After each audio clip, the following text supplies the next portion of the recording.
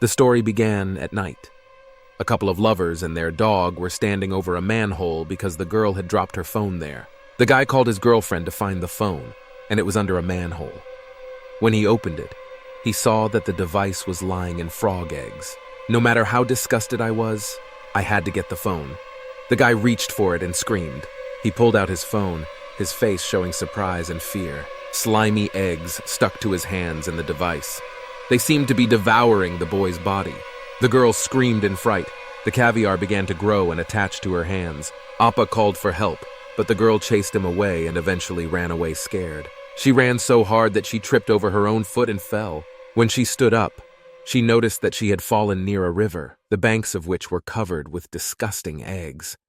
The events moved to the bus, where the young man looked at the time on his phone and waited for arrival in Seoul. It was the first day of the school trip and his first day in the capital. Despite the boring 2-hour ride, he was in a good mood because Soyon, a beautiful dark-haired girl, sat where he could see her perfectly. At school, Yeon-woo couldn't talk to her properly, so he didn't want to waste any time on the trip and invited So-young to go shopping and eat. Yeon-woo blushed heavily when he was called from the front. It was Kim Ju-bin, a friend of his who was a fan of Oki, who noticed the unhealthy look on his face and offered him some gum. A girl blogger interrupted their conversation. She pulled out a tripod with a phone and told them to wave if they wanted to be featured on her blog. The third-grade class of Chang'an School waved in unison for the Hong Kong TV blog. It was a small class, taking up only half the bus. Blogger Hanmi filmed their every move wherever they went. Even the class teacher managed to catch a few words for VTube. The teacher said they would stop at a park to rest. Everyone stood next to Hanmi and took pictures for the blog, but Yeon-woo stayed away. His head was filled with dubious thoughts. He imagined that if he had his own blog and made videos like Hanmi, So-young might talk to him. Kim Ju-bin interrupted Yeon-woo's thoughts. They talked about how blogging is child's play. Ju-bin talked about his favorite singer's performance, but Yeon-woo's attention shifted back to So-young. Hanmi started filming her. She asked him about his impressions of Seoul, and the guy looked at her with calf-like eyes in love. During the monologue, So-young noticed that Yeon-woo was looking at her and responded in kind. He was embarrassed and quickly turned away. The girl was approached by other classmates to get into the blog. Yeon-woo hoped that when they made eye contact, the girl was looking back at him. Kang Ji-hoon, the head of the class and a tall, blonde, handsome man, approached the group. He easily joined the conversation. Yeon-woo wanted to be able to talk to them in the same way. Hanmi spotted 2 alienated boys and headed over to them, as the guys hadn't introduced themselves for her blog yet. It was Yeon-woo's turn. He introduced himself and his excitement was palpable. Hanmi called him cute enough, which made him even more embarrassed. During the interview, Yeon-woo was still distracted by Soyon. She was called to take a picture. He couldn't take his eyes off the girl.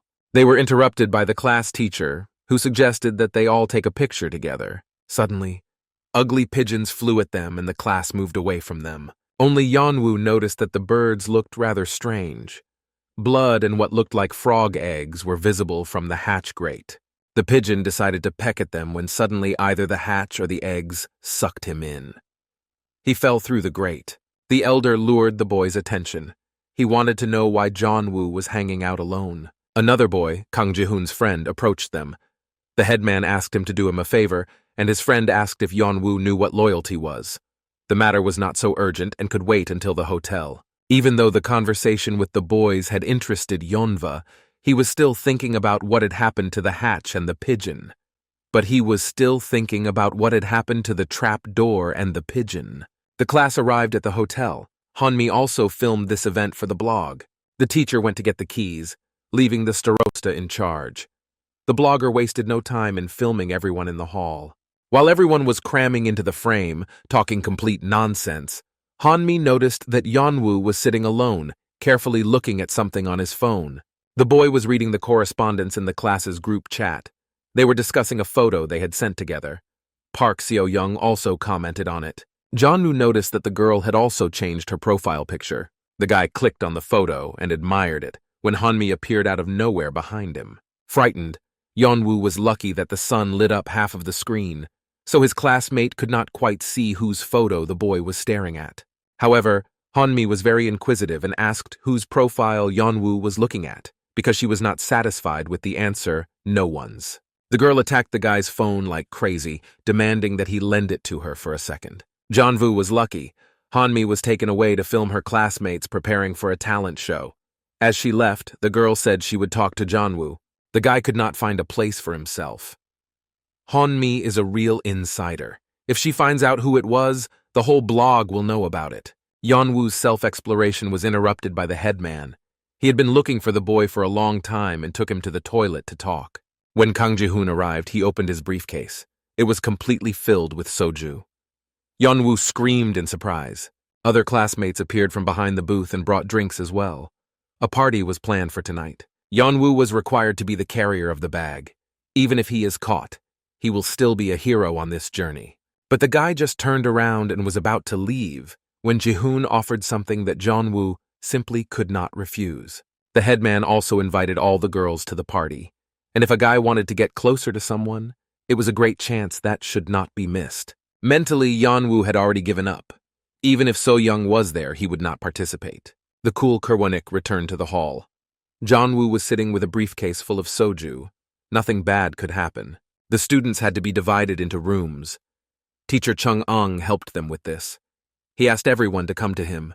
Yeonwoo could not find a place for himself. He was worried. Juben came up behind him and scared him. His friend noticed that the guy was nervous. Juben took the cards out of his pocket. They were forbidden and he could be kicked off the trip for that. But Yeonwoo was not an easy man either. He opened his briefcase to show what he was hiding in it. His friend screamed. Yeonwoo tried to shut Juben's mouth, but it was too late. Chung-eung heard them.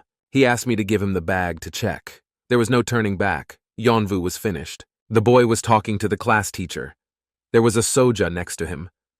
Jeonwoo said that this was all he had brought. The teacher was furious and said she would talk to his parents when she arrived.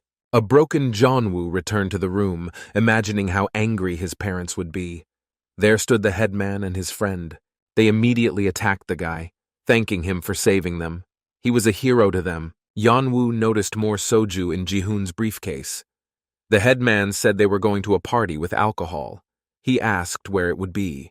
Ji-hoon said they hadn't decided yet, because the teacher was on patrol. Promising that he would tell everyone about Jeonwoo's actions, they left. Finally, they told him to get some rest. They will call him when they find a suitable place. It was nighttime. Jeonwoo sat on the edge of the bed. There had been no call from Ji-hoon. What was worse was that the place where everyone was gathering, Soyinka could have been there too. Jeonwoo was furious. He had been sneakily framed and used as bait to sneak in alcohol. The next day, the class arrived at Namsan Tower by cable car. Juben told Yeonwoo about the road, but he did not listen to him. The boy felt empty. He looked at Seo-young and wondered if she had been with them yesterday. Yeonwoo waited for Ji-hoon, but he kept making excuses, and now he ignored the boy. Yeonwoo's anger knew no bounds. Ji-hoon, the shameless bastard, had wanted to use the boy from the very beginning. He didn't understand why he hadn't been called. Did the others not want to see him? Just then, Juben told the girls in front of him that it was the first time Yeonwoo had ever ridden the cable car, that he was scared. The boy's frustration was transferred to Juben, because one of the girls was Seo-young. However, the girl reacted very nicely. She said she had never been on a cable car before and that it was very cool. Her friend asked Yeonwoo what happened yesterday. So-young was supportive and asked if it was true that he had been caught with alcohol. The girl was impressed by Jeonwoo's courage. The boy said it was very simple. Jeonwoo was over the moon. It was the first time So-young had ever taken an interest in him. Unfortunately, the conversation was interrupted. It was time to go into the cockpit. He felt that they were very similar. It was time to get closer to Soyon. Jeonwoo had intentions of talking to the girl. We received a long notification on our phones warning that there was an outbreak of some kind of virus in Seoul. Then a bird crashes into the booth. It was a pigeon that looked quite strange and frightening. It made a hole in the glass with its beak. A second later, other pigeons began to crash in, one after another. The booth seemed to be covered in huge layers of white. Danger was approaching. Jeonwoo said it looked like frog eggs he had seen in the manhole, but no one supported him in this hypothesis. One egg leaked through the glass crack and fell to the floor of the booth. Everyone was jostling and panicking. A strong stampede began. Someone stepped on Jeonwoo's foot. He screamed. He turned around and saw that it was Soyon. Yeonwoo was scared and apologized for his leg. So Young was very close. She was holding on to Jeonwoo's back with her hand. She was literally breathing down his neck. Suddenly, I heard the class teacher shouting from behind me. She asked me to calm down and stop fighting, otherwise she would be crushed to death. Kang Ming, a friend of the headman, stepped forward. He came closer to the frog egg to take a closer look. When he looked closely, he noticed that the egg was moving. The booth arrived at its destination. The controllers inspected it in shock. It was not a pretty sight. As soon as the door opened, the children ran out one after the other, screaming, despite the warnings of the controllers to go down the stairs carefully. There was chaos in the booth. Everyone was screaming, storming around, and some refused to come out. But Yeon-woo was preoccupied with his own thoughts. He realized that Soyon was standing behind him. It was time to talk to her, and he didn't know when he would get another chance. Yeon-woo started to apologize for stepping on her foot. Soyon didn't let him finish, because he had already apologized for it. His mouth seemed to have a life of its own. He was talking nonsense and made a bad joke about a cable car and pigeons. Calling himself an idiot in his head, he gathered himself and mumbled an invitation to Soyon. The girl did not wait and asked if Yeonwoo was trying to tell her something. This question sent him into a panic. Looking into Soyon's eyes, he gathered his thoughts. The sweet, light expression on her face acted as a calming influence on the boy. He gathered his thoughts and invited Soyon to go to the observatory with him. But the girl's attention was drawn to someone screaming. It was Gale. She was sitting on the floor. A crowd of people gathered around her, including the class teacher. Her leg was beginning to be covered with frog eggs. They spread like a spider's web on the girl's body. According to the girl, the virus jumped out at her out of nowhere and sprayed her. She screamed and kicked her leg until someone fell down the stairs. It was Min-ji. She was shaking and could not get up on her own. She gathered a crowd of caring people around her who helped her get up. No one expected to see this when Ming-ji stood up. The faces of his classmates showed great surprise and fear. Her pale, once pure face was now covered with white eggs. Her gaze was strange, like a madness. A supervisor ran up to Gale. He wanted to help her because she was still screaming and shaking just like Min-ji. The girl grabbed her rescuer and begged for help. Her eyes were full of madness, and her body was becoming more and more covered with white eggs. Mister's hand immediately began to be covered with the virus. The girl was still begging for help. The controller, noticing this, immediately pulled away from the girl and screamed. Both his hands were covered with eggs. He was as scared as she was. In shock, he started running around like a madman. Other workers ran away from him in terror and screaming. His hand was completely covered with the virus. Others, who had not yet managed to leave the booth, watched with horror in their eyes. The classmates decided to close the cubicle as soon as possible to prevent the virus from reaching them. The headman, who had closed the door, held it with all his might. Hanmi asked what was happening because she could hear Gale's screams. The sight made my blood run cold. Gale was lying in a pile of eggs as if a huge spider wanted to completely wrap her in its web. Hanmi was worried about her friend. She wanted to break out of the booth and help her. Ji-hoon stopped her. The girl was being reckless. He yelled at Hanmi. Didn't she realize that the virus was spreading through her? Gale looked like a monster. Their screams were interrupted by a knock on the glass. It was Gale's hand, or rather the hand of a monster, white as a corpse, covered with white eggs. When everyone returned, they could not believe what they saw. The once sweet girl, Gale, now looked like a zombie. Her skin was unnaturally white, the color of the eggs that covered everything, and her eyes were cloudy and teary. The girl begged for help because it was unbearably painful to endure. The booth was in chaos. Everyone was screaming and shouting. They wanted to escape from this nightmare, but they couldn't. Gale clung to the door and screamed frantically. The voice did not sound like hers. It was the voice of the devil. The events moved to the entrance to the observatory. There, the class teacher and the security guard talked about the booked excursion and the route to it. Suddenly, their conversation was interrupted by a sound like a herd of elephants running by. The teacher turned around in fright. They were students who ran out screaming and screaming. The teacher tried to calm them down and unite them. She was shocked by what was happening, but her attention was interrupted by something else. It was Ming-ji, lying helplessly under the stairs, shaking. The class teacher rushed to the girl's aid because she was responsible for the children. Kneeling down in front of Ming-ji, the teacher wanted to pick up the girl, asking if she could hear her and asking her to stand up. When Ming-ji looked up, the teacher screamed in shock. Her face clearly showed wild fear. The girl could not be recognized. All that could be seen was her mouth, begging for help. She was in great pain. The events moved back to the booth. The frightened students huddled together and sat on the floor. One of them asked to see Min Gale. No one wanted to do it, but still, Kim Jubin turned around and saw a horrible picture. Gale's body seemed to be decomposing and rotting alive.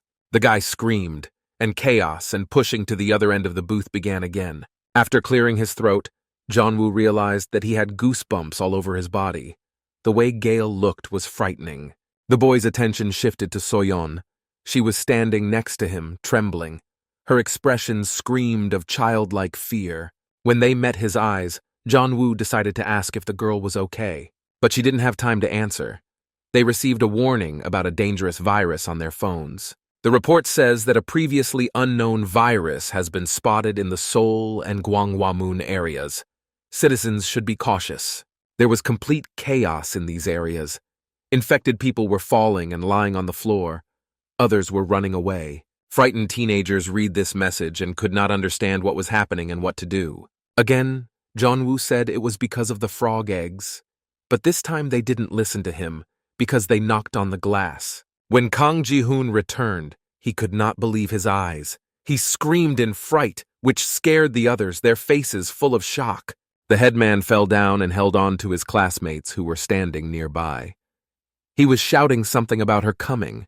When they returned, they saw Gale standing like a zombie at the entrance to the booth. Everyone screamed. They thought Min Gale was dead.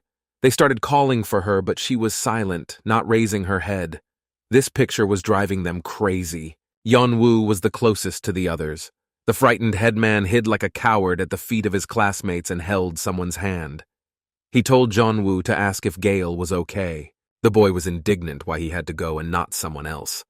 A frightened Soyon stood next to him. He looked at her and felt that he had to protect the girl. She was trembling with fear and seemed completely defenseless. There was no choice. Yeon-woo volunteered for Min Gale. He hesitantly asked if she was okay but received no response. Gale stood silently in front of the entrance to the booth. The crowd heard that the zombie girl could hear everything. She just had to ask louder. Gathering his strength, Yeon-woo came a little closer and started asking questions, but he was interrupted and not allowed to finish the job. They received another alert on their phones. There was a lot of tension in the booth, and the sound of the alert scared the teenagers. Yeon-woo took out his phone. The message was again about the virus. This time it had spread even more and had caused damage to almost all of Seoul. No matter how hard he tried to pretend to be brave, he was incredibly afraid to approach Min Gale. So he breathed out a sigh of relief when the notification came. But the joy did not last long. When it seemed that things couldn't get any worse, Gale raised her head and they met Yeon-woo's eyes. Her eyes were white, without pupils. There was mascara and eyeliner smeared around her eyes, giving her a creepy look. Her face was covered with ugly white spots. Gale turned to the noise from the stairs. She could hear a group of people running toward the cable car. They seemed to think that they would be safer near it. But unfortunately, when they got to the top, they were met with fear in the face. 3 young men stood a meter away from the zombies. Seeing them, Gale opened her mouth and hissed at them. It felt like she was out of touch with reality. This was no longer Min Gale. This was a monster. The company screamed in fright. They did not understand what was happening on the cable car. There were only unanswered questions in their minds. Suddenly, something strange happened to Gale. The stuck eggs separated from her body. The girl screamed. It seemed to be very painful. A mass of eggs attacked the company. The sight was simply horrifying. Gale's skin was peeling off as if she was in spring molt. My classmates were shocked by what they saw. They could never have imagined that this would happen. Meanwhile, the white mass sucked on the face of one of the boys, although he tried to defend himself. The virus seemed to suck out the guy's face, and the mass became new skin, firmly growing into the body. A friend from the company approached the victim. He wanted to help, but he was ordered to run away as fast as possible. The guy realized that he wouldn't survive, so he just held this shit up to save the others. He tried to fight to the last, but the more he resisted, the more the virus got a hold of him. Gale's hands also reached the boy and clutched his neck tightly. The teenagers became even more frightened as they watched. Despite this, Kim Jubin offered to help the boy, but another classmate was scared to death and didn't like the idea. He was shaking with fear and fell to the floor, covering his ears and closing his eyes. While everyone was panicking and saying goodbye to their lives, Yeon-woo was staring at the door. Surprisingly, he put aside his fear and thought critically, analyzing the situation. The boy realized that it was not Gale. It was a monster, and she was unlikely to wish them well. To protect himself and his friends, Yeon-woo knelt down so that the zombie wouldn't see him and locked the door. Now no one could get in. His classmates were surprised by this heroic act, although some of them may not have understood why he did it. Yeon-woo realized this and began to explain that it was better to close the door so that the monster would not open it when he was done with the company and wanted to find new victims. Suddenly, a guy, scared to death, was banging on the door. His screams frightened Yeonwoo, who was standing right in front of him on the other side of the door. The guy begged to open the door and let him in. His look was terrifyingly frightening, but the monster was approaching him. The zombie became even bigger. Gale was unrecognizable. The guy started pulling the handle in a panic and praying for Yeon-woo to open the door. It was a matter of life and death. His classmates huddled in a corner, but Yeon-woo remained in the city and thought about what decision to make. He realized that others were obeyed by fear. He was the only one who was thinking critically, so Yeon-woo could not endanger others and did not open the door. At that time, the monster got to the boy and bit him on the elbow. There was no chance of escape. Yeon-woo stood in front, blocking his classmates. It was very loud in the booth. It was as if the class was watching a horror movie, but it was happening in reality. The poor man's blood splashed across the glass, accompanied by a nasty crushing sound, as if someone wanted to make orange juice. The sight was so disgusting that even the boys turned away and screamed. No one wanted to see it. Meanwhile, the victim was almost completely consumed by the monster. It was the guy's last scream before he died. It looked like quicksand. The poor man was being sucked in by the mass and slowly sank to the bottom. The more resistance there was, the stronger he sank into the mass. Yeon-woo's body was covered in cold sweat. The blood ran cold in his veins. They will never forget what happened. It was a nightmare come true. The most terrifying thing was the monster's face. All that was left of Gale was her beautiful black hair and a neat nose. The zombie monster stood up. There were so many masses on the girl's poor body that she was lying on the floor, revealing a view of her bony spine. Yeon-woo looked the monster in the eyes. He could not believe that Gale was no longer with them. Unfortunately, the monster noticed them and screamed, letting them know that they were the next victims. His classmates clung to Yeonwoo as if he were their last hope. He was still blocking the classroom and Soyon, and she clung to him as well. The monster seemed ready to attack them, when his attention was drawn to the sound of the door opening. Other tourists were climbing the stairs. Shocked, they began to scream, which attracted the attention of the zombies. The second the monster attacked them, it found more victims. There was silence. The stairs were covered with blood mixed with mucus and eggs. The picture resembled an apocalypse. My classmates were sitting in the corner.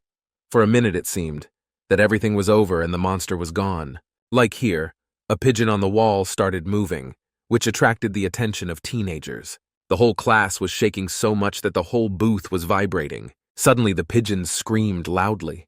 It had been considered dead for a long time, just like Gale. Would the nightmare repeat itself? This thought flashed through Yeon-woo's mind. It made his face look very scared. One of my classmates shouted why this was happening to them, and the headman covered his mouth so that he would not be heard. The class heard a noise coming from the stairs. Was it the monster coming back?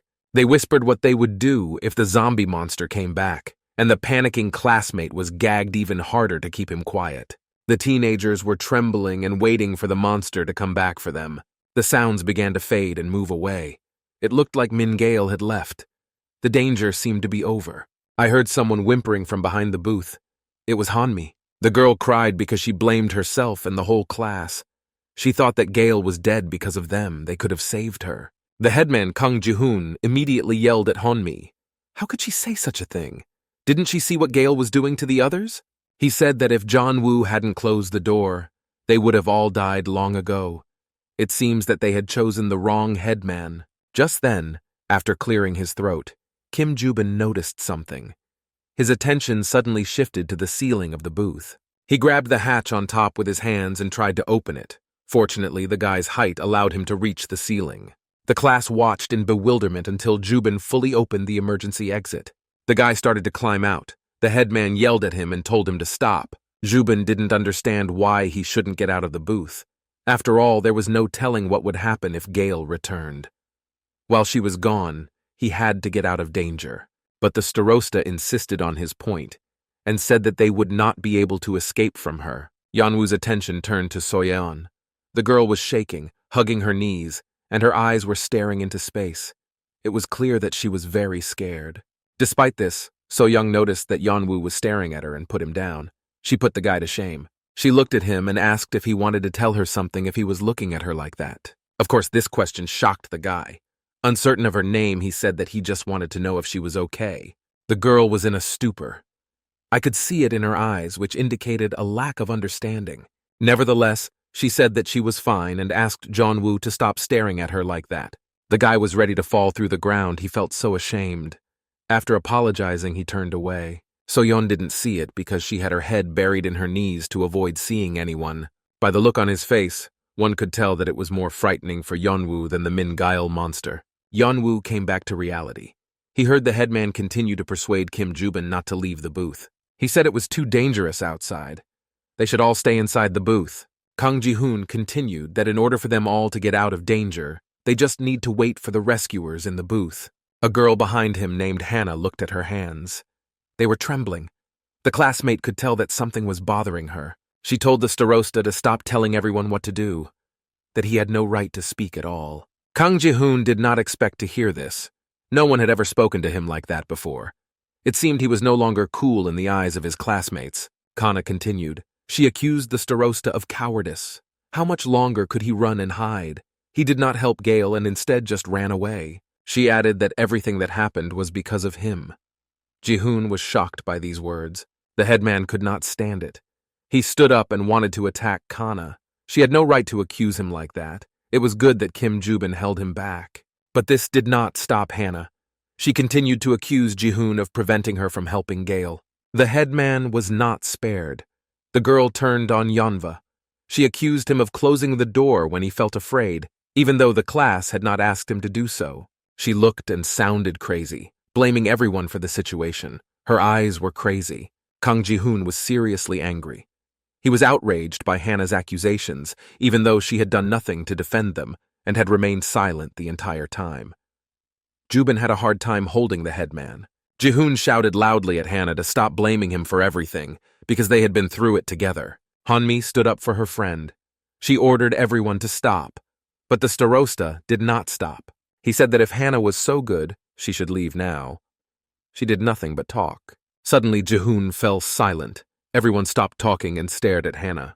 Soyeon asked if the girl was okay, and then a soft whimper was heard. The starosta was outraged because she started the quarrel, and now she's using her girlish ways to make the guy the offender. Suddenly, everyone screamed. They were frightened by the sound coming from the booth. It turned out that it was just a radio. The voice of a rescuer was coming from it, asking if there was anyone in the booth. The connection was poor, and the radio was broadcasting individual words that barely formed a logical sentence. The still frightened teenagers did not immediately realize what was going on. They stayed away from this monstrous machine. The radio again said that the control room was talking to them, and the connection was cut off. Although the class didn't say a word, their screams gave a sign that there were people in the booth. The cable car began to descend back down.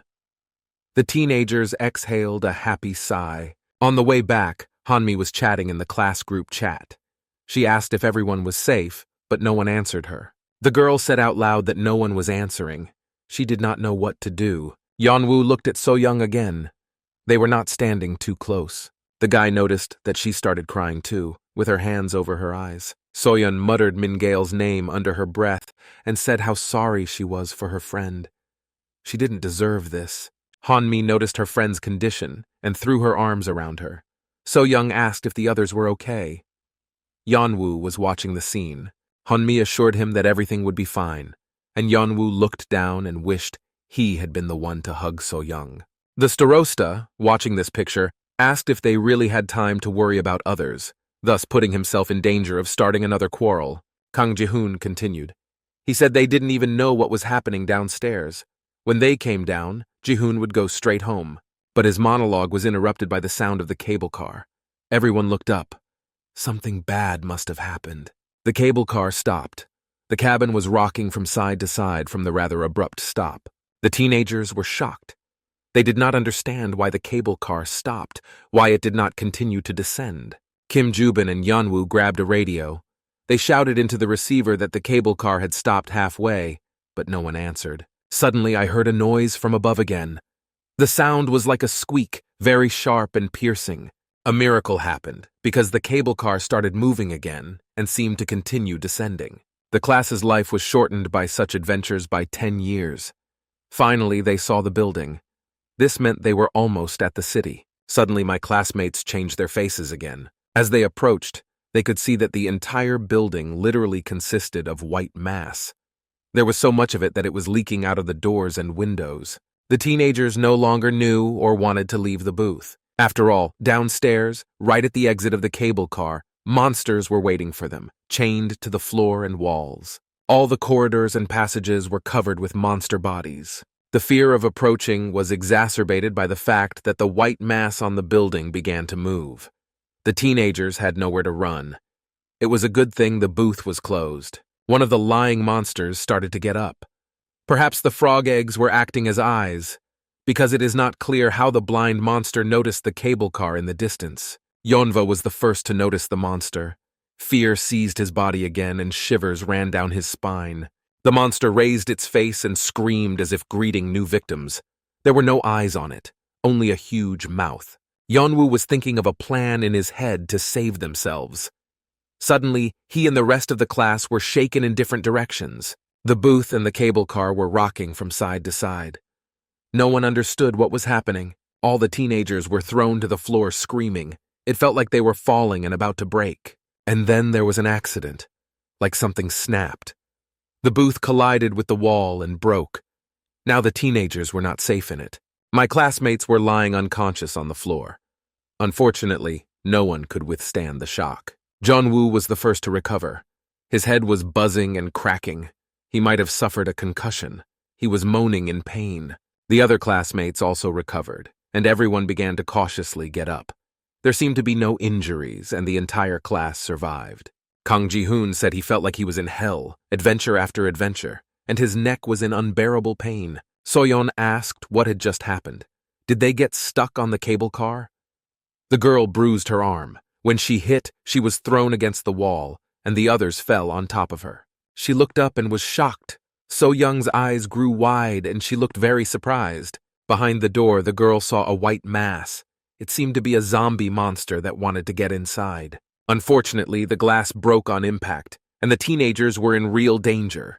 They had to think of something quickly to save themselves. Soyon shouted to the others that the monster was approaching and clearly did not want to be friends with them. The teenagers turned and screamed in fright, not having had time to fully recover from the accident. And then the zombie monster's hand slammed against the glass. It was like a horror movie. Yeon-woo and Kang Ji-hoon screamed at the top of their lungs. The monster screamed back, and now it wasn't just his arm that was hitting the glass. The whole body of the zombie was trying to get inside. The second arm of the zombie monster found a hole in the glass. The teenagers' chances of survival were becoming even less with each passing second. The hole was breaking, and the monster's body was penetrating more and more. A white mass fell from the zombie monster to the floor. It looked like a highly heated marshmallow on a fire falling from a stick. The teenagers reacted immediately and ran to the other end of the booth as fast as they could. At the same time, the monster's body was making its way more and more inside the booth, making a very disgusting sound of mucus. As soon as the zombie monster's head got inside, it fell to the floor. It seems that the frog egg virus was eating away at the bones, so the monster's body couldn't hold itself up. The headman, Kang Ji-hoon, broke the glass of the booth with his foot in fear. It seems he wanted to escape from the other side of the cable car, but at that time, something happened that scared Yeonwoo even more. He turned toward the sound and screamed very loudly. The monster's entire body was inside the booth, but as before, its body could not hold itself up, and just lay flattened on the floor, making strange zombie noises like in horror movies. The teenagers screamed. Yeon-woo was in the front again, shielding them all. Kang Ji-hoon continued to break the glass. The monster started to get up and screamed. It was clear that instead of eyes, it had holes. Its spine was clearly visible from under the white mass that was now its skin. Ji-hoon shouted at the zombie monster to get out of his way and just take off. The headman was very angry and scared. All his aggression was converted into strength, and with one kick he broke all the glass from the booth, making a passage for escape. The teenagers just fell out in a heap on the ground. Everyone was afraid, and most of all wanted to get out and stay alive. No one wanted to be the last to leave the booth. When one of his classmates turned around, he saw something that scared him. He shouted for everyone to run away immediately. What the boy saw was a monster approaching their exit. Its white tentacles were already visible to the teenagers. Without thinking, the class ran as fast as they could. They only had time to turn back and see if the zombie monster was chasing them. Yeon-woo screamed as he saw the zombie get out of the booth and approach them.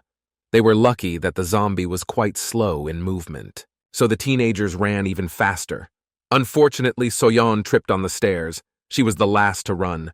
It was good that Jeon-woo noticed this and stopped. He could not leave his beloved helpless in danger. He reached out to Soyon to grab the girl's hand and help her up. It looked like she had hurt her leg. The girl did not expect such a heroic act from the boy. She was even a little scared at first. Yeon-woo noticed that the zombie monster was about to catch up with them, so he quickly tugged on the girl's sleeve to keep running. He shouted for the girl to get up quickly, otherwise they would be caught up and then die. The monster was about to catch up with them, but Soyon stood up and together, hand in hand, they continued to run. Meanwhile, the rest of the class had already entered the building and were heading down the stairs to the exit. If they could get out of this lair, their chances of survival would be much higher. At a bend, the headman, Kang Ji-hoon, stopped because he saw something that scared him. It was a corridor completely covered with slime mixed with blood. Other zombie monsters seemed to rise from the slime. Others ran up from behind, but the starosta stopped them. They could not go there to face certain death. They needed a plan. But the monsters had already heard them. Some of them began to rise and scream, making themselves heard. A classmate saw this and screamed. Adrenaline mixed with fear, and this violent mixture spread through the body, through the blood. At the same time, So Young and Yeon-woo were still running down the stairs from the zombie monster by the hand. The girl was very scared and did not want to let go of the boy. Suddenly, she stopped and swallowed loudly. The girl asked Yeonwoo to wait a moment. The boy turned and looked at her in puzzlement. He did not understand what could be so important when it was literally a matter of life and death. But when he looked down, he was very surprised. Yeon-woo saw that Soyeon's leg was reddening at the knee. She was moaning in pain and could not continue to run at this pace.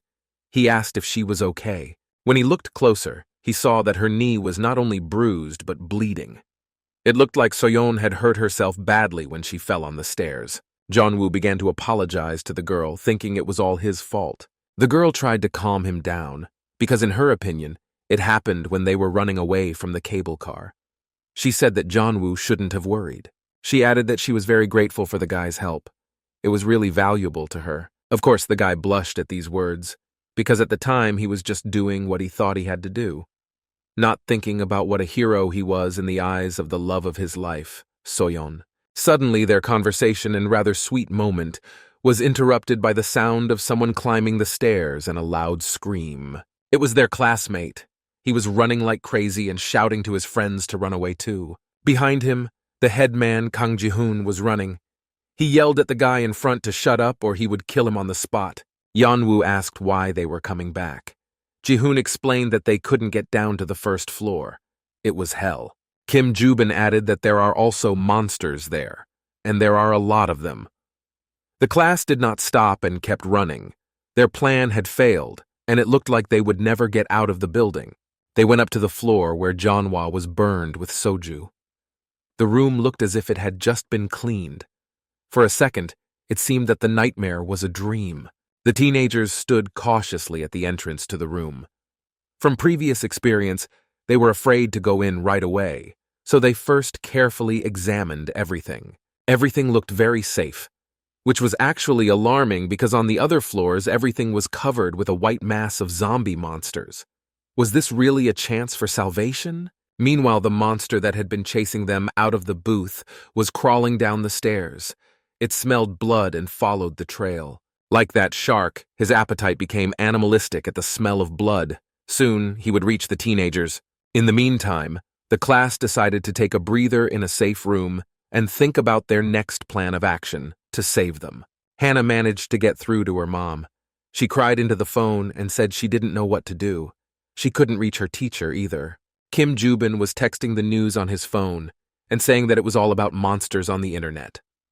The head man, Kang Ji-hoon, told him to call 119 because he couldn't get through. Joo-bin's face changed dramatically, as if some new idea had come to his mind, or he heard something strange. Joo-bin went to the windows. The head man, Kang Ji-hoon, asked where he was going, but the boy abruptly told him to close the window because chaos had started. Outside the window was a parking lot. The cars were covered with a white mass. Apparently, the drivers inside were also turned into zombie monsters. As Kim Joo-bin got closer, he saw that some of the drivers were trying to get out of the car, but the white eggs were stuck to them. If they were infected, it meant the end and the drivers would turn into monsters. Meanwhile, Yeon-woo also called his worried mother. He said that he was trapped in the cable car building on the second floor and could not get out. His mother said that she and her father had just left and asked him to be careful, to sit quietly and not to go anywhere. But the boy's attention was drawn to Soyon's cry of pain. Her friends gathered around her. Hanmi had a small first aid kit with her and tried to provide Soyon with first aid as much as possible in the apocalypse. Yeon-woo watched what was happening from under his cap. He didn't want the girl to notice that he was watching, but he was nevertheless very worried about So-young. The girl's wound was burning and bleeding badly, but she was holding on. She was pleased that her friends were taking care of her. Suddenly, Yeon-woo's lovemaking was interrupted by another classmate, who pushed the boy and asked if he had any change or coins. Joo-ben wanted to use the vending machine, but he didn't have any change on him. The guy asked Yeon-woo if he wanted anything, but he was refused. Joo-ben was shaking violently. It was as if he had a fever. Yeon-woo noticed his friend's condition and asked if he was okay. He got a hysterical response. The guy felt bad. Not everyone could stay calm in such a dangerous situation. Kim Joo-bin began to curse the day he came on this school field trip. Now he would have stayed at home and watched the live broadcast, and he wished he hadn't agreed to the adventure with the class. The guy continued to monologue about how bad he felt. However, Yeon-woo's thoughts were interrupted by the fact that he really thought he was going to die. But instead, the young man was able to save his beloved Soyon. The thought of saving the girl warmed his soul at this difficult moment, especially the fact that Soyon thanked him for what he had done. Suddenly, the boy's attention shifted to the floor again. It seems that he had noticed something strange and dangerous again. Looking closer, Yeon-woo noticed traces of blood on the floor. It was Soyon's blood, and the drops led directly to the second floor where the teenagers were hiding. Yeon-woo followed these traces and concluded that the girl was grieving. Walking further, he realized that Soyon had been bleeding all the way to the shelter, leaving traces behind her. When he went out into the corridor, he saw a white mass of mucus blocking his way. Looking up, the boy turned pale. He saw something terrible in front of him. What the young man saw was a huge white zombie monster standing a few meters away and breathing right into his face. The guy froze in fear, although he had to act immediately and run away. Time was running out. The situation was critically dangerous. At the same second, the monster abruptly attacked the boy with its ugly white body. Meanwhile, on the second floor, the teenagers screamed in fear. They must have seen what happened to Yeon-woo. Fortunately, the boy managed to dodge the monster. The boy reacted quickly enough. But the zombie monster entered the room where the teenagers were hiding and fell to the floor. Turning his head, Yeon-woo screamed in fear. He probably thought he was going to die. But the monster's ugly appearance up close was no less frightening. Without hesitation, the teenagers began to run away, screaming as fast as they could. The monster got up and ran after them too. The zombie was slowly and very difficult to get to its feet. Its white, sticky mass stuck to the floor, which constrained its movements. This gave the teenagers a bit of a head start, so they had time to escape and find a new shelter. The zombie monster growled, making itself known. It seemed to say that no matter how well they ran and hid from him, he would still find them. The monster put its tentacles into the guy who was running last. It seemed to be Yeon-woo. His ugly, angry white paws were about to reach the boy's leg. If he grabbed his leg, he would be in trouble. Meanwhile, Kang Ji-hoon, the headman, and his friend Kang Min almost ran out of the second floor and looked for a way out. The guys were shouting victoriously because they were about to reach the exit and then they would be safe. Soyon was the last one to run. However, she noticed something that made her pause. She noticed a zombie monster approaching her. He could smell the girl's blood and therefore she was a tasty morsel for him. Meanwhile, Yeon-woo managed to catch up and even overtake the company. He and Kim Ju-bin were almost at the exit door. Behind them were the boys Kang Ji-hoon and Kang Min. They shouted after them to keep the door open. When they got to the exit, the boys attacked Yeonwoo and his friend with their fists, even though they did not have time to close the door. However, Kim Ju-bin did not stop and ran up the stairs. He seemed to be very scared. When he reached the end, he stopped to catch his breath and rest. Just then, he heard someone cursing at him loudly from behind him. He turned around to see who it was and got scared. Before he could turn around, the class head, Kang Ji-hoon, jumped on him and began to swear and strangle him. Kim Ju-bin began to make excuses and beg the headman to listen to him, but he did not stop strangling him. Ji-hoon was very angry, just furious. Kang Ji-hoon's face turned red. His eyes were bloodshot with anger. He was ready to kill the coward who wanted to leave his classmates to die. Yeon-woo and Kang Min tried to break up the fight. Otherwise, Ji-hoon would have really just killed the boy. The headman had problems controlling his emotions. Kang Min called out to the boys because he saw something. This stopped the fight for a while and they forgot that they wanted to kill each other. On the floor, they saw the cable car they had come down from earlier. They did not expect to see it because it was on a completely different floor. Kang Ming explained that each floor is connected to an entrance and exit for safe exit in case of emergency.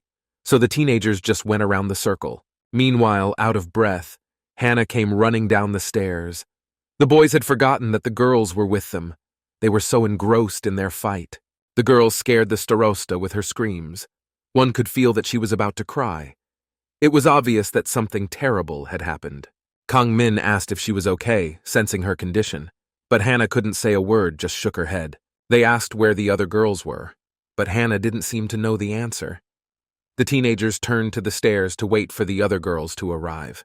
Meanwhile, on the second floor where the classroom was located, there was a deathly silence. Soyon stood breathlessly against the wall and breathed nervously but very quietly, trying to calm down somehow. A monster was standing behind her. He did not see her because she hid behind a wall. She realized that she could die now. At this time, Hanmi was calling out to her friend So-young. She was looking for her all over the floor. Turning her head, she finally found her friend. Hanmi asked if So-young was okay because she had an injured leg. The girls were whispering so that the zombie monster wouldn't hear them. They had to figure out how to escape. The others had already escaped, so they had only themselves to rely on. The girls were a few steps away from the door. If they ran quickly, they had a chance of survival because the monster would find them sooner or later. But Soyon didn't think so. She wanted to stay there. The girl's wound was bringing down her morale. She was afraid she would not make it. Hanmi agreed with her. They thought the monster couldn't see them, so they just had to hide until it left. Soyon put her hand over her mouth. She wanted to cry, but she couldn't. The girl's leg kept bleeding and hurt a lot. Meanwhile, the zombie monster just stood there and sniffed out its victims. Meanwhile, the boys were already going down to the second floor to see where the girls were and what had happened to them for not running after them. At first, they saw nothing, so they wondered where So-young and Hanmi had run to. The headman, Kang Ji-hoon, asked the others where they were because he could not see them. After all, he was the headman and was worried about his classmates. Jeon-woo was the first to notice the girls. He told the others about it. What he saw shocked him. They could only see So-young hiding behind the wall. But Hanmi must have been with her, even though she was not visible. The girl was still covering her mouth with her hands so that the zombie monster wouldn't hear them. Jeon-woo noticed this and realized what was going on. His face changed dramatically because he saw something that scared him. Yeon-woo saw a monster standing right behind the girls. It seemed to have smelled So-young's blood, which he had been chasing for so long. The girl put her hands over her mouth even more tightly. Her eyes widened as if she had seen something very terrible, and so it was. Soyon saw the monster's reflection in the window in front of her. She hoped that the zombie was not so smart and would not look out the window. But her hopes were in vain. The girl only had time to look away when she realized what was going to happen. The monster screamed from the corner of the wall. It sounded like a victory cry, as if the zombie monster was proud to have finally found its victim. The girl was numb. Soyon could not move a finger out of fear, although she had to act immediately because it was a matter of life and death. The monster roared again and wanted to attack and bite the girl. Just then, Yeon-woo ran into the room and screamed at the zombie monster, distracting its attention from the girls So-young and Han-mi. The monster stopped and analyzed what was happening. Yeon-woo ran screaming to the second floor, making more noise so that the zombie monster could hear and switch to the boy. And the young man succeeded, because the monster immediately noticed Yeonwoo. The zombie's attention was quite distracted, as it easily switched from one victim to another. So the girls didn't bother him anymore. The monster ran after the boy. Now Yeonwoo had to figure out where to run to keep himself and his classmates safe. The guy ran as fast as he could, not even having time to turn back. It seems that Yeonwoo was already regretting his actions, but there was no turning back. He had to run away from the zombie monster. Soyon watched what was happening. She saw her rescuer Yeonwoo appear on the floor, followed by a zombie monster. The girl could not believe what was happening. She was about to say goodbye to her life when Yeonwoo appeared out of nowhere and saved her and Han-mi. At this time, the guy was running up the stairs, very professionally avoiding the white slime on the floor. Yeonwoo decided to turn back. He was very frightened by what he saw, which gave him the strength to run even faster, because dying was not in his plans. The monster was exactly half a floor behind him, but he was steadily catching up. It was not that slow. It was as if the boy's fear fueled it. He managed to turn back. The zombie monster was not as agile, which gave the guy a bit of a head start. When he got upstairs, he finally saw an open door. It was the exit. The boy made a circle and ran to the cable car, but from the other side. He had to quickly figure out how to escape and where to hide from the zombie monster. Yeon-woo decides to close the door behind him. He thought it would stop the monster for a while. The guy looks at the closed door and waits to see what will happen. Yeon-woo had a little time to recover. He thought that the zombie monster had stopped chasing him. The guy began to quietly descend the stairs at a calm pace, as if he hadn't just been chased by a huge white monster. Going down, the guy was thinking about everything that had happened. He could not believe that he had done such a crazy, reckless thing. When he got to the floor where the girls were hiding, he called out to his classmates and broke into a run. But to his surprise, the room was completely empty and no one responded to the boy. It scared Yeonwoo. The guy stood there in silence in a stupor, not knowing what to expect and where to go next. He saw a broken pot with some kind of plant and a broken window next to it. When he came closer and looked through the window, he saw something. Outside the window, his classmates were running across the roof of the building. They got out but did not wait for him, not even Soyon, whom he had saved from certain death. He watched the teenagers run away with sadness in his eyes. Did they think that Yeonwoo had been eaten by a monster and had to run away from it too? My classmates took turns descending from the roof of the building's entrance. It was quite high. Soyon was the last to go down. Probably because of her leg injury, she could not run fast, so she was at the end. She noticed Yeonwoo in the window. The headman, Kang Ji-hoon, gave the girl his hand and shouted at her to not be distracted and to come down quickly. It is not clear why they are running away. Then, as if out of nowhere, a zombie monster appeared behind her. It turned out that his classmates were running away from him. How could he catch up with them so quickly? Yeonwoo watched in silence. He would not have time to catch up with his friends. Is this the end and now it's every man for himself? Finally, he called out to his classmates once more.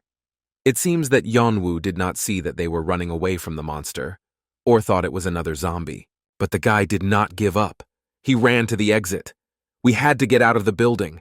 He ran to the hole in the glass that his classmates had made and stopped abruptly. The boy saw a huge zombie monster that was probably chasing his classmates. It seems that Yeonwoo will not get out of this trap so easily.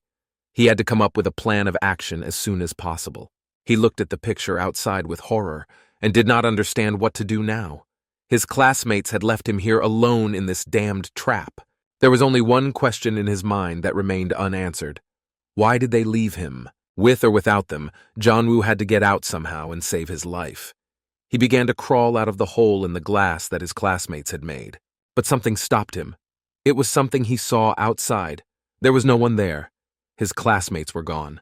Yeonwoo's face changed dramatically from what he saw outside the window. He cried out in sadness. The guy quickly took out his phone and started typing a message to someone. Yeonwoo wrote in the class group chat that he was staying in the building, hoping they would come back for him. He found Kang Min in his contacts. He was often holding his phone and checking the news, so he must have heard Yeonwoo's call. But then the phone rang sharply. He thought it was Kang Min.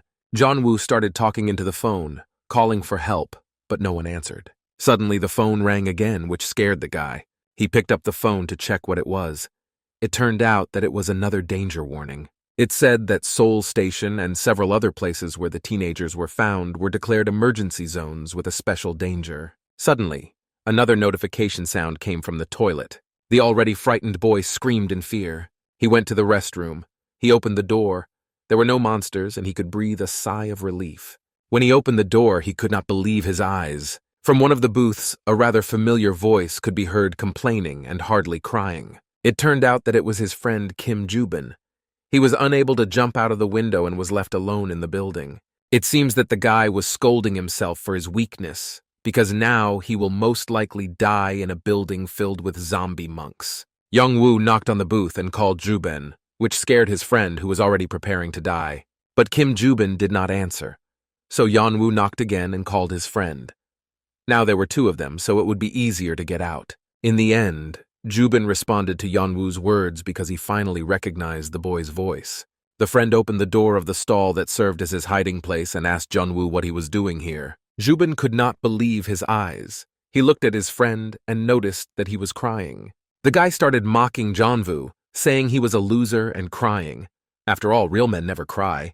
In response, Yeonwoo started yelling at his friend that he was actually dumped too, and who else was a loser. Joo-bin retaliated and yelled back at Yeonwoo that his friend was a snotty little brat and that he had dumped his classmates because they were in his way.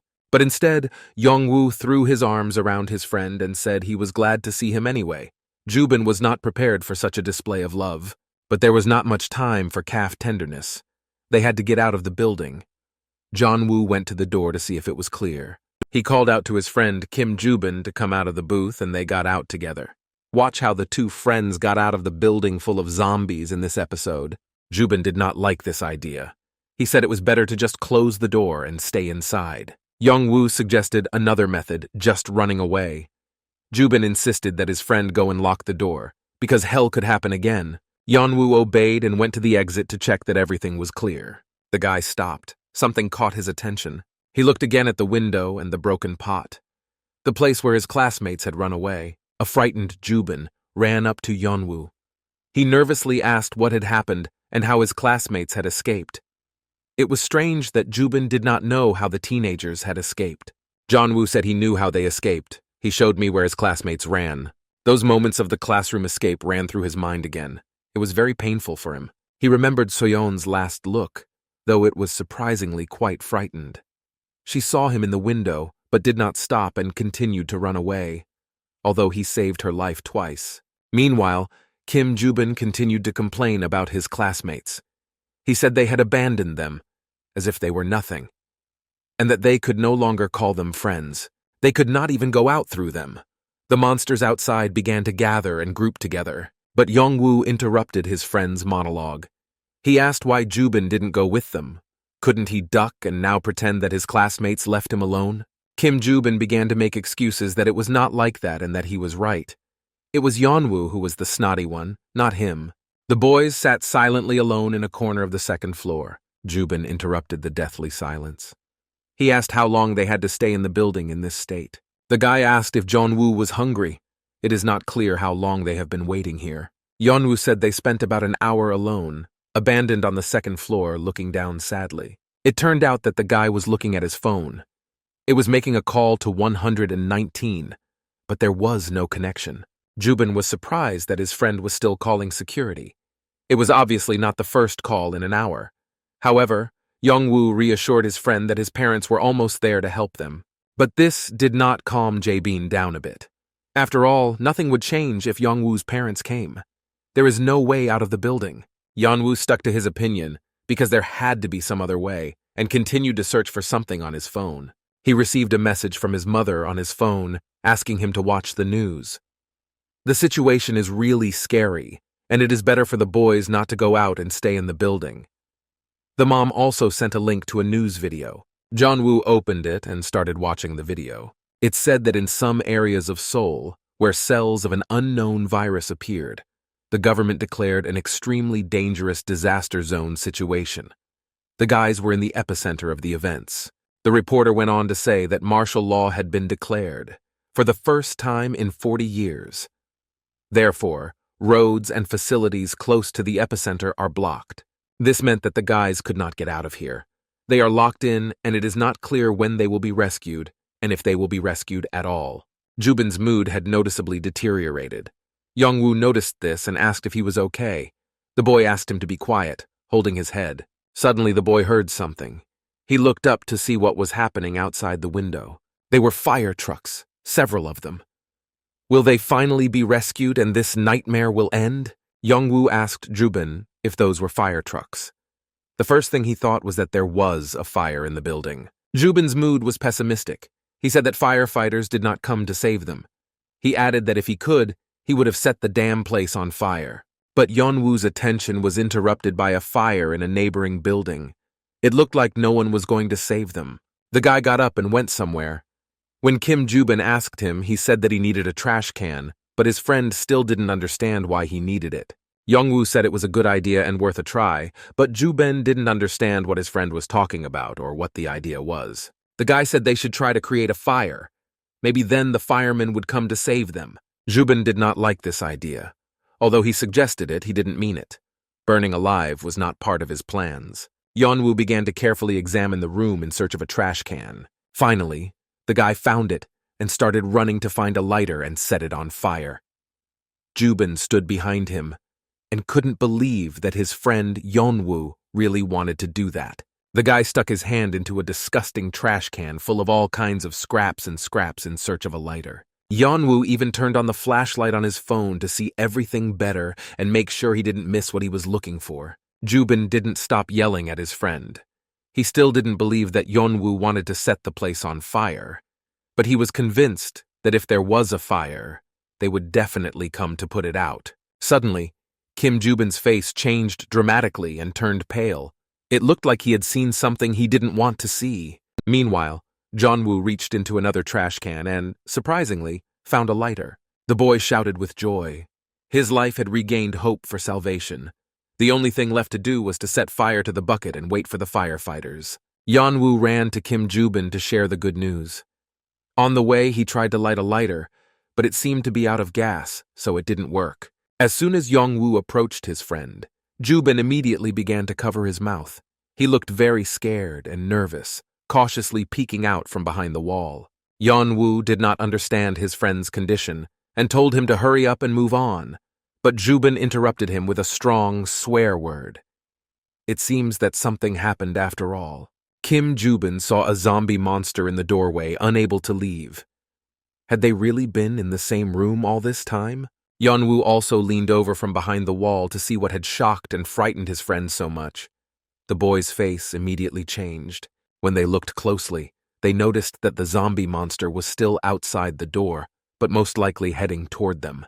They needed a new plan to save themselves. The events moved to the Seoul highway. There was a huge traffic jam because the roads were blocked. The news showed this highway and said that the government was focused on preventing the spread of the virus. Thanks to videos shot by some isolated citizens, the whole of Seoul was drowning in the apocalypse of this virus. Everything was covered with its white cells, as if a spider was spreading its web. This was the news that Yeon-woo's mother read on her phone on the way to his house. She screamed out in horror and told her husband that it looked like the situation was much worse than they thought. They drove up to the road and stopped because the highway was blocked. Each car was checked by a checkpoint. The boy's mother began to quickly dial her son Yeonwoo, but he did not answer the phone. The father said that there might be a problem with the connection, but that was impossible, because their son had picked up the phone before. At this time, Yeon-woo's pocket was ringing and vibrating loudly. But the boy could not be distracted, because the monster could hear. Luckily, the zombie monster was still standing at the door. The guys had time to come up with a plan. But suddenly, Yeon-woo's face changed dramatically. He opened his mouth and wanted to scream, but he held back. Something seemed to scare him. The zombie monster moved, but it didn't seem to be going after the boys. False alarm. Yeon-woo watched the monster from around the corner for a while longer. In the end, the guy said he didn't think the zombie monster was going to come in. Perhaps if they were quiet, it would go away, and the boys would continue their plan to save the day. Indeed, the zombie monster was standing calmly at the entrance. Kim Joo-bin began to panic and complain about how scared he was when he saw the monster. It appeared very suddenly. Yeon-woo supported him in this, but the boy told his friend Joo-bin that he thought the monster was getting bigger. Yeon-woo went on to say that the white things on his face looked like frog eggs. Then the zombie monster roared. Joo-bin was very frightened and screamed, hoping that the monster did not hear him. Looking closely, the guy really noticed that the blisters that covered 99% of the monster's body, except for the mouth, looked like frog eggs. It was quite disgusting to look at. Joo-bin swore and started making sounds like vomiting. Yeon-woo asked if his friend was okay. My friend shook it off, but he looked very bad. Was his delicate nature really that affected by the frog eggs? Yeon-woo asked again if his friend was okay. Joo-bin assured him not to worry about him. Joo-bin pulled himself together, looked his friend straight in the eye, and asked him again if he was going to set fire to the building, that the firefighters had noticed them and saved them. He asked Yeon-woo to hurry up and finally do something. The guy looked at the almost empty lighter in his hand and began to think about his and Joo-bin's rescue plan. Yeon-woo looked at his friend, out of breath and scared to death, and asked him if he thought everything would be okay. After all, one wrong move, and they would burn in this room. The events moved to the cable car. Everything there was covered with mucus mixed with frog eggs. Suddenly, from behind the booth, Yeon-woo jumped out quietly like a ninja. He landed. He looked around the room in the cable car. He also looked to see if the monster was still standing still. Everything was fine. Time to act now. Meanwhile, Kim Joo-bin stood guard and watched the zombie monster, although he was afraid to even breathe next to it. The boys met and sat down on the stairs. Yeon-woo said he was not sure it was a good idea to start a fire because they could die from breathing in the smoke from the fire. Kim Joo-bin asked what they should do then. Yeon-woo suggested going to the third floor. It looked like the guy had a plan. The plan was to have one entrance and one exit on each floor. The guys were on the second floor. So while one of them is distracting the monster at the entrance, the other one will go upstairs and start a fire on the third floor. Since the cable car was located outside, the sprinkler would not be able to extinguish the fire, and that is why the smoke and fire would only spread. Joo-bin asked who would go upstairs. He thought Yeon-woo's plan was quite reliable, so he had no objections. The boys looked at each other and silently agreed on who would go upstairs to start a fire. Kim Joo-bin stayed behind to distract the smoby monster. He was already feeling sorry for Yeon-woo and cursing him. After all, his friend would definitely brag to the others that he was the one who climbed up, although it was his idea, so he had to do it. You can't envy Joo-bin either because he was one-on-one with a huge, ferocious monster. Meanwhile, Yeon-woo reached the third floor. The lighter surprisingly worked. The boys were lucky. Suddenly something distracted the rescuer. He heard some strange sounds. He looked up to see what was going on, but there was nothing to see.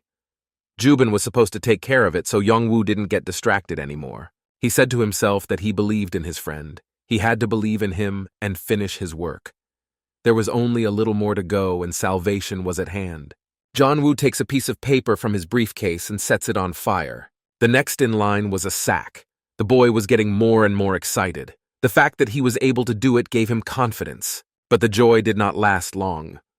The boy was not allowed to finish the job because a monster suddenly appeared out of nowhere. Yeon-woo was setting fire to it when he heard the familiar roar of a zombie monster. The giant climbed out of the roof of the booth. Its mouth was open as if it was preparing to bite. The boy, seeing this, immediately ran away as fast as he could. He didn't understand whether it was the same monster that was on the second floor or a different one, and now there were two of them chasing the boys. The monster jumped out of the booth and growled, which scared the boy and gave him even more strength and motivation to escape. However, Yeon-woo could not get far from the zombie monster. The giant was literally breathing down his neck, but he didn't let that stop him and kept running. The giant monster let out its white, ugly tentacles from its mouth to catch up with Yeonwoo. The guy screamed. He did not expect to meet the monster because he was hoping for Kim Joo-bin. His plan was almost perfect. The young man was holding a piece of paper that he had managed to light. Without hesitation, He threw it to the monster right into its vile tentacles. This gave the daredevil a little head start, and he was able to break away from the zombie monster. Yeon-woo was a few steps away from the exit. The boy turned around to see how far he was from the monster, but what happened shocked Yeonwoo very much. He saw that such a huge and strong zombie monster began to burn. He was afraid of fire. He stopped and watched what would happen next. It was a hope for salvation and at least some minimal safety. The monster burned down completely. It turned out to be flammable, even though it was made of wet frog eggs. Yeon-woo did not move. He stood there in silent amazement looking at the picture. He had just found a way to kill this virus. The guy could not believe what was happening. Almost the entire zombie monster burned down, leaving only the bones behind. Yeon-woo did two things at once. He killed the monster and started the fire. Suddenly, the guy's phone rang. Someone was calling him. It was Kim Joo-bin. Yeon-woo immediately began to brag that he had killed the monster and that it had burned alive, but his friend loudly ordered him to come down. Something must have happened. Joo-bin said that the zombie monster was gone and he thought the giant had gone upstairs. Then who was burned by Yeon-woo, but he wasn't sure he could go back down. He also informed his friend Kim Joo-bin about this. His friend did not understand why. Yeon-woo explained that when he was lighting the fire, the monster attacked him, but he was able to set it on fire. Everything was so hot that the fire blocked Yeon-woo's exit. He didn't think about this when he was running away from the monster, but there was no other option. It was either him or him. Yeon-woo ran to the scene of the fire and once again made sure that he would not be able to pass through. The fire was getting worse, and there was nothing to put it out. The guy asked Joo-bin what he should do. His friend yelled at him, called him an idiot, and ordered him to go downstairs as quickly as possible, because he had little time left. Yeon-woo heard something behind him and turned around. However, the guy saw nothing. Everything was empty, except for some mucus on the floor, ceiling, and walls. Suddenly, another monster came out from around the corner. It seemed to be the one that Joo-bin had been following. This monster was huge, twice as big as the one Yeon-woo had burned. The guy screamed and hung up the phone. It was time to run away, and quickly. If he didn't know how zombie monsters were made, he would never have guessed that there was a person inside that ugly, faceless giant. Perhaps it was Gale. But there was nowhere to run. There was a fire behind him and a giant monster in front of him that wanted to eat him. There were even more monsters on top. Meanwhile, the fire was getting worse. There was even more smoke.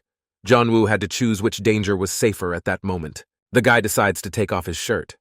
It looks like he has a new plan. The monster was getting closer and closer, but Yeon-woo was not going to run away. The guy set his hoodie on fire. The monster pounced on Yeonwoo. Its mouth is about to reach the boy. The young man took a swing and threw this Molotov cocktail at the zombie monster with all his might. Now we had to run away. The fire became even worse. It was getting harder for the guy to breathe. The guy wanted to escape so badly that he forgot to throw away his hoodie and kept running with it. The monster's face was tortured. It seemed to melt and melt before our eyes. The guy realized that fire was his weakness, so he needed to burn this nasty zombie monster. While the monster was recovering from the last portion of fire, Yeon-woo swung with all his might and threw his burning jacket at the beast. The jacket was caught nearby. A little more and the monster would have caught fire. Shocked, Yeon-woo stood in a stupor. He had just exhaled a hopeful breath when, through the wind, his life was once again one step away from death.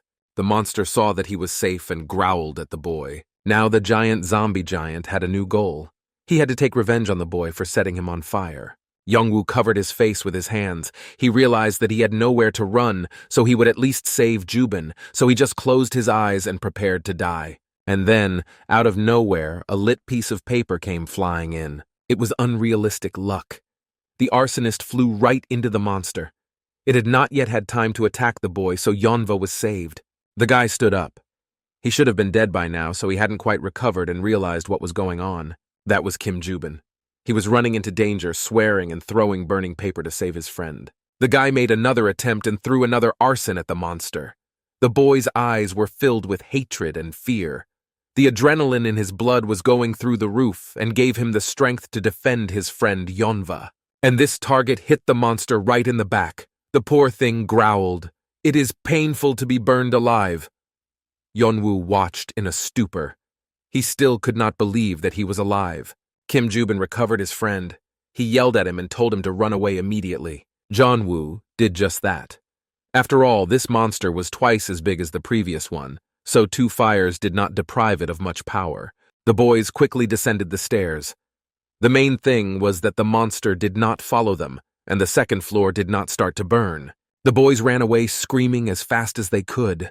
Now they faced 2 dangers, the monster and the fire, which was getting stronger and stronger. Kim Jubin was the first to run. He was not as brave as his friend, so the adrenaline in his blood prevented him from thinking critically and analyzing the situation. Because of this, the boy did not notice the piece of white slime in front of him. If he stepped on it, he would also turn into a monster and most likely burn in this building. Kim Jubin didn't want to die, so he stopped in front of the mucus, but his coordination was impaired, so he just fell face down the stairs. Yeon-woo saw this and ran to help his friend. He promised Jubin his life for his salvation. The guy landed surprisingly on his hands. He didn't seem to hurt anything, but there was another pile of white dangerous virus in front of him. Luckily, Kim Jubin landed right in front of this bunch, so he didn't get infected and won't turn into a big ugly monster that wants to eat everyone. Jubin stood up, but lost his coordination and started to fall. Fortunately, Yeon-woo ran up to him and caught his friend. However, Jubin's reaction was not friendly. He pushed the guy's hand away and told him to get off him. Yeon-woo did not understand why his friend was so angry. His eyes burned with rage. Jubin was seriously angry. The guy kept yelling. He was calling Yeon-woo a snotty brat who thought he was a hero, but couldn't set fire to the place and was sporting everything.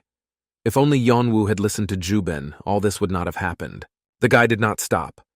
It was as if he wanted to unleash all the anger and fear he had accumulated during the day on his friend. Jubin called Yeon-woo a bastard. He added that the guy was a snotty little brat and nothing else. Yeon-woo was shocked. He did not expect to hear such things from his friend. He understood that Jubin's words were spoken out of emotion, but he would not tolerate such name-calling. It was the last straw. Yeon-woo shouted back and elbowed the guy. Now the boy spoke. He yelled back at his friend Jubin. Did he really want to die? Yeon-woo asked why he was angry with him, because it wasn't the boy's fault that the monster had attacked them all. Yeon-woo added that Jubin was like a scared puppy who could do nothing, because he was so scared and couldn't pull himself together in time. Jubin called him a bastard again. His friend's words had really hurt him, so now he was burning with rage. Jubin did not know how to accept his weaknesses. Jonah's mind was blown. The words just kept pouring out of his mouth, stinging his friend like a bee. He said that Jubin was pathetic because he said that he was the one who abandoned his classmates, when in fact, he was afraid to crouch down and follow them. It was very obvious, but Jubin denied it. The friend called Yeonwoo a snotty little boy and asked him if he thought he hadn't been dumped. The guy started making excuses, saying that he was just a little late, that's all. But Jubin didn't believe him. The boys were about to beat each other up. Then Yeon-woo noticed something that changed his expression. Jubin had already returned. They could not believe what they were seeing. Another monster roared at them from the floor below. It was sucked into a pile of slime that was simply spread out on the floor. The boys screamed at what they saw. They immediately forgot about the quarrel. The most important thing now was to run away and save their lives. The monster attacked them, jumping off the ground like a frog. But at that time, the guys were already running away as fast as they could, only having time to turn around and see what was happening behind them. Yeon-woo was the last to run, so he managed to close the door behind him. The monster remained outside. After clearing his throat, Yeon-woo said they were safe now. It was time to clear the air and figure out a plan of action. The door was closed, so the monster definitely could not get inside to see the boys. Suddenly, the guys' faces changed and they screamed in a chorus. The monster's tentacles began to crawl through the door and attack the boys. The 2 friends started to run away, but they had nowhere to run. They had to come up with a new plan. Jubin again attacked Yeonwoo, accusing him of saying that the monster could not pass through a closed door. They came back to see how the monster was doing and saw that more and more of it was crawling inside. This process was quite slow, so the boys had a head start to escape and think of a new rescue plan. Yeon-woo ordered his friend to shut his mouth and run. They needed to get to the other side somehow. The boys froze again in puzzlement. They seemed to see something shocking in front of them. Behind the door was a bunch of monsters chained to the ground with white, disgusting slime. They couldn't get out. The guys were trapped.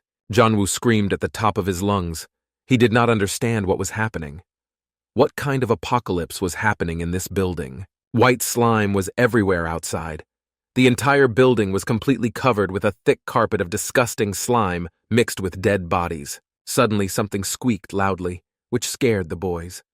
Jubin jumped up and down in fear. The guys turned toward the sound. Something from the wall was making a terrible, piercingly loud sound, like an alarm. It turned out that it was a fire alarm. It looks like the guy's plan was working. Realizing that it was just an alarm, the boys calmed down. The fire truck was coming soon, so they would be rescued, and the boys would forget the story like a bad dream. However, something frightened the boys again, and they turned their heads in the other direction. Yeonwoo and Jubin saw black, thick smoke coming from the third floor. It looked like the fire had spread in earnest. It would be easier for the rescuers to find them, because now the burning building was visible from afar. But Yeonwoo took a lighter out of his pocket. He tried to light it. Jubin yelled at his friend. He didn't understand why Yeonwoo needed a lighter. Did he really want to start another fire? The boy said he would try his best to rekindle the fire. He told his friend Jubin to find something that could be easily lit as soon as possible. Meanwhile, the body of the zombie monster was almost completely inside. Only its legs remained outside the door. Time was running out. Yeonwoo nervously tried to light the lighter, but it wouldn't give in. There were only sparks. He yelled at the lighter to make it work. The young man's heart was beating frantically. He had to act quickly to save his life. Yeonwoo begged the lighter to produce at least a small flash of light, continuing to nervously light it again and again. Kim Jubin ran up to the boy. He asked if they had time for this and brought a piece of paper that looked like a newspaper. Now Yeonwoo and Jubin were shouting and cursing at the lighter together because it didn't want to work. Suddenly Jubin's face changed dramatically, as if he had seen something very terrible. When Yeonwoo saw Jubin's appearance, he turned his head and screamed. His friend began to run away. It turned out that behind the boys, there was a hole in the window from which their classmates had escaped, and another zombie monster was crawling out of the hole and into their classroom. Yeonwoo fell on his friend Jubin in fear and screamed. There was nowhere to run. They had to figure out what to do quickly. Meanwhile, the monster was slowly but surely climbing up the wall and climbing out through the window. These monsters never ceased to amaze. Yeonwoo screamed even louder. He could not believe that zombie monsters were capable of such things. Just then, Jubin's victorious shout was heard from behind the boy. He was running and obviously headed for the monster. The fearless friend was holding a pot. Yeonwoo could not understand what Jubin was trying to do. He swung, screamed, and threw a pot of plants at the monster. The flower pot flew straight to the target, right in the zombie monster's head. The pot broke, making a loud crashing sound. And under the flattened one was a monster. It looked like it was dead. Jubin and Yeonwoo screamed. Yeonwoo could not yet analyze what had just happened, and Jubin could not believe that he had killed a monster and was not afraid. Under the pot, there was white mucus mixed with the earth, like blood. The boys could not believe that the zombie monster was really dead. Jubin turned to his friend and began to brag. He said that Yeonwoo should take back what he said about him. Jubin no longer looked like a scared puppy who was afraid of his own shadow. Yeonwoo said that now was not the time to talk about it and looked nervously at the floor. But Jubin was not deterred by the frightened look on his friend's face. He continued to remind him that he had saved Yeonwoo's life twice. He realized that he should just agree with his friend and say that he was cool. Letting Jubin have some fun might have given him the self-confidence he clearly lacked. Just then, Yeonwoo's face changed dramatically. His mouth opened wide and his eyes looked like two healthy oranges. Something had clearly shocked the young man. Jubin asked why his friend had stopped talking and stopped praising him. However, the boy did not see that behind him, a zombie monster was rising, covered in earth and with a pot on his head, and it seemed that he was not dead. Yeonwoo shouted that Jubin had come back. He was so worried about his friend because the zombie monster was just a step away. When Jubin turned his head, the huge monster had already risen and roared. It seemed to be very angry with the boy's actions and wanted to pay back. Unfortunately, Kim Jubin didn't have time to react, and the monster managed to attack before the boys started to run away.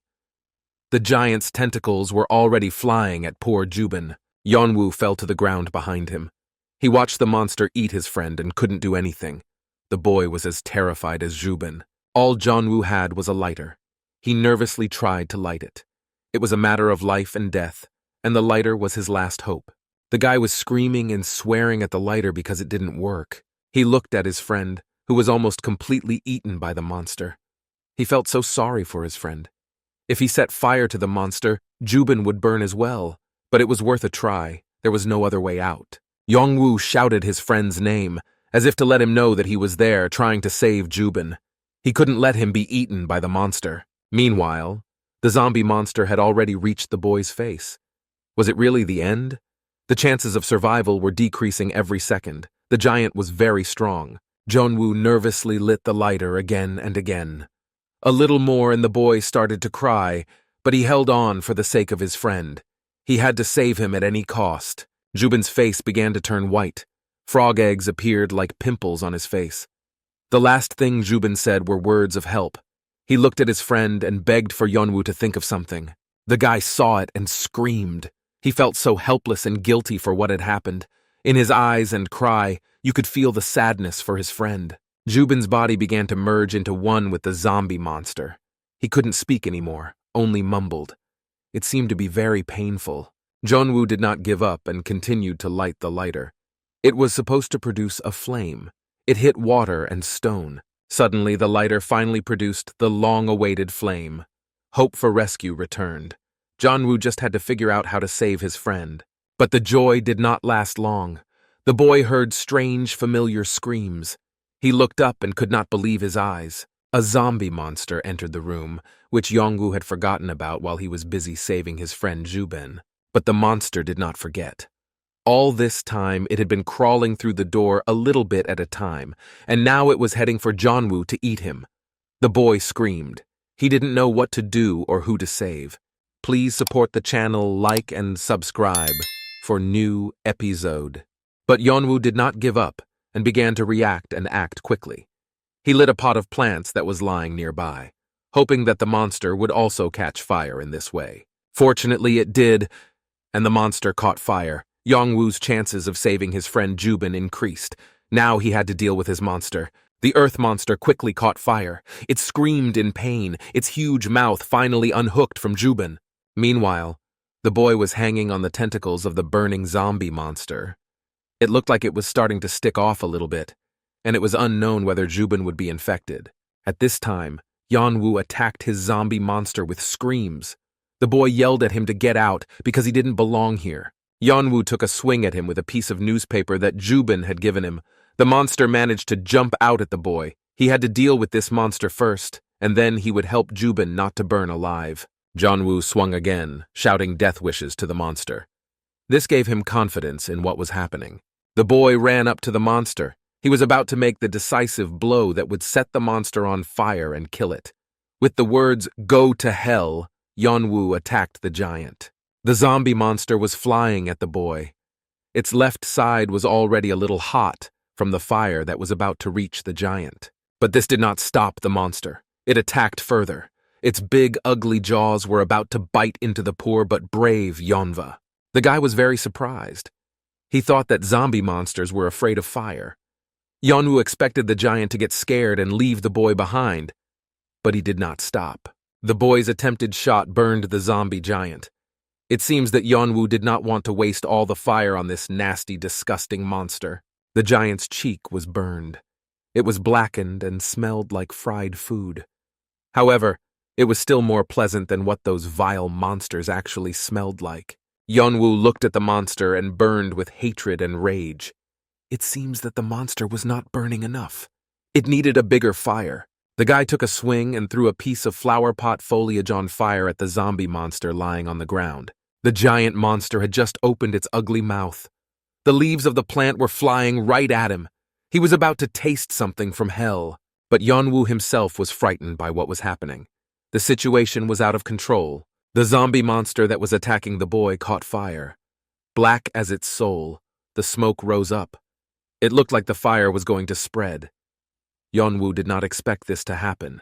Meanwhile, his friend Jubin was still lying unconscious near the burning zombie monster. Yeonwoo immediately thought of him and figured out how to help him.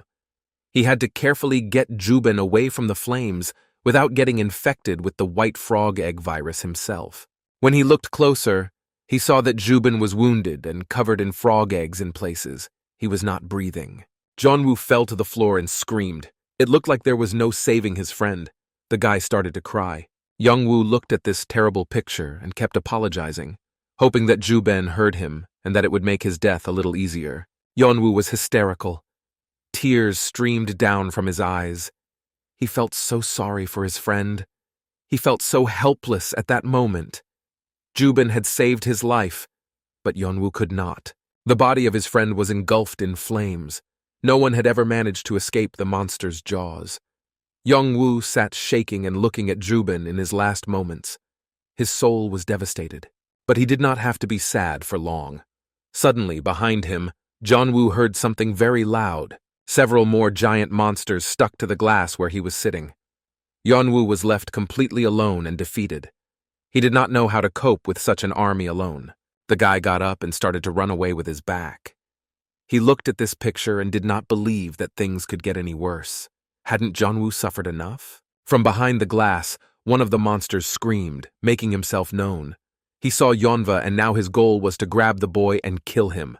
The guy turned to the side at a strange sound and was terrified.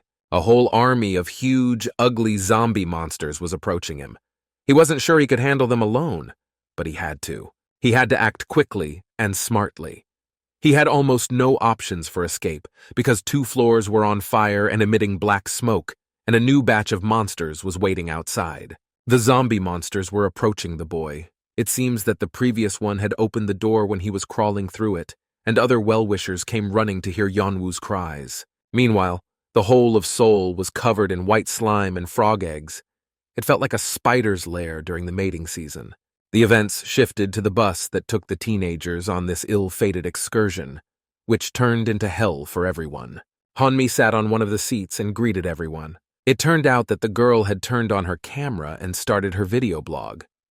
Hanmi asked how the others were feeling and if they had seen what was happening on the streets of Seoul on the news. She continued that they barely escaped and are now hiding in a bus. There were many of them near the cable car. Kang Ji-hoon, the headman, came up behind her and yelled at her. He asked why Homie had turned on the live broadcast and asked her to turn it off. The girl replied that she would follow him to the end. Jong Jong-yi wrote in the live chat. He said he was glad the teens were safe and added that he was worried about them. He added that it was no time for jokes in his neighborhood either. The observer then asked if it was normal that Hanmi was now on the live stream. The girl told him that it was perfectly normal, as she thought there were no monsters around. However, Ji-hoon shouted out that it was not normal, but did not have time to finish the sentence. Hanmi continued to tell me that it was a normal school trip to Seoul. At first, all the students were in the classroom. Unfortunately, only a small number of them managed to survive. In the back, So-young sat alone. She didn't want to talk to anyone or do a live broadcast with Han-wi. The girl was looking at the floor. Her gaze betrayed that she was heavily burdened with something. Meanwhile, Han-mi was going to tell us something interesting in the chat room. Jong-jong's follower said that if you look at the cells, you can see the nucleus. Han-mi was very surprised by this information. She didn't know or even notice it before. The subscriber added that he had seen it on YouTube. He said that the video conveyed the message that we need to be more careful. Another anonymous subscriber asked if the teens were near the Namsan cable car. He added that it was near Seoul Station. Hanmi confirmed this information and asked what he was getting at. The subscriber said that he did not live in Seoul, but the news had just told him to come to a temporary shelter near the affected areas of the station. Jong confirmed this information and told them to go there. Kang Ji-hoon, the headman, joined the conversation. They could not believe that there was a temporary shelter at Seoul Station. The subscribers added that teenagers should watch the news. Seoul is on lockdown. They thought the class would be able to leave Seoul by train. The teens had to hurry and escape. 3 classmates have already gathered around blogger Hong-mi. Kang Min joined them. He was interested in the information that Seoul was blockaded. He didn't understand what they were supposed to do. Hong-mi thanked her friends for the information and said they were the best. Kang Ji-hoon added that they needed to go to Seoul Station and Kang Min found the way to it. It was really close. Suddenly, Ji-hun heard something outside. He felt some kind of danger. He ordered everyone to duck. Chief Kang looked out the window and expected to see the cause of his concern. The teenagers must not forget what was happening around them and that they were not safe anywhere. And then a monster appeared in the window. He was very thin, with a thin neck and a hump. On his head was something strange, like a bird, or rather a pigeon. Hearing the sounds on the bus, the zombie monster turned to see if there were any new victims for him. Up close, he looked even worse. His skin was covered in feathers mixed with white frog eggs and slime. The monster screamed and hissed. He stopped and waited to make sure no one was on the bus. The teenagers quickly all hid under their chairs and sat quietly, waiting for the monster to calm down and leave. However, it seemed that the monster was not going to leave. He could smell their fear and scent, but he was not smart enough to enter the bus and verify his hunch. He just stood there and growled, instilling fear in the potential victims. The headman, Kang Ji-hoon, sat next to Honmi. The girl put her hands over her mouth to keep from making a sound. Ji-hoon was angry and cursed at the zombie monster for not leaving. Suddenly, an innocent cat walked by the nasty, soulless monster. The giant reacted sharply to him and returned. It seems that the monster has found a new victim. The cat turned to the zombie's growl. He was not afraid of it because he did not know what it was capable of. However, the monster made its victory cry, which meant that the zombie had spotted a new victim and intended to kill and eat it. The poor animal felt the danger and started running. Cats are very fast creatures, so he will most likely be able to escape from the zombie monster. The giant chased him. The monster's attention quickly switched from one victim to another. The teenagers were saved this time. The teenagers breathed a sigh of relief.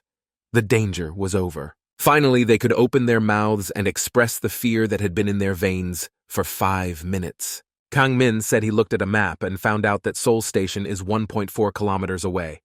That's about a 30-minute walk. Ji-hoon said it was too dangerous to walk outside, so they needed another plan.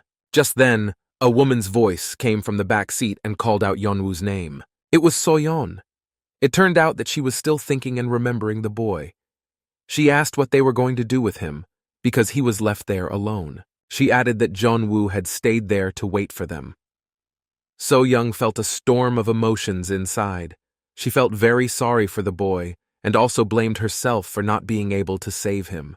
The faces of his classmates were shocked. They no longer remembered the boy. Everyone was thinking about something else. However, the girl continued to speak and added that she had seen Yeonwoo when they were running away, and that he was on the 2nd floor.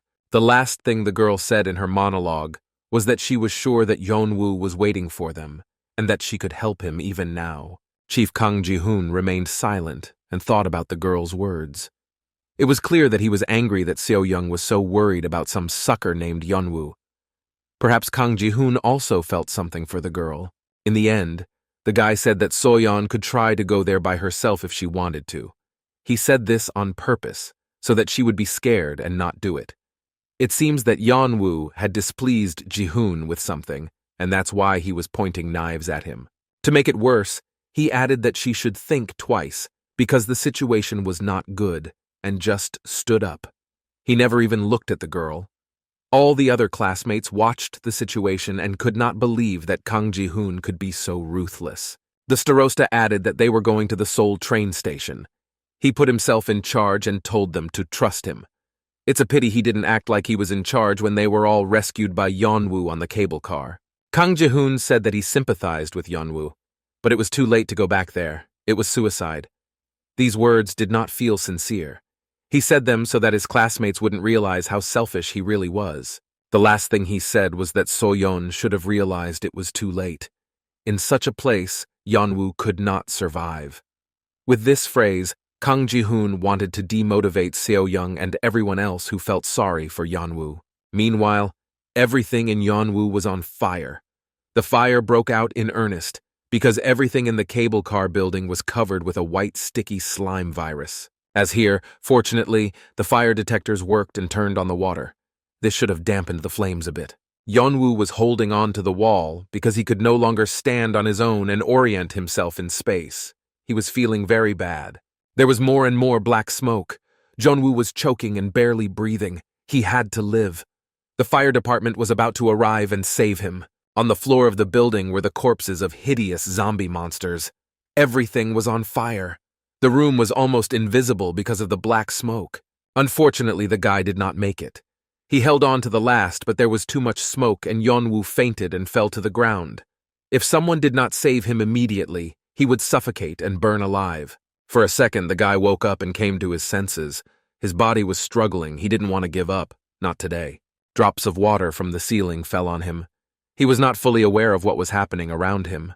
He seemed to be fainting again. Suddenly, from somewhere across the room, I heard the familiar scream of a zombie monster. Now it was a scream of pain.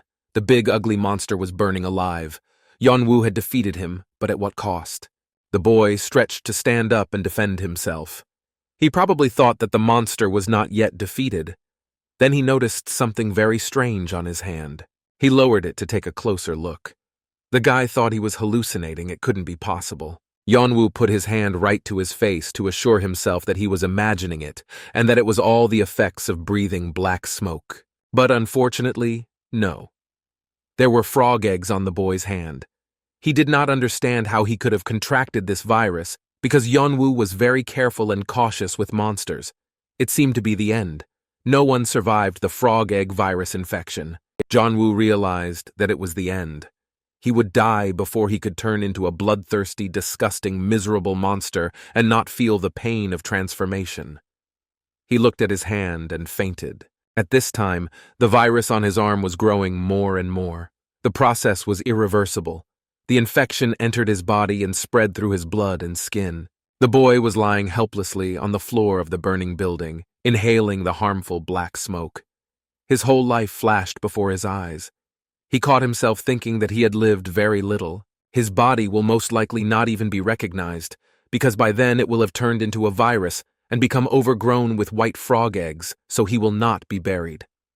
A miserable death. Now, the whole building was burning with bright flames. Everyone who was there and turned into monsters would die.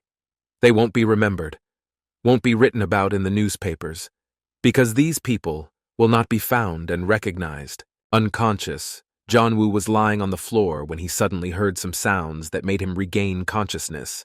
How he wanted to live. He opened his eyes because the sound seemed quite familiar and expected. It turned out that they were fire trucks.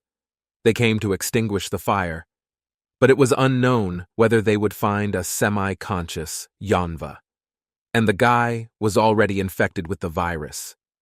If only they had arrived a few minutes earlier. Meanwhile, the events moved to the bus stop where the teenagers were hiding. Headmaster Kang Ji-hoon emerged from behind one of the vehicles. It seems that the class decided to flee to Seoul Station despite the danger on the street. The boy was looking around the area so that the teenagers could get there safely and avoid monsters. It was clear in front of them. Chief Kang Ji-hoon looked the other way. He did not want any unexpected trouble in the form of zombie monsters attacking from around the corner. On the other hand, everything was also clean. The previously lively and crowded capital was now so empty and gray. It was completely saturated with fear and pain. After checking that everything was clear, Kang Ji-hoon ran to another bus and hid behind it. He approached the front door of the vehicle. It looked like he had a plan. Finally, Kang Ji-hoon began to fulfill his role as headman, instead of hiding behind the girls' backs. He opened the door handle, probably wanting to get inside. But the cautious boy did not check whether there was anyone in the unknown bus. Suddenly, the starosta shouted to someone, opening the car door. It turned out that he was addressing his classmates, who were hiding behind their bus and waiting for instructions from the miraculous starosta in charge. He told them to hurry up because the door was unlocked. And the class, like soldiers, moved on command and ran to the bus, which was to serve as a new shelter and safe place. As soon as the teenagers ran inside, the headman, Kang Ji-hoon, pounced on them with questions. He asked a rhetorical question about whether Hannah could run faster. The girl was lagging behind everyone else. She was not yet on the bus. Kang Ji-hoon was looking for the key and asked if his classmates had seen him. They started looking for the bus keys together. Hanmi asked the elder if he was sure he could drive the whole bus. Kang Ji-hoon replied that he had 120 hours of driving experience in the game, so he was confident in his abilities and skills. Meanwhile, a very out-of-breath, Hannah came running. She looked at the floor and barely ran inside the bus. Her classmates were alarmed to see her in such a state. Kana's legs and arms were shaking violently, like those of an elderly woman. She was breathing heavily and could not say a word. Her friend Hanmi ran up to the girl. She was worried about her classmate and asked if she was okay. Suddenly, Hannah started screaming a lot. She said she couldn't take it anymore. She had a hard time finding the words. She added that she wanted to stay here because she couldn't run anymore. Hanmi told her friend to calm down. Suddenly, Kang Ji-hoon joined their conversation. He told Hannah to think twice. Did she really want to give up? Hanmi was shocked by her classmate's words. The headman added that he was sick of Hannah and her antics. The girl's face changed dramatically. She did not expect to hear this from the man who had taken responsibility for the class. Kang Ji-hoon's face was very serious. There was not an ounce of pity in it. His words were like knives. The last thing he said was that they couldn't stay here and that whining alone wouldn't help. Hanmi stood up for her friend. She criticized the words of the headman, Kang Ji-hoon, and said that he could have said it differently. But her classmate did not hear her and did not want to accept his guilt. Seo-young was watching the scene. Hanmi said that Ji-hoon wasn't being an asshole. The headman replied that he was just doing and saying what he had to do and the girl should leave him alone because he was the boss. Seo-young was about to say something. She was outraged by the headman's behavior, and she began to see how callous and cruel their classmate, Ji-hoon, was. But instead of words of reconciliation, she could only let out a cry of pain. Her face twisted. Something had happened to the girl. It turned out that it was her knee. It was aching terribly, and the wound was still not healed and bleeding. Kang Min came up behind her. He saw that the girl was worried about her injured leg and asked how she was doing. The classmate was sincerely worried about his friend. So-young turned her head and was a little surprised. Never before had her classmate Kang Min been so attentive and caring. He told her to sit down because she didn't look good. Before, it was Yeon-woo who was so attentive to her. The girl fussed. She replied briefly that she didn't want to sit down because she was fine. So-young didn't want to show any weakness because she didn't know if they would attack her and leave her alone, like they did with Yeon-woo and Kim Ju-bin. Kang Min remained silent. In turn, Seo-young asked what the boy was doing. He was doing something inside the bus. Min answered with a question. He asked if So-young knew what the thing was that he had just taken out of the bus and was holding in his hands. He added that he had noticed it recently. Every bus had one of these things. Kang Min held out his hand to hand this mysterious thing to So-young. The girl was in a stupor. She understood what it was, but she didn't expect such signs of attention from a guy who had been completely indifferent to her before. It was a red little emergency hammer. It could break glass in case of danger without harming the owner. Kang Min continued and said that such things should be collected.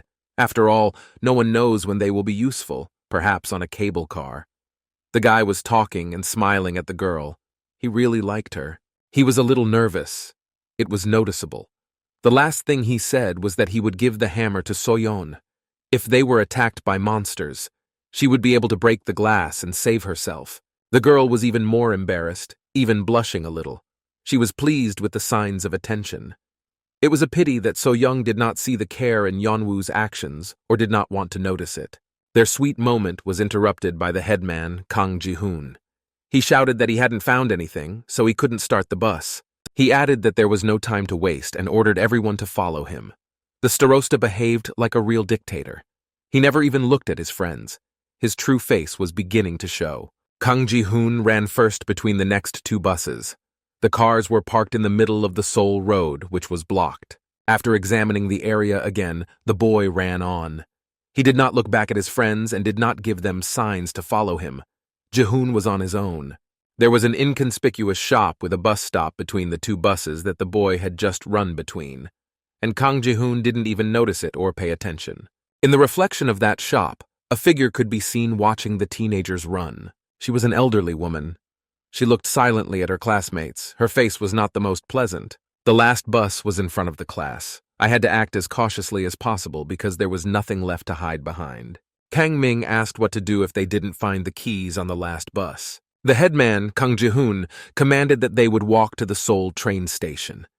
The teenagers had already walked some of the way. Kang Ji-hoon looked out from behind the bus, saw that the area was clear, and commanded them to run now. The first to run was the self-elected leader, Kang Ji-hoon. He shouted for the others to keep up and run after him. Most likely this was addressed more to Hannah, who was a problem in their team. Kang Ji-hoon saw a target in front of him, the door.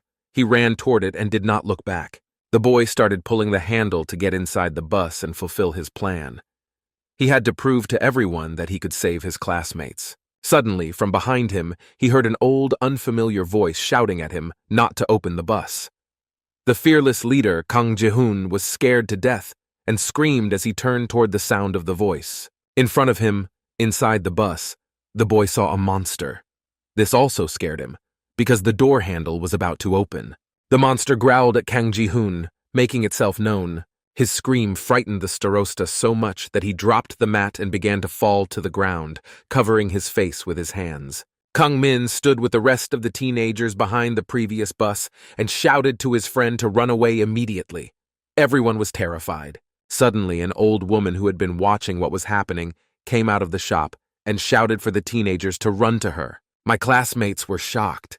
They didn't expect anyone else to be there but them. The teenagers were not going to run away and just stood there. The old lady noticed her classmates' concern and called out to them again, telling them to hurry up because the monster could get out of the bus or the noise would call other zombies. The woman was very worried and anxious, and she called the children for the third time. The old woman began to order them to run away immediately, but this scared the teenagers even more. Some unknown elderly woman shouted and ordered them to run to her. The faces of their classmates showed distrust. Suddenly, a seemingly crazy old lady shouted that the bus was full of monsters. The teenagers had to run away from it immediately. This proof was decisive, and the classmates jumped up and ran as fast as they could to the old woman.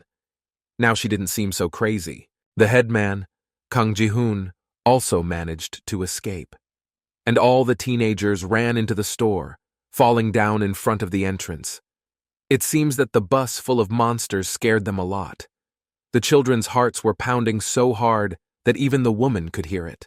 The teenagers slammed the door behind them. Some of them fell to the floor, and everyone was laughing together. Hunmi said that her heart was jumping out of her chest. She was running so hard. Suddenly, someone called out to the teenagers. It was not an old woman's voice because it sounded young and painfully familiar. Soyon recognized him and turned to have her words confirmed. She could not believe her ears and eyes. Two other teenagers ran up to the girl. They seemed to be their classmates. The girls could not believe that Soyon was alive. They were very happy to see her again. Meanwhile, Yeon-woo was not doing as well as the rest of his classmates. The guy was in a dark room alone. He wondered if he had died and gone to hell. According to the boy, hell looked like this. Suddenly, the young man heard something. He still felt very unsafe and listened to every rustle. He did not understand where he was or how he got there. The last thing he remembered was that he was lying on the floor in a burning building. It turned out that it was a huge, ugly zombie monster with 3 legs, similar to the one that killed his friend Jubin. The boy was holding a burning flower pot trunk. He swung it at the monster. The fire was to save Yeonwoo.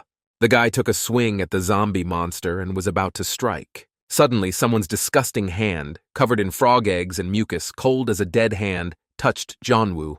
This course of events scared the guy a lot. He did not expect to see what he saw. The owner of the arm spoke to Yeon-woo. He asked why the guy didn't help him, even though the stranger had asked him to. It turned out that it was his friend Kim Jubin. The guy's mouth was covered with frog eggs. His voice was very nasty, piercing to the bone. It gave me goosebumps. Jubin said that he begged for help, but Yeon-woo did not help. The guy was very scared. He didn't expect to see his friend here, but Jubin didn't look like his friend. It was like he was some kind of demon in front of him. Still, Yeon-woo began to nervously apologize to his friend. The boy took his hand away from Kim Jubin's infected paws, but Yeon-woo's hand had already become covered with blisters from the frog's paws. The boy recalled that his hand was already infected before he died. But Yeon-woo was still afraid and screamed. His eyes widened. He did not understand why his friend Kim Jubin had done this to him. The guy looked at his hand. It was increasingly covered with frog egg blisters. Jubin noticed this and told Yeon-woo not to worry. Jubin's mouth was being eaten away by the frog egg virus. His lips were almost invisible, and almost all of his gums were exposed.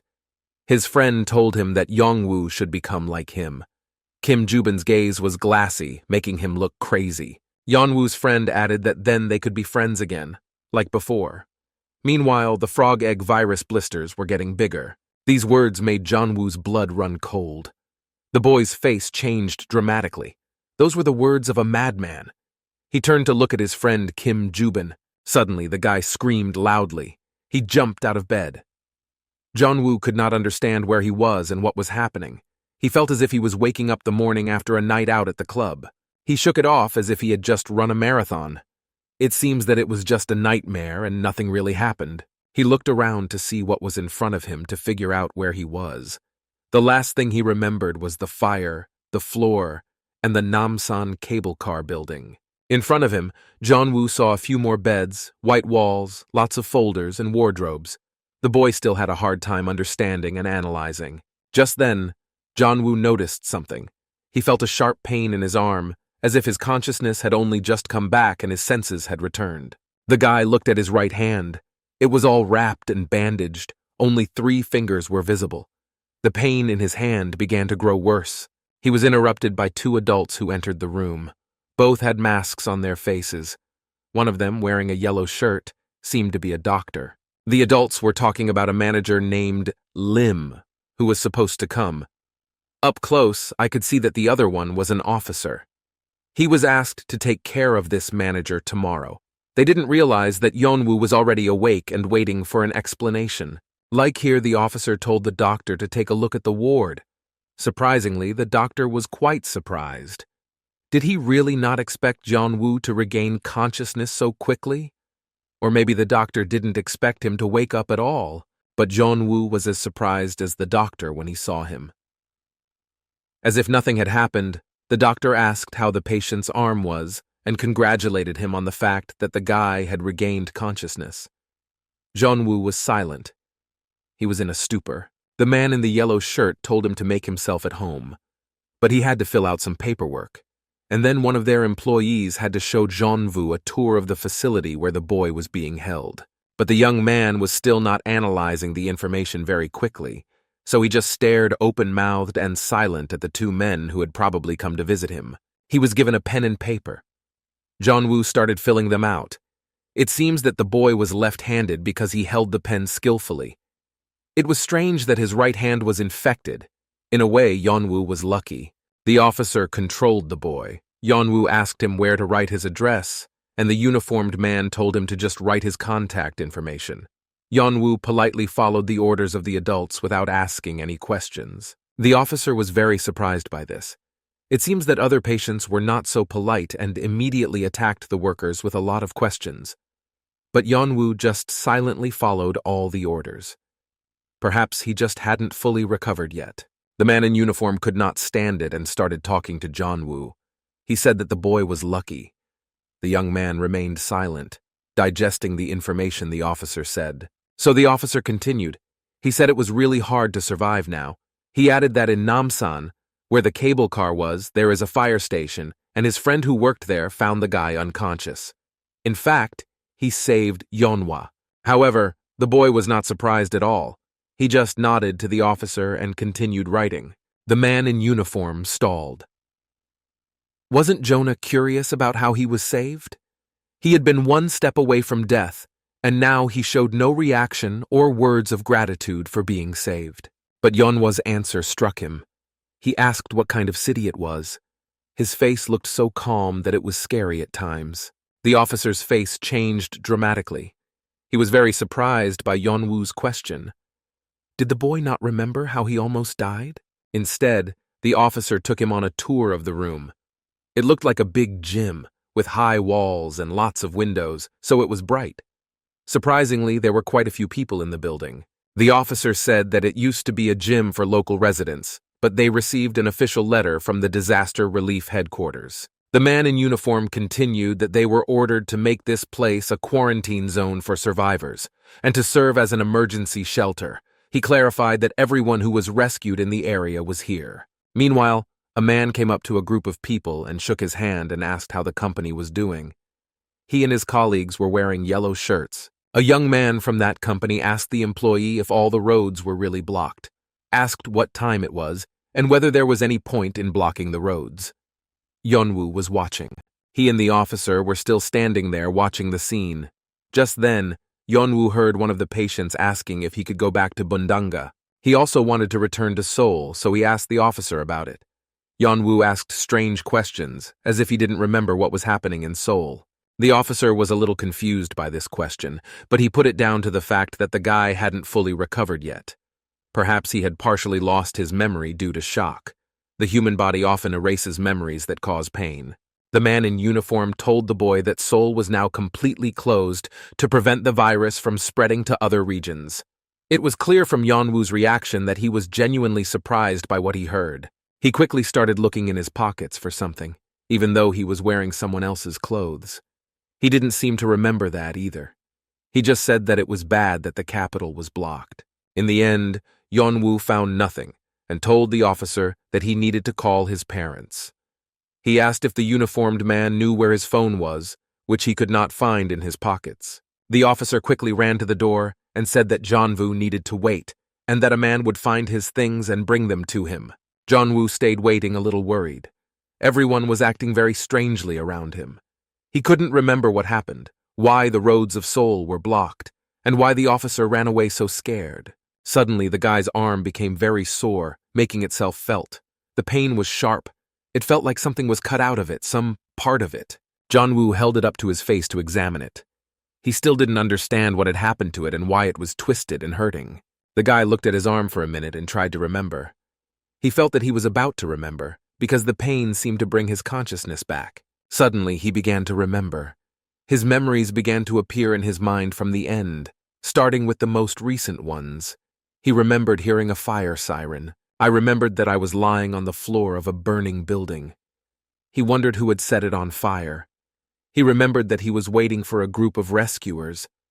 But in his mind, he was preparing for death. So he miraculously survived and has to thank this officer friend for saving him and taking him out of the flames. Finally, the guy recalled that his hand was covered with white blisters, as if he had been stung by nettles or several nettles, so the size of the blisters was too large. However, the guy could not remember what exactly happened to his arm and why he was lying on the floor of the burning building alone. He could not remember anyone else inside. He still stood motionless like a statue and looked at his wounded arm, trying to remember what happened on that fateful day. Suddenly, someone called him by name, interrupting his session of digging through the memory gaps, which scared him quite a bit. It seems that his body was still tense due to stress or fear. Yeon-woo turned toward the sound, and his face changed dramatically. He could not believe his eyes. It was some guy. He was smiling broadly and asking Yeon-woo where the others were and why he was alone. Please support the channel, like and subscribe for new episode.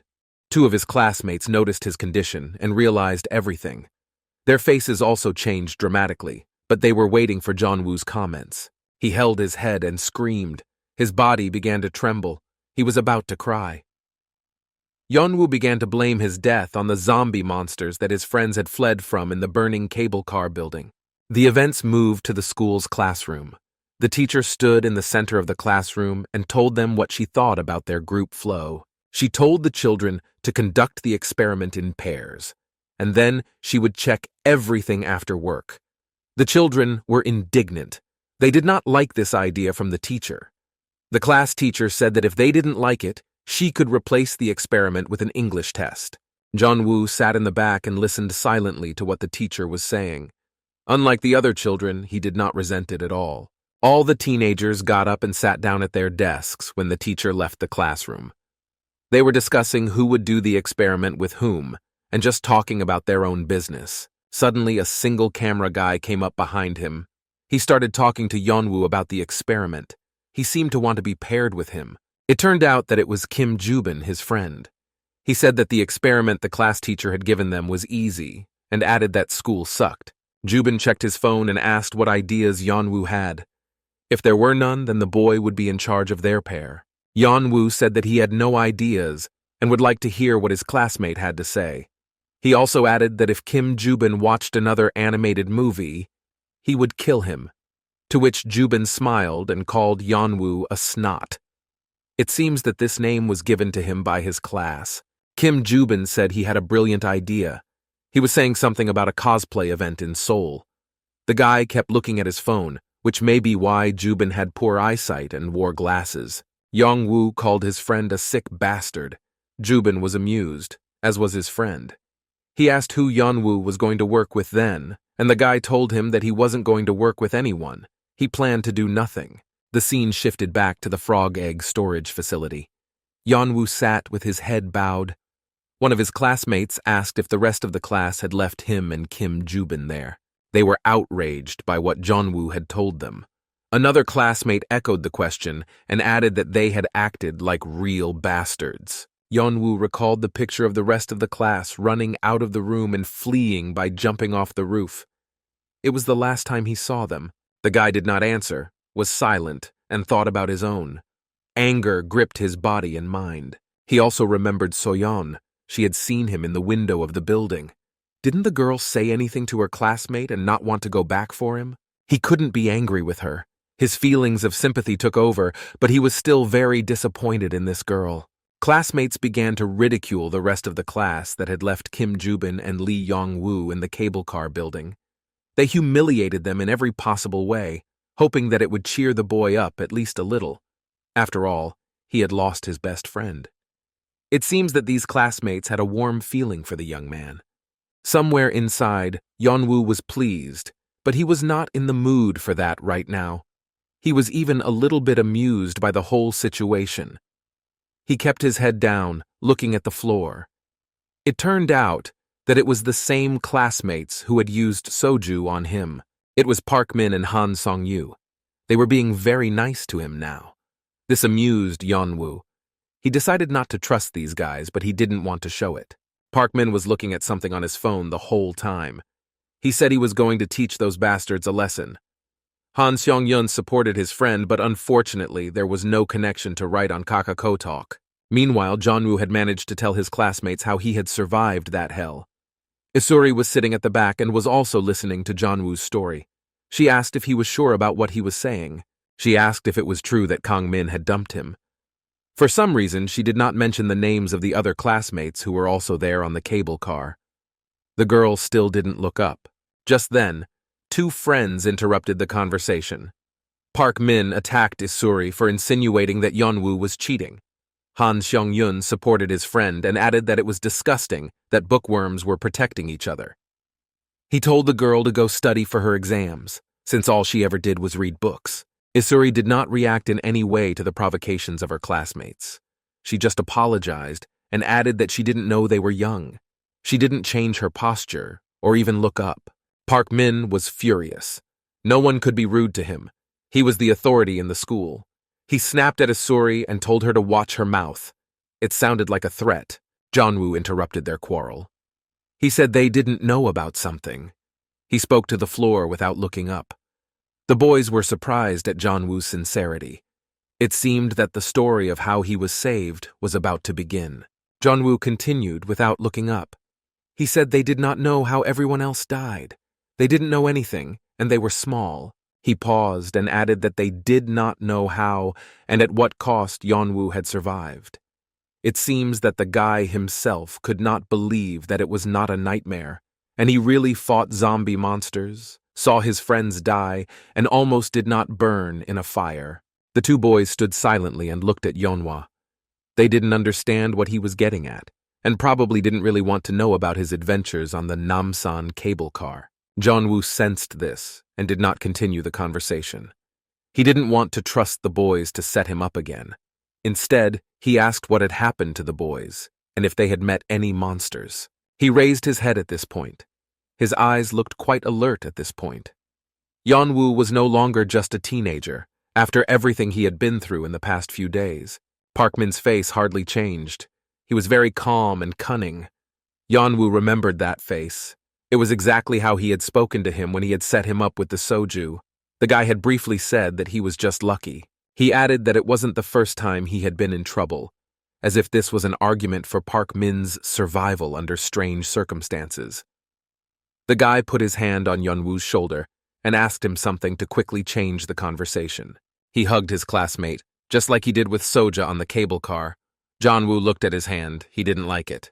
Park Min continued to ask. He wanted to know who else was on the cable car besides those bastards. He did not have time to finish his question. He just looked into Yeonwoo's eyes for a few seconds, and the boy answered him in kind. There was a short pause. Eventually, the boys stood up and Park Min said it didn't matter. Yeonwoo realized that this trick was a distraction. His classmate's face was just as sly again, but the boy decided to play along and ask Park Min why he stopped. His classmate replied that it didn't matter anymore, and he added that he had been through a lot too, and it was hard for him. But at the same time, he had a smile on his face. While hugging Yeonwoo, Park Min noticed that the boy's arm was rewound. He decided to ask his classmate what had happened to him. He still had a smile on his face. He threw Yeonwoo off his game a bit with this question. The boy mumbled that it was a burn. Min supported him and said that he should have been more careful. Suddenly, the friend said that Yeonwoo's parents would be upset if they knew. He also asked if the boy had called them. Yeonwoo was stunned to realize that he hadn't really called his parents yet. He became animated and told Park Min that he really hadn't called his parents yet. But the officer never brought his phone back, so Yeonwoo asked to borrow a classmate's phone. The first thing he did was call his mom. He walked away from the company. This fake conversation was already in the middle of his throat. His mother immediately picked up the phone. She seemed to be waiting for his call and did not let go of the phone. She asked him excitedly if it was Yeonwoo, even though she recognized him from the first seconds, but she wanted to be sure. There was a lot of noise in the background. The rescuers in protective suits were telling Yeonwoo's father that if he didn't move away, they would have to use force. It seems that the parents wanted to go to the Namsan cable car. The mother nervously repeated her son's name twice, thinking that he couldn't hear because of the noise outside. She also wanted the father to hear and come to listen to his son. Yeonwoo said he had lost his phone somewhere and that it was his friend's number. As soon as the boy's mother heard her son's voice, she immediately cried. The father came over and began to calm her down. The mother was constantly apologizing to Yeonwoo. She continued that when the highway near Seoul was closed, they left the car and walked to Yeongjae-dong. But because the virus was spreading too fast, many areas of Seoul were blocked off. So my parents couldn't get into the city. And when there was no connection, her mother didn't sleep at all because of her worries and stress. That's why she burst into tears when she heard her son's voice. This conversation calmed her down a bit. Yeonwoo's father was also worried. He asked the boy if he was okay and got a positive answer. But the boy could not tell them about his arm. He did not fully understand what was under the bandage. The events moved to the first aid post. The room was not designed for a first aid post, but we had to come up with something for the apocalypse. The doctor sat in front of Yeonwoo and said that tissue necrosis had begun. He said it as if it was something bad. He was indignant that the burn was only on his arm, even though it was a third-degree burn. A doctor in a blue coat and mask asked Yeonwoo more questions. He was interested in how exactly the fire started in the cable car building. It was all quite strange. Yeonwoo was in no hurry to answer. First, he had to think over his words to make the lie sound believable. He didn't want to say that he started the fire, even if it was to save his life. Setting fire to a building was heavily punished. Yeonwoo decided to change the subject and leave the doctor's question rhetorical. He asked if his arm was okay, because the doctor's diagnosis was not clear to him. The doctor sensed the patient's somewhat anxious mood and said reassuringly that his arm would be fine, and it would be over in a day or two. They had treated such burns before. The doctor added that everything would soon get better, and that Yeonwoo should not worry. I felt that the doctor was talking not only about his arm, but about the situation in the country in general. It is not clear who he wanted to reassure. He finally said that all the trouble was over and Yeonwoo could relax. He was in a quarantine zone. Outside the window, he could see a big pile of fire trucks and rescuers. Yeonwoo thought about the doctor's words that it was safe here, and that he should not worry or be concerned, because there were many soldiers in the room, and they were not in danger. The doctor began to complain to Yeonwoo in a worried manner. He said that the news said that there were many people who had sought shelter here, but there were many of Jeonwoo's friends. He criticized that the government was calling on citizens to die, adding that they were behaving like rats. Suddenly, the doctor came to his senses and realized that he had said too much. He apologized to Yeonwoo, saying that it was all just a joke and offered to end the conversation. As Yeonwoo was leaving, the doctor told him to hold on anyway. He added that the patient would soon return home, and it was safe here. The doctor told Yeonwoo once again not to worry, but the boy had already realized that the whole speech was not addressed to him, but to the doctor himself. He came out, bowed, and the nurses in blue coats called for the next patient. Jeonwoo walked down the hall and looked at his hand. He looked at it for an indecently long time. If someone saw him, they would think something was wrong. He looked at her and thought that he had survived. He still could not believe it. His hand was a memento and a constant reminder of the nightmare he had experienced. Yeonwoo thought about how he had risked his life but managed to survive. But suddenly his thoughts turned from heroic to anger and even rage. He asked himself the same question all the time. Why did his classmates do this to him? He didn't care about the others, but she did. Jeonwoo was thinking about Soyoung. He knew that the girl had understood him correctly, but she hadn't helped the boy. He could have died. The young man survived not because of her, but in spite of her. The events moved back to the cafe where the rest of the class was hiding. At the table were Kang-min, Seo-young, and 2 new classmates who had recently joined. Even though the company was talking about something, the girl was absorbed in her thoughts. Kang-min and Kim Min-ju were discussing the path on the map to Seoul Station. The boy found the way between Myeongdong Station and the train station. Meanwhile, Soyon sat on her phone and thought. She didn't even blink. It turned out that she was looking at a locked phone. Its screen was so black that even the girl's reflection was visible. Soyon looked like a zombie from an American movie. Meanwhile, the events are returning to the hideout again. Yeonwoo was returning from the doctor's office to the hall where the crowd was gathered. He was watched by Asuri, who noticed that he was staring at his hand and was very interested in why. Please support the channel, like and subscribe for new episode. Suddenly, the events moved to an apartment. There were traces of a zombie monster on the window, and no one was visible inside the room. Things were in their places, as if people had just been going about their business when they had to flee. The family hugged each other as if it were the last time. The mother clutched her son tightly to her chest so that she could not hear him crying so much. It seems that the family was hiding from the monster, but they failed and said goodbye, spending the last moments of their lives in love. Outside the window, they could see a whole army of zombie monsters. They were crawling either upstairs or into their apartment. The situation was tense. Even the flower pots seemed to be afraid and trembling with fear. The boy opened his eyes to see what was happening or to check that he was still alive. His eyes were filled with mucus. Suddenly, my mother opened her eyes in fright. She must have seen or heard something outside the window that shocked her. The monster outside the window opened its mouth and looked directly at the family, as if imagining how it would eat them. And immediately, the hideous giant zombie roared, letting them know that it had found its new victims. The events moved to a live news broadcast. A man in a suit was about to give his comments and warnings about the situation in Korea. He introduced himself as the President of the Republic of Korea. He said that at the time of filming, the capital of South Korea, Seoul, was facing the most serious surprise in the history of emergencies. After all, a virus unknown to the population had dealt a colossal blow to the country.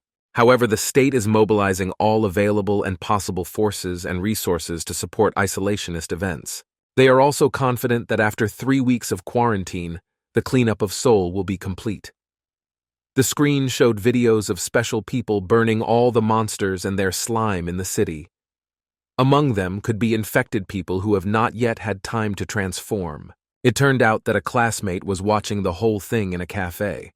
The president also added that this is all for the safety of citizens and the country as a whole. He went on to say that the infected areas are categorized by impact level from 1 to 4, with 4 being the highest degree of infection. The government also took care of unfounded rumors that frightened citizens and created additional panic in the country. Meanwhile, my classmate began typing something quickly on the keyboard of her laptop. The president sincerely called on all the listeners to cooperate.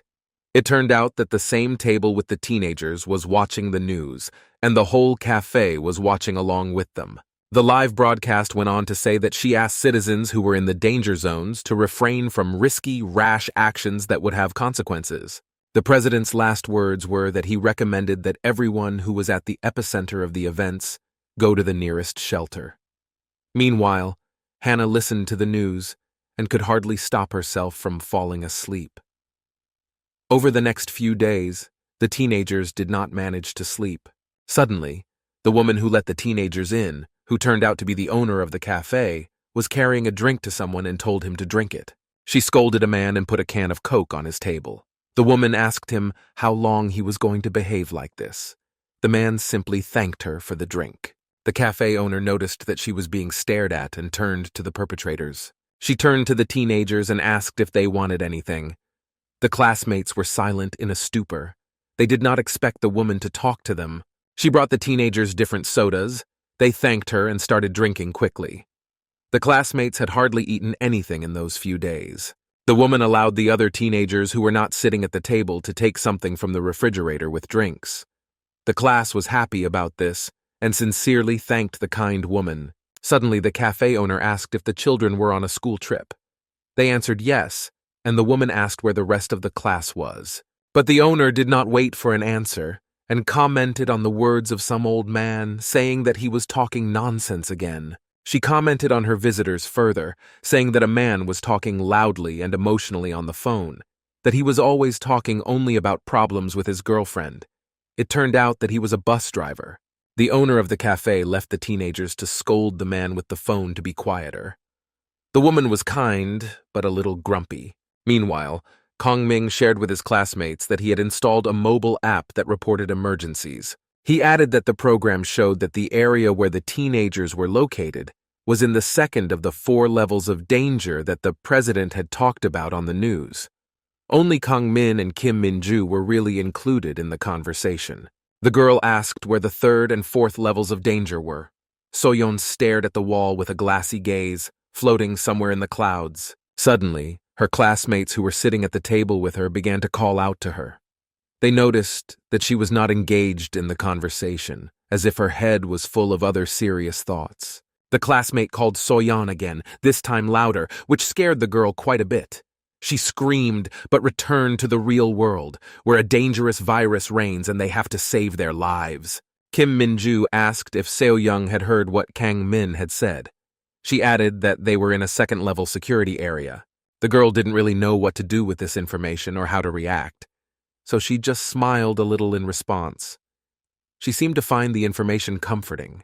Kang-min asked Kim Min-ju if it would be better for them to go to Seoul Station. The girl countered with a question about whether the news had said anything about help, and whether it would be better for them to wait here in the cafe. Kang-min replied that it was just empty words. He asked when she thought they would come to rescue them. Kim Min-ju started to say that the news had said so, but she was interrupted. It was Ji-sun. She was lying with her head on the table, holding her phone. She told her classmates that she could not reach her parents. She sounded sad and scared, worried about what might have happened to her parents. Kim Min-ju quickly began to support her friend, saying that everything would be fine. It was just that there was no connection. Ji-sun said she hoped her parents were okay. Meanwhile, Soyon was still holding the phone in her hands and staring at it. It was as if she couldn't decide to do anything. Her heart started beating faster and her blood pressure rose. She was breathing loudly and still looking at her phone. Suddenly, she abruptly put the phone down on the table with the screen facing up. So-young had been wanting to call Yeon-woo all along to see if he was okay, but she couldn't. She didn't have the courage. She looked at Kang-min and Kim Min-jae and thought that Yeon-woo probably wouldn't have taken her call. He probably hated her. So-yeon was feeling very heavy at heart. After all, Jeon-woo had saved her more than once. She hated herself a lot for not doing anything, and they left Jeon-woo. So-young thought that Yeon-woo could be dead by now and cried. But even if her classmate had survived, she was still the only one who had abandoned him. Meanwhile, blogger Yeon-mi decided to broadcast live for her channel.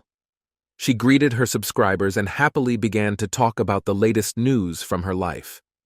Kang-min explained to Mingju that Yeon-mi had created a survivor's blog yesterday and her viewership had skyrocketed. Her followers wrote words of support in the live chat and asked how she survived the bus. Yeon-mi said that the audience guessed where the girl was now. She had a smile on her face. She could professionally put her real emotions on the back burner when the camera was on. Someone in the chat room started writing that they had seen the menu, and after that there was speculation that the girl was in a restaurant or cafe with her class. Yeon-mi confirmed her viewers' guesses and said that the owner of the restaurant had saved them and that she was the reason they survived. She then pointed the camera at the next table. There was a bus driver and a serious man holding his head with his hands.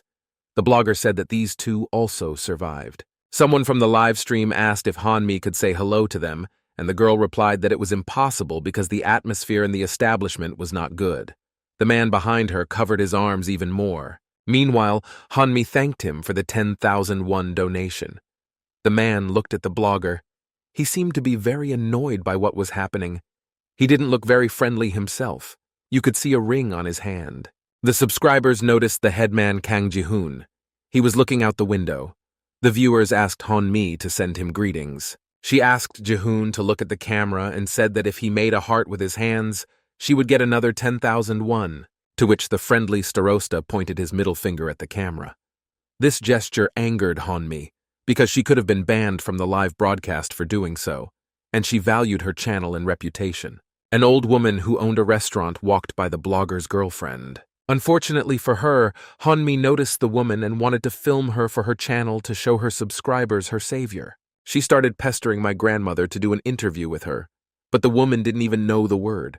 She was just trying to do her job. Eventually, Yeon-mi filmed the restaurant owner for her blog. The girl began to tell her that she had saved them and asked her grandmother to say hello to her subscribers.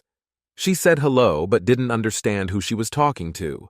Yeon-mi began to rush her grandmother a bit and asked her to introduce herself, as her classmates had done during the tour. The restaurant owner told her that she couldn't do that. Yeon-mi kept up with her. Suddenly, someone called out to her in a not-so-friendly voice. Yeon-mi turned toward the sound. That was the serious man who had his hands over his face. Now he was sitting openly and said rudely that Yeon-mi should immediately turn off her live broadcast and swore. He added that they were not here for fun and games. The man's tone was quite serious, but Yeon-mi reacted in her own way. She said on camera that there was something wrong with this man. She was outraged that he was telling the girl what to do.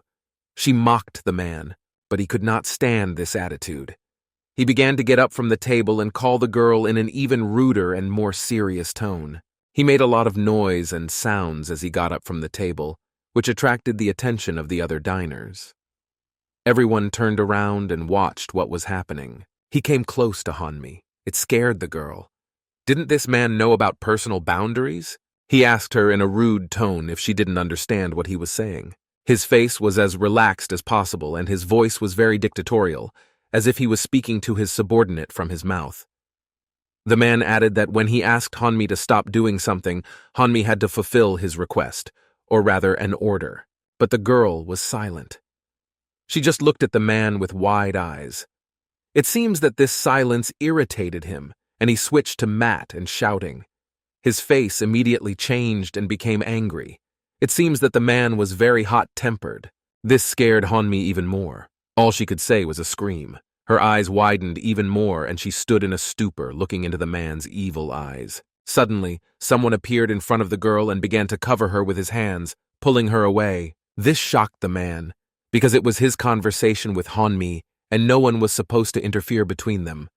He clearly did not like this course of events. It turned out that it was the headmaster, Kang Ji-hoon.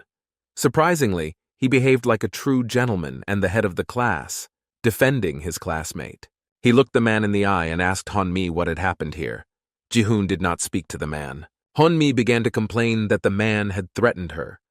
The man replied in a sweary tone that this had not happened and that he was just asking that the girl turn off the broadcast, to which the headman, Kang Ji-hoon, said that they would turn it off.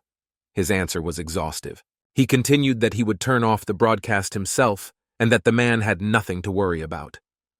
Han-mi, on the other hand, had already completely hid behind the elder Ji-hoon. The man responded to the boy's boldness by saying that they were just stupid, ill-mannered children. However, the man's tone and expression changed and became calmer. He realized that he was no longer facing a defenseless girl who could be attacked. Suddenly, the grandmother, the owner of the restaurant, intervened in their fight. She was screaming and swinging at the man, asking what was wrong with him and why he was taking it out on these innocent children. The man sincerely did not understand what was wrong.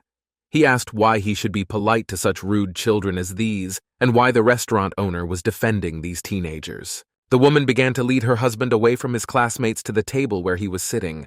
A frightened Kim Min-ju ran to Han-mi and asked if her friend was okay. From behind the headman, Kang Ji-hoon, Han-mi was shouting with tears in her eyes.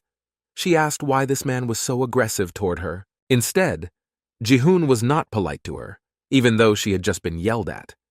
He abruptly snatched the live selfie stick from the blogger's hands and ordered her to turn it off. He scolded Han-mi for doing this, even though everyone was already on edge. He looked at his classmate. Han-mi was silent when she suddenly began to make the sound of crying. She couldn't hold it in any longer. She was uncomfortable with everyone yelling at her. Han-mi began to cry bitterly, wiping her tears with her hands. She explained that she only wanted to make things better because everyone looked so sad and down, so she tried to cheer them up.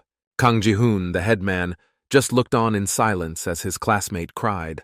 Han-mi added that if something had gone wrong, she could have at least filmed it. Finally, Kang Ji-hoon couldn't take it anymore. He asked why Hong-mi was crying in the first place, and he reached out to hug her, but he didn't have time because Kim Min-ju had already thrown her arms around her friend. Ji-soon joined her and they all hugged the girl and calmed her down. The headman, Kang Ji-hoon, just watched the scene in silence. He was a little sad that he didn't have time to hug Han-mi. He seemed to like the girl. There was no other way to explain why such a rather rude boy was so brave and stood up for Han-mi. In the end, he didn't bother to stand and walked away from them, snorting loudly so that no one would think that he sympathized with Hanma and wanted to be in her friend's shoes. He went to the window, where he stood until the fight with the rude man. He said to himself that they were all a bunch of assholes. Kang Ji-hoon was not supposed to get out of the image of a rude classmate who doesn't care about anyone. Suddenly, the headman, Ji-hoon, heard a sound like something crunching. His expression changed dramatically. His eyes grew big and his heart beat faster. Even if he wasn't pretending, the boy was still afraid. Maybe more so than the girls. He abruptly jumped away from the window and began to fall to the floor, shouting all the swear words he knew. By doing so, he frightened and panicked the other patrons of the restaurant. They screamed and started asking what Kang Ji-hoon had seen outside the window. Suddenly, something started to appear around the corner. Its eyes glowed yellow. It had ears, and it was small. In the window of the cafe, visitors noticed a piece of someone's red tail. When the teenagers realized that it was just a very brave cat, their faces changed and relaxed. The danger was over. A cheeky red cat was sitting outside the window in front of them, looking well-groomed. The animal started looking at the visitors and meowing to be opened and fed. Suddenly, the owner of the restaurant rushed to the door and shouted the cat's name, Sundok. It seemed to be her pet. The grandmother fed her pet, and the cat purred gratefully in response. The owner of the restaurant spoke to the cat as if it were a real person. Her voice sounded very sweet. She wished him a good meal. The old lady seemed to have problems with her children. Suddenly, the bus driver began to get indignant, shouting words from behind my grandmother. He was saying that it was not worth it for all kinds of vagrants to come inside and roam around the restaurant. He said it could be a big problem, to which the owner of this establishment told him to close it. After all, it was her restaurant, and she decided who to let in and who not. The grandmother's cat seemed to understand what the bus driver was saying and hissed at the man. The owner of the restaurant liked her pet's response, so she rewarded him by petting him. The cat responded by purring happily. The teenagers joined in. Han-mi started filming it. The cat turned out to be a real thief of women's hearts because no one could resist his mercy. But my grandmother went to the window. It was as if she was waiting for someone else and looking out. Jisun asked the restaurant owner what had happened and why her grandmother was looking out the window. She replied that she did not see Gimson, because the two cats always walked together, and this time Sundok came alone. Perhaps something happened to the other cat.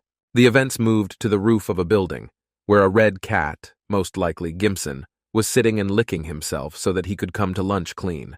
Suddenly the cat heard something that caught his attention. It was a pigeon that got caught in the white mucus of the frog eggs and couldn't get out of the trap, so it kept flapping its wings and making a lot of noise. It was this noise that attracted the cat's attention.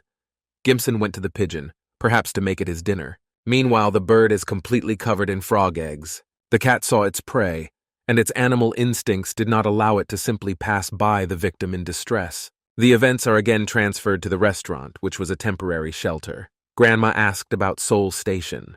She looked quite surprised. The teenagers stood next to her, and Kim Min-ju told them that they had to get to a shelter near this Seoul Station, adding that the news was all about it. Kang Min looked at his phone and said that it was no longer safe for them to stay at the restaurant. He also said that according to the map, it would only take 20 minutes to walk to the station, which wasn't that far. The grandmother tried to convince the teenagers that her restaurant was quite safe, even though it was on the ground floor and had many windows, and the roads were littered with zombie monsters and the frog egg virus. It was much more dangerous. Kang Min agreed with the owner of the establishment. The problem was how they were going to get to the station. Walking was too dangerous. Even a minute on the street could cause irreparable damage. Suddenly, another man spoke up and called the teenagers stupid kids. He caught their attention and asked why they were so timid. So far, the teenagers did not understand the pathos of the man's speech and just looked at him in silence, waiting for him to make a speech. He added that the bus driver stood right in front of him and smiled with all 32 of his teeth. The man really looked like a bus driver because he was wearing a suit. They all looked out the window now. The driver told them that there was a road in front of them, along which the teenagers had come. He said there was a bus parked about 50 meters away. It turned out that it was his bus. He thought aloud further. Perhaps his bus was still clean, with no surprises in the form of ugly monsters inside. He said Mount Namsan was the destination, but none of the passengers had returned. The problem was that the virus was raging everywhere, and if the bus driver's memory was correct, there were several monsters in the neighborhood. So getting to the bus was a bit of a challenge. A rude man approached the group. He was listening to their conversation and seemed to want to intervene. He turned to the restaurant owner and asked if she was selling alcohol. His voice was as calm as ever. This question threw the old woman into a stupor. Was this man an alcoholic, and was he going to get drunk and start raging? How could he think about drinking when they were all in this situation? My grandmother brought alcohol to her husband, and he started stuffing a piece of paper into the neck of the bottle. The restaurant owner was frightened and shouted at the man, asking him what he was doing. The man calmly replied that it was a Molotov cocktail. It turned out that he was a soldier in the avant-garde. That's why he had this kind of knowledge.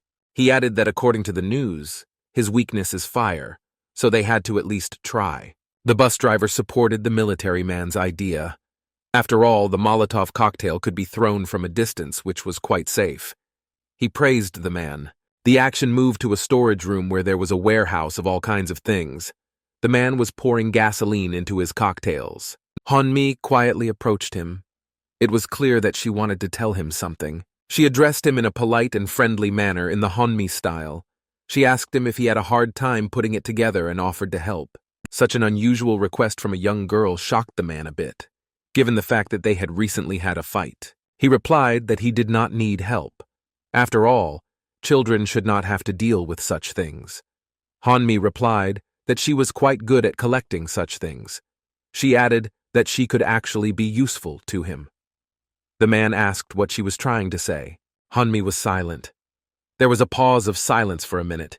It was clear that the girl was gathering her thoughts to say something. Suddenly, she apologized to her husband and said uncertainly that she was wrong. She repeated that she had heard his story and said again that she was wrong. In fact, she was very sorry. The man replied that it was nothing. After all, she was only a child. He also apologized and admitted that he had been quite rude to her, but in fact, Honmi realized that it was the consequences of his profession. The girl was happy that the conflict was over, and they could now go to Seoul Station in peace. It seems that Honmi was very friendly and did not like quarrels. But the girl was also quite annoying. She asked if the man had forgiven her, and then she offered her help again. The girl has already started working. Hanmi said she had heard that the soldier was in the cable car and asked if they had met before. The man's face became quite surprised. Hanmi asked what had happened to him, but he said nothing. She continued to pester me with this topic. She said she was live streaming during the trip when they were on the tour. Hanmi started asking that if the man was on a date with his girlfriend on the cable car, the man would have closed the door. The soldier's face changed dramatically. I could feel that he was angry and very upset inside. Hanmi couldn't see the man's face, and he didn't answer. He was silent, so she asked again, letting him know that she was waiting for an answer. But the soldier seemed to be flying somewhere in his thoughts, so he continued to be silent. Then Hanmi apologized and said she was talking nonsense again. But suddenly the man answered her. He said that it was not a girl with him, but his fiancée. The soldier was talking to Hanmi, but he was looking at the wall. His face was clenched. It was clear that he did not want to show his emotions and what was in his heart. Hanmi's face changed dramatically. She was sorry that she had raised such a sensitive and painful topic for the soldier, but at the same time she was happy because she realized that the man was not so bad. He just had a grief in his life. She asked if this meant that he had lost his fiancée. Hanmi also apologized for the situation because she had no idea. The girl abruptly stopped talking and thought. Her face became so sad, as if she was about to cry. Suddenly tears flowed from her eyes. Hanmi began to tell her that they had also lost many of their friends there. She remembered her friend Gail. She missed her very much and still blamed herself for her death. Hanmi covered her eyes with her hands, and her crying turned into hysteria. She said that she didn't think something like this could have happened during their trip. She began to say her friend's name. The man's face looked shocked. He definitely did not expect Hanmi to start crying. Suddenly, the head man, Kang Ji-nu, approached them. He asked my classmate what she was doing there with this man who was rude to her. Then he noticed that Hanmi was crying and asked about that too, making a mate that meant he was annoyed that the girl cried so often. The classmate turned around and told Kang Ji-hoon to get out of her way.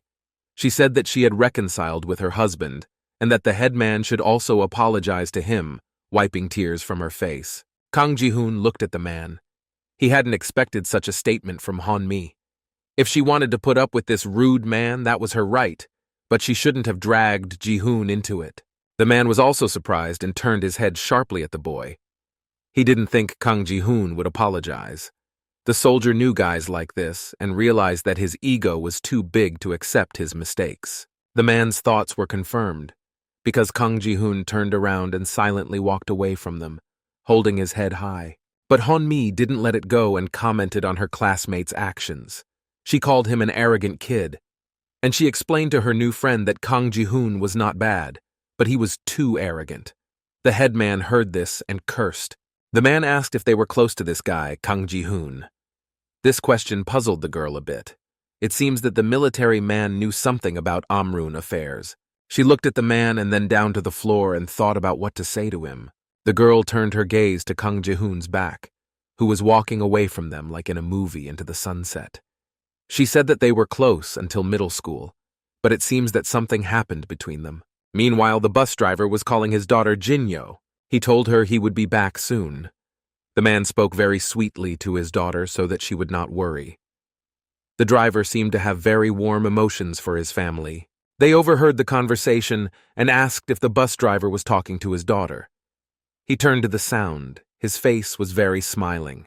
It turned out to be the owner of the restaurant. She noticed that the man was very excited and happy.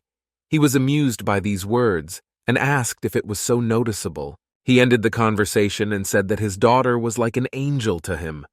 He would do anything and everything possible to see her again and play with her. Meanwhile, the soldier and Hanmi were walking away with a full box of Molotov cocktails in their hands.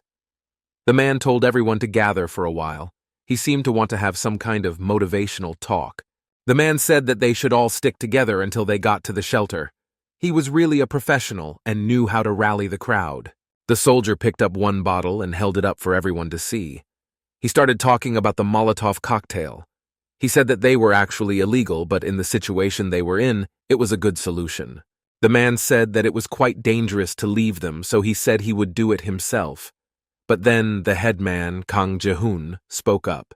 He said that he would also throw the cocktails. The guy started talking about how he did not trust people easily. He asked if they should have just set them on fire and thrown them at the monsters, ignoring the military's words that it was dangerous. The man didn't look at Kang Ji-hoon to avoid being annoyed, but he was very angry at the boy's behavior. Meanwhile, the headman was checking to see if it would really burn the monsters to ashes. The soldier exhaled and said that the fire might stop and the fuel might run out. It was too dangerous. His face betrayed the stupidity of Kang Ji-hoon's actions. The guy told him that this was not the main problem. After all, there are a lot of annoying, ugly, and dangerous zombie monsters around. He began to prove to the man that they were not small children, and therefore everyone would throw Molotov cocktails. And if not, he would throw them for everyone. Kang Ji-hoon's actions proved the opposite. He was still a child and behaved recklessly. The soldier took another big breath and yelled at Kang Ji-hoon, calling him an asshole. Still, he couldn't stand this showmanship from the boy. Eventually, the man agreed and said that they would share all the Molotov cocktails. But for the restaurant owner, it was really too dangerous, so the man refused to give her the cocktails. However, she did not object and said that everything was fine looking out the window. She did not turn to face them and added that they had to go without her. Hanmi immediately threw herself at her grandmother with hugs and her sincerity. She tried to persuade the restaurant owner to let her go with them, but her grandmother said that was not necessary and that she would only be a burden to them. A military man joined the conversation. He asked if the owner was going to be okay and added that it would really be better for her to go with them because the restaurant was quite dangerous, given that it was on the ground floor. But the man did not have time to finish his sentence. The old woman interrupted him and said that everything would be fine. They all needed to get to the shelter as soon as possible. Hanmi hugged her even tighter and asked her in a sad voice why she didn't want to go with them, assuring her that her grandmother would not be a burden to them. She replied that this place had been her home for 30 years. The owner of the restaurant added that the prostitutes shouldn't worry, they should leave quickly. Everyone approached the kind woman and thanked her for everything she had done for them. The soldier promised to send a rescue team to her. Everyone gathered. It was time to leave. A soldier stood at the door with a Molotov cocktail in his hands and said he had to check everything first before they left the restaurant. Suddenly, he noticed a monster in the window, walking and growling.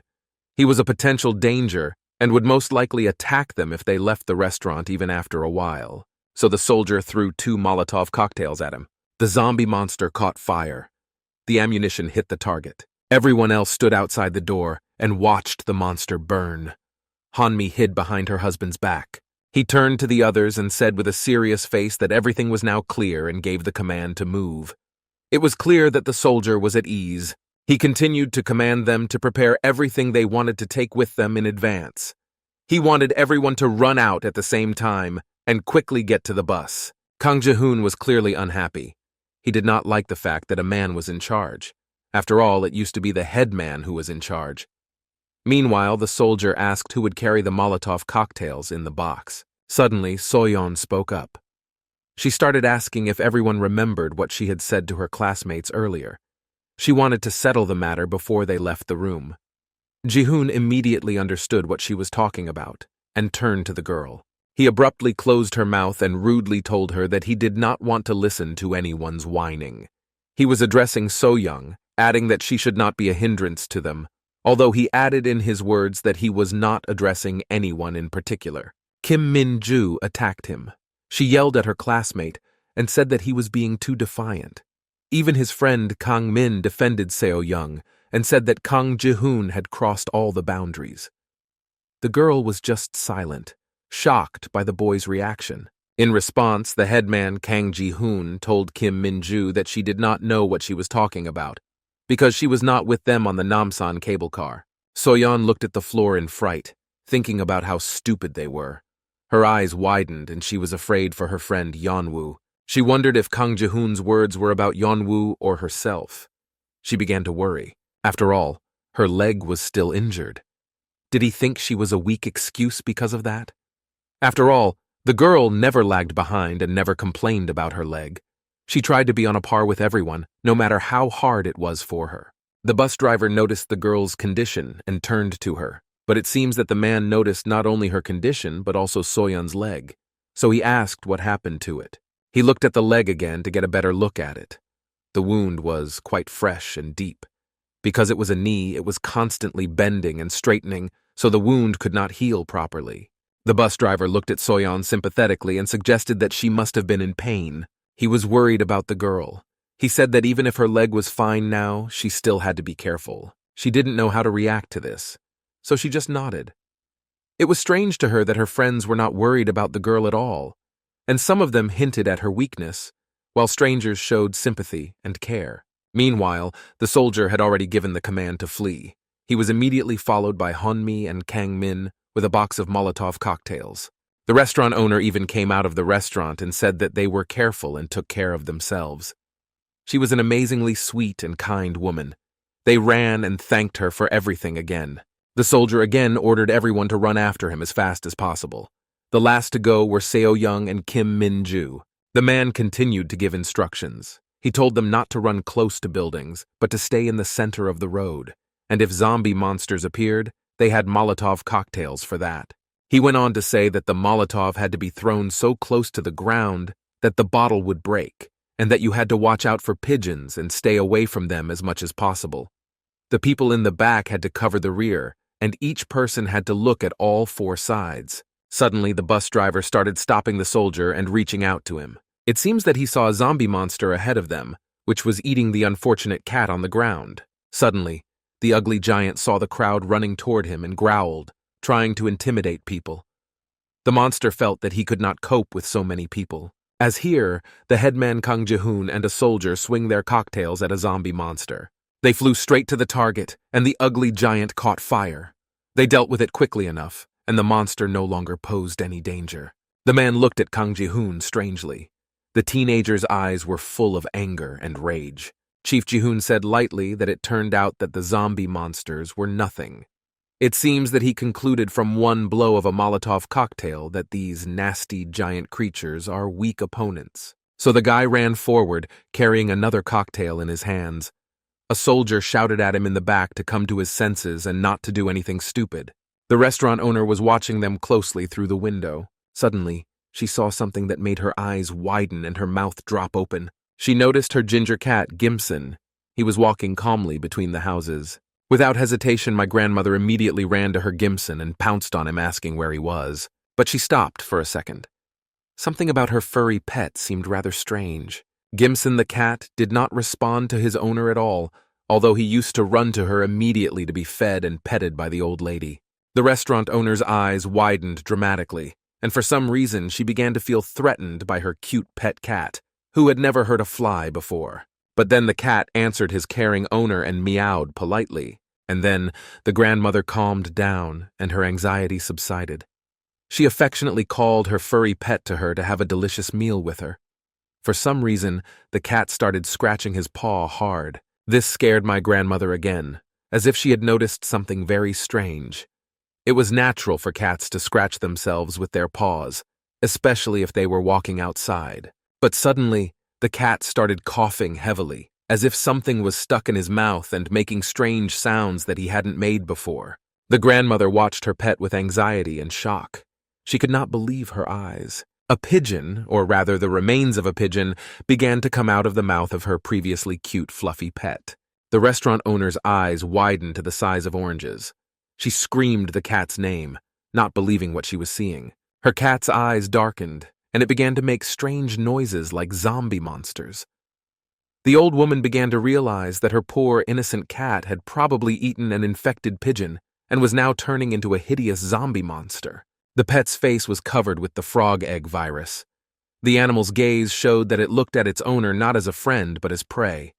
It was no longer her cute cat, but a zombie monster that wanted to eat her. Meanwhile, the fugitives had almost reached the bus, with the headman, Kang Ji-hoon, running ahead because he considered himself independent.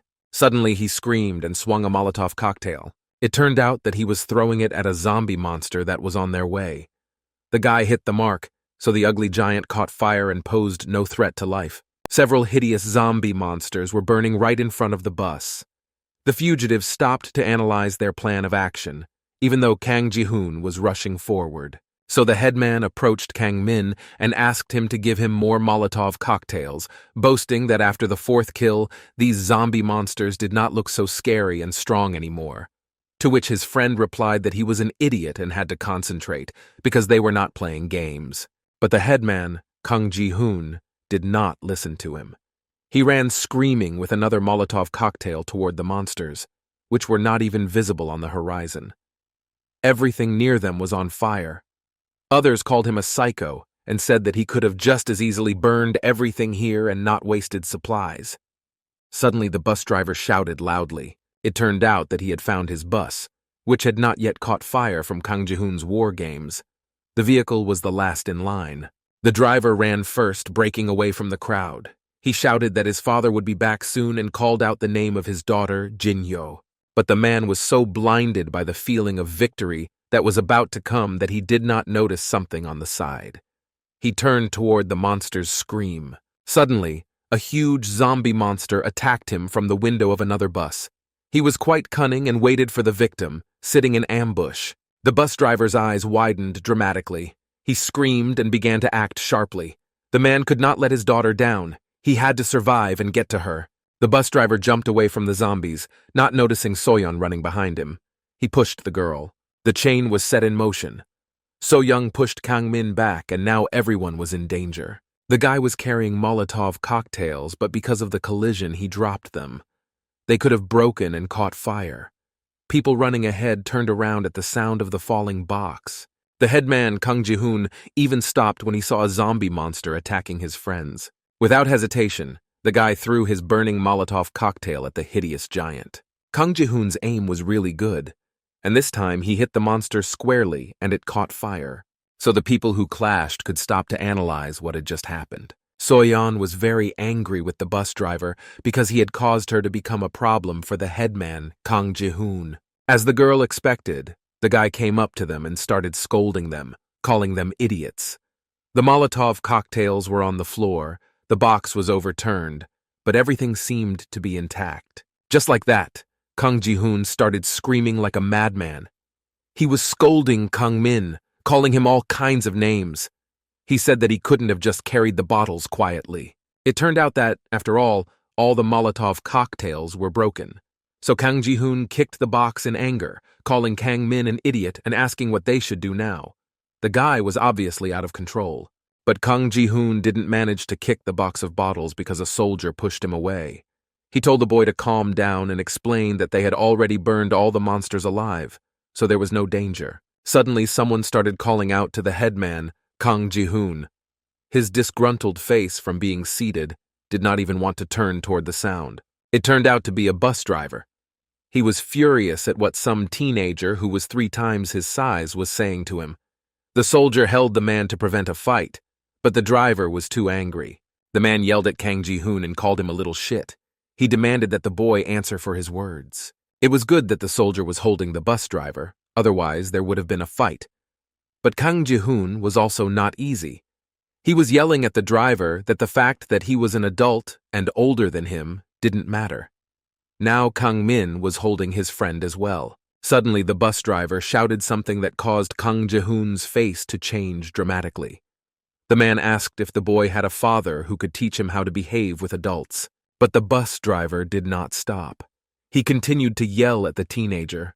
The man was very angry and said that they were not friends to be treated like that, threatening Kang Ji-hoon. The girls Hong Mi and Kim Min-ju began to stand up for their classmates. They told the man to calm down and asked why the bus driver was so harsh on Kang Ji-hoon when everyone could see that the bottles had fallen through his fault and recklessness. But it seems that the man did not know how to admit his mistakes, just like the starosta. So he got even more angry at the teenagers. His face looked very angry, as if he had just been betrayed by everyone. He said that it looked like they didn't really need the bus that much. After this phrase, everyone's faces changed dramatically. They did not expect the bus driver to behave like a small child and use cheap blackmail. It looks like he's betting he almost died because of his stupidity. The man began to make excuses that he had fallen because someone had pushed him from behind, although everyone could see that it was the other way around. Soyon could confirm this, but the girl was silent. The bus driver did not stop. He accused everyone of wanting to imprison him. Soyon just listened to him and wondered if he should tell the truth. The man continued to threaten, this time looking at Kang Ji-hoon. He asked if the teenagers wanted to walk to the shelter, although if it were not for these teenagers, he would never have dared to go to the shelter himself. He continued to stare at Kang Ji-hoon and called him a little shit. The boy stared back at the driver, which provoked the crazy driver even more, and he asked why the teenager was staring at him like that. Did he really want to fight? Suddenly, I heard someone apologize from behind the bus driver. It was Soyon. She said that the bus driver fell because of her, because she fell first and most likely pushed the others. The girl, with a very tired face, looking at the floor, apologized to everyone and took the blame. It seems that in this way, Soyon wanted to resolve the quarrel so that everyone could get to the shelter. Her head dropped even lower. She apologized one last time and asked them to forgive her at least once. The bus driver, meanwhile, listened in silence as the girl covered for him and did not have the courage to admit his guilt. He looked at poor Soyon, who was so brave and smart that she was able to take the blame and end the quarrel. The girl just stood there looking at the floor, pretending to be guilty so that everyone would believe her. Suddenly, the bus driver just turned around and left. This was a real man's act, hiding under the skirt of a little girl whom he had most likely injured and not even apologizing. Passing by the headman Kang Ji-hoon, he pushed him with his elbow, even though there was enough space, and told him to watch his step. This provocation was done on purpose and further demonstrated the level of maturity of such an adult man. Surprisingly, Kang Ji-hoon remained silent. Suddenly, he had a brain that was finally giving him the right commands to act. Hanmi approached the headman. The girl turned to her classmate, which surprised him. He did not expect to receive support from his friends. A classmate looked directly into Kang Ji-hoon's eyes and asked if he was okay, but instead, she received rudeness in her direction. Kang Ji-hoon pushed her away and told her to get behind him and not to bother him. A soldier was watching the whole thing. Soyon stood there adjusting her clothes. Suddenly, someone asked her if she was hurt. The girl finally looked up to look at the person. It was a military man. He looked at the girl with sympathy. Soyon said she was fine. She didn't want to complain, even though she had actually been hit pretty hard and her leg was still hurting. The man wanted to reassure her, saying that Molotov cocktails could still be made, so she didn't have to worry about it. She just thanked him briefly, not looking him in the eye. Suddenly, their conversation was interrupted by the sounds of running and screaming. The crowd saw the same old lady, the owner of the restaurant, running toward them. She was shouting for help, holding her hand. The woman turned back and screamed. It seems she saw something she didn't want to see. Everyone's mouths dropped open in surprise. Only Hanmi started waving and greeting her grandmother. She thought that the restaurant owner had decided to go with them after all. Suddenly, her joy turned to fear. Her grandmother shouted for them all to run away immediately. She was running and screaming as hard as she could to make them all run away as fast as they could, and as fast as they could. Her face looked very scared. Meanwhile, the bus driver had already started running first. While others did not fully understand what was happening, they also began to run away. Suddenly, the man saw something that made his eyes widen.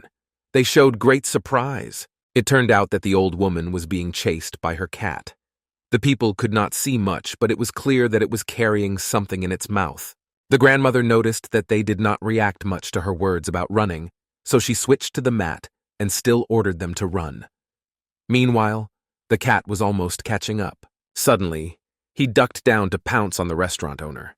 His face was almost completely covered with frog eggs. It released its white tentacles and they reached the woman's head. It was the end. There was no saving the good old lady.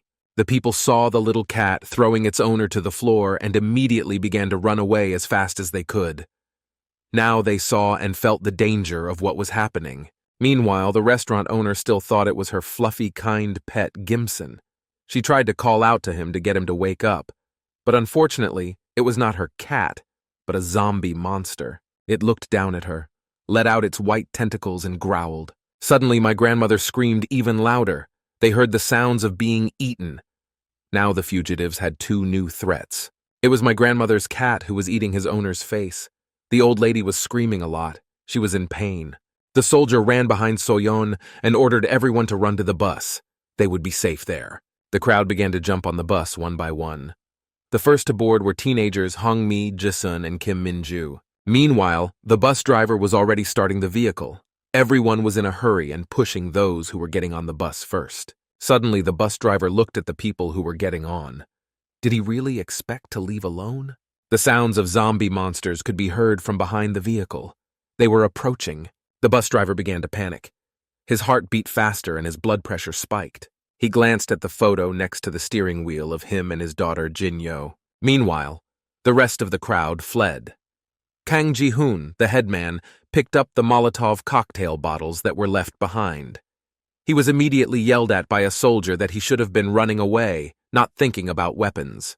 But Kang Ji-hoon did not listen and kept collecting ammunition anyway. Then Kang Min and the soldier took him under their arms and started dragging him by force. The man shouted at him to forget about it because it would be very strange to bring Molotov cocktails to the shelter. The rest of the fugitives were about to reach the bus. They ran as fast as they could. Suddenly, Kang Ji-hoon noticed that the bus doors were closing. The guy ran to the door and started banging on it. He was shouting at the driver to open it, because not everyone had come in yet. But the bus driver didn't even look at him. It was clear that he did it deliberately. Ji-hoon kept knocking on the door and shouting. The man said he could not risk it anymore for these assholes. He kept looking at the photo with his daughter. And then the man shifted the gear and the vehicle moved. He forgot that it was because of these assholes that his daughter might never have seen her dad again if Kang Ji-hoon hadn't saved him by throwing a Molotov cocktail at the zombie monster, and that Seo-young was left behind to take the fall for him. Kang Ji-hoon was furious. He was yelling at the driver and banging on the door. The others ran up to him, but the bus had already started to move. Everyone was shocked by the bus driver's vile act, because the monsters were not even close to them. Everyone could have easily gotten on and left. Hanmi noticed that the driver had started to drive away, but the others hadn't gone inside yet. She started to stop her husband and said that they could not leave them there. They could die. Kang Ji-hoon was watching through the glass of the door. The girl was shouting at the bus driver, saying that her friends had not yet gotten inside and asking him to wait. But the driver was very angry. He could barely contain his anger. Hanmi was still yelling at him to stop the bus. All of a sudden, this crazy man swung at a poor girl who was trying to protect her friends, hit her, and told her to get the fuck off him. The headman, Kang Ji-hoon, saw it all. He was shocked and shouted to the girl. She fell to the ground. The man sat down at his seat, as if nothing had happened, and justified his action by saying that his daughter was waiting for him, probably as ugly as her father. Kang Ji-hoon saw the girl holding her cheek. He shouted and asked if she was okay.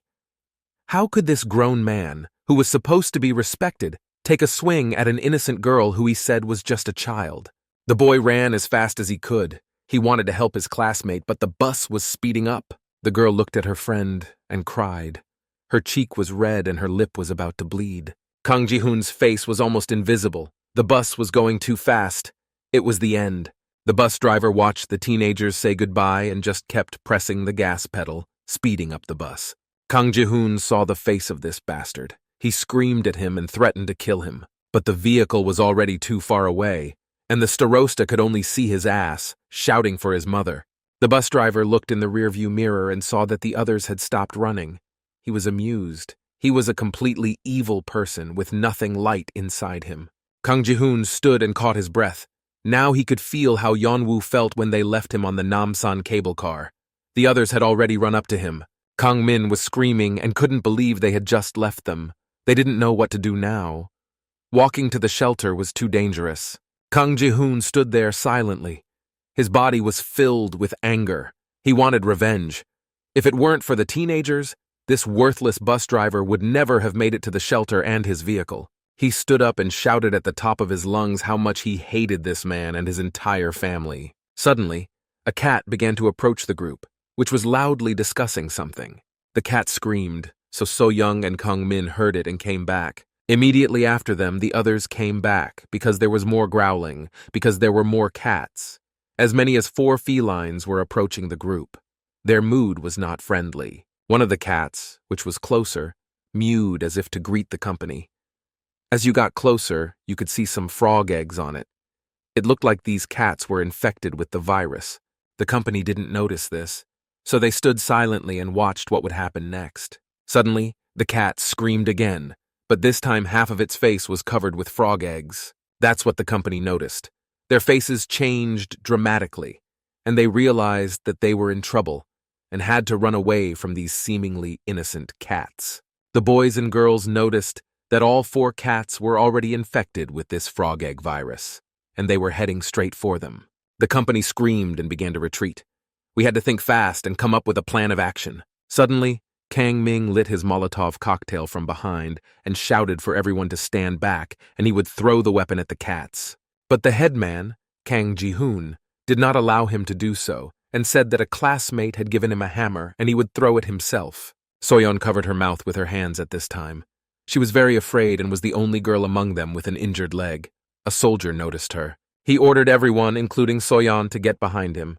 He felt responsible for these children. Meanwhile, the once pet animals were getting closer to the company and growling, reminding them that they were no longer cute cats but bloodthirsty zombie monsters. The soldier picked up a Molotov cocktail, stood in front of everyone, and swung at the cats, who were about to hit them. The cats sensed the danger and stood in an attack posture and growled. The soldier slowed down. He said it was the last Molotov cocktail, so he had to use it perfectly. The man prepared to throw it and commanded that when he gave the signal, everyone else should run away quickly. Suddenly, the cats simultaneously stopped talking and looked at their victim. They began to release their white tentacles on the military. The man signaled. His eyes widened. He might not make it. The cats grouped together into one huge zombie monster, and this noisy mixture attacked the soldier. His eyes widened even more. The chances of survival were slim, but this way he could delay the zombie monster, and the teens would have more time to escape. A man threw a Molotov cocktail at a large zombie boss made of 4 cats and shouted at the others to run away immediately. The soldier managed to escape and ran away with the teenagers. The events moved to the shelter. Yeon-woo sat in the corner with his hand over his face, looking at the floor near a mountain of boxes. Employees distributed supplies to everyone. A large crowd gathered and everyone tried to grab as much as they could. It turned out that the guy had fallen asleep. His body was still exhausted. He still could not come to his senses. But the screams of the people around them were too loud, so Yeon-woo woke up and began to open his eyes. Suddenly, in front of his eyes was a huge zombie monster that was about to attack him. It had already opened its huge mouth and was preparing to bite him. The guy's eyes opened sharply. He instantly woke up.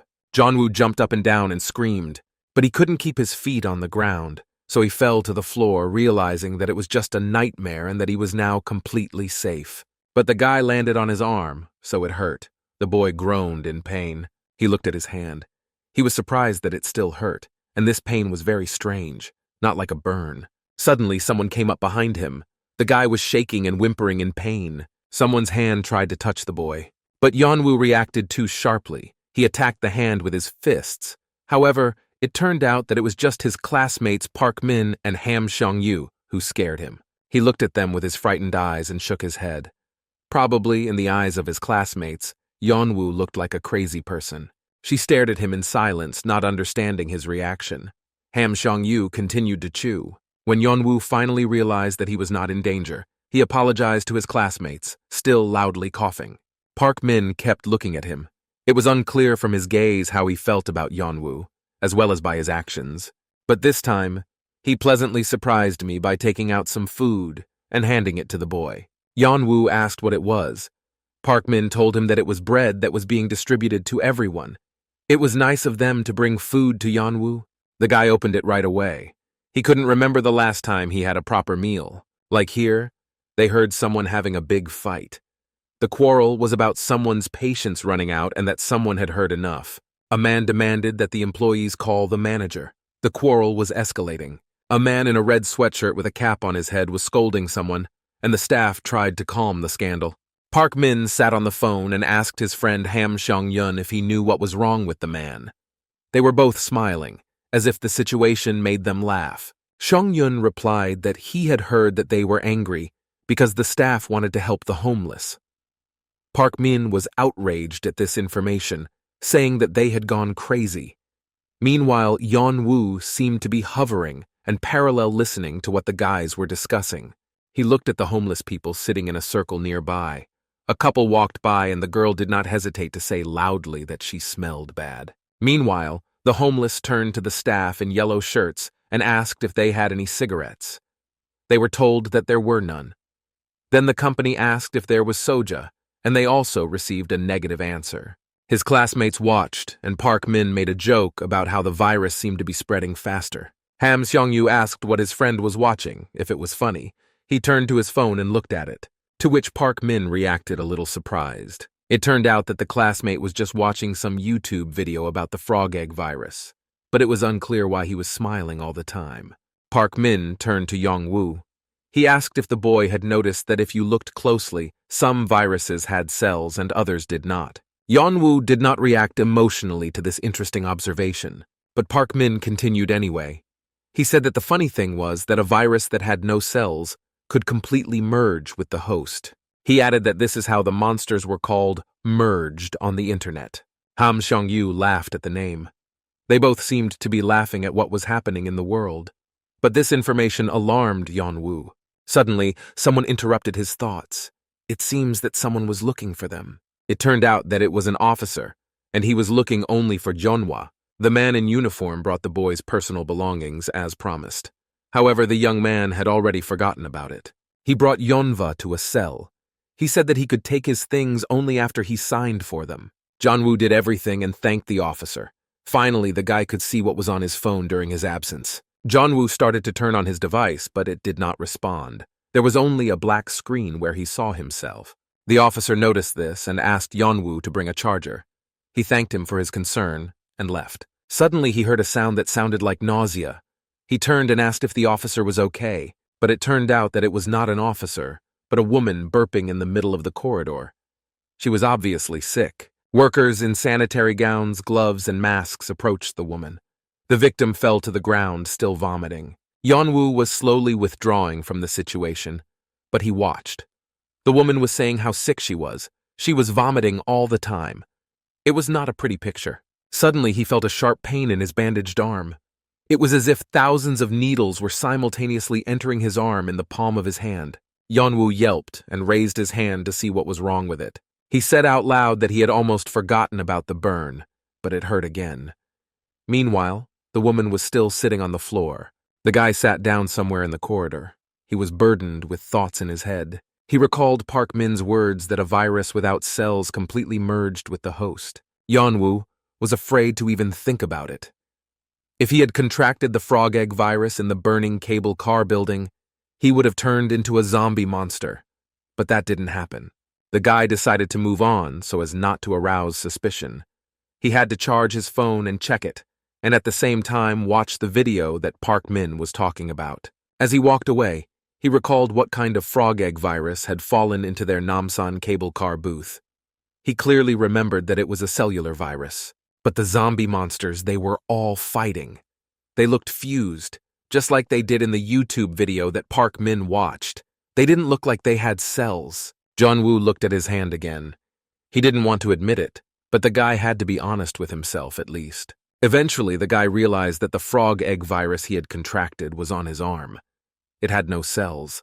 These thoughts made Yeonwoo's heart beat fast. He had to be alone and think about this information so as not to arouse suspicion. Meanwhile, while the guy was looking at his hand, he did not notice Isuri walking behind him. Suddenly, the girl noticed that Jeonwoo was staring at his hand and could no longer pass by his classmate. He had seemed strange to her for a long time, as if he hadn't fully told her everything that had happened to them on the cable car. Isuri called out to the boy to find out what was wrong with him. Jeonwoo was a little scared when he heard a familiar voice. He had to pull himself together and behave normally. His classmate started by asking him what he was doing here, to which I received a comprehensive answer of nothing. Isuri spoke with a stony face, even a little tired. She said that it seemed like Yeonwoo had wandered in by accident. She asked if her classmate had done it on purpose. She continued to ask if it was because of his hand. Yeonwoo immediately grabbed at it.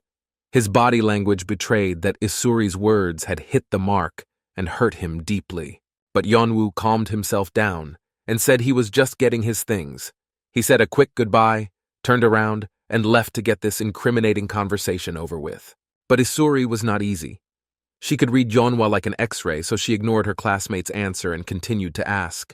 She started talking about the burn on his hand. She asked if Yeonwoo got this wound because of a fire on the Namsan cable car. But her classmate also said that he was the only one there, so she asked who could have started such a big fire. Yeonwoo stopped and asked why Isuri was interested in this.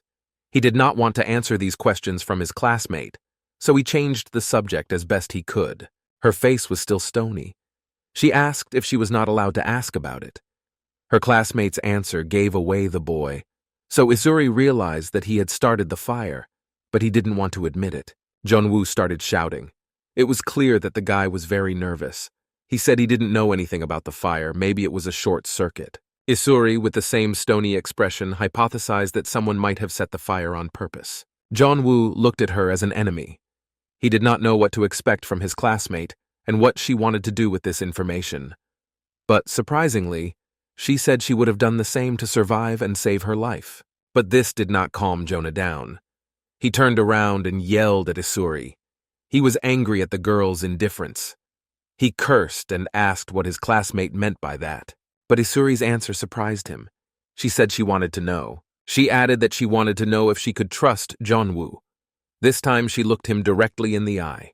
Her face looked more alive. This phrase shocked the guy. He opened his eyes and mouth wide but remained silent. He was searching for the right words and simultaneously thinking about what he had just heard. He decided not to blindly trust Isura. The trauma of the betrayal had affected him, so now he distrusted all his classmates. He replied rather rudely that he would not want to get involved with her, but Yeonwoo couldn't finish his sentence. His eyes widened sharply and his teeth were numb. The guy looked bad. He fell to the ground, holding his arm. It seemed to hurt again, but this time even more. It was as if someone was controlling the pain. Isuri was shocked, but she didn't show it and just asked what was wrong. Still, the girl was worried about her classmate and changed her stone face. She ran up to Yeonwoo and asked if he was okay. Meanwhile, the medics were still dealing with the woman who was vomiting.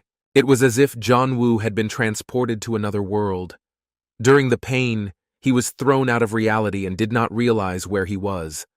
But the only thing he clearly understood was that the pain was not from the burn. He held onto his arm.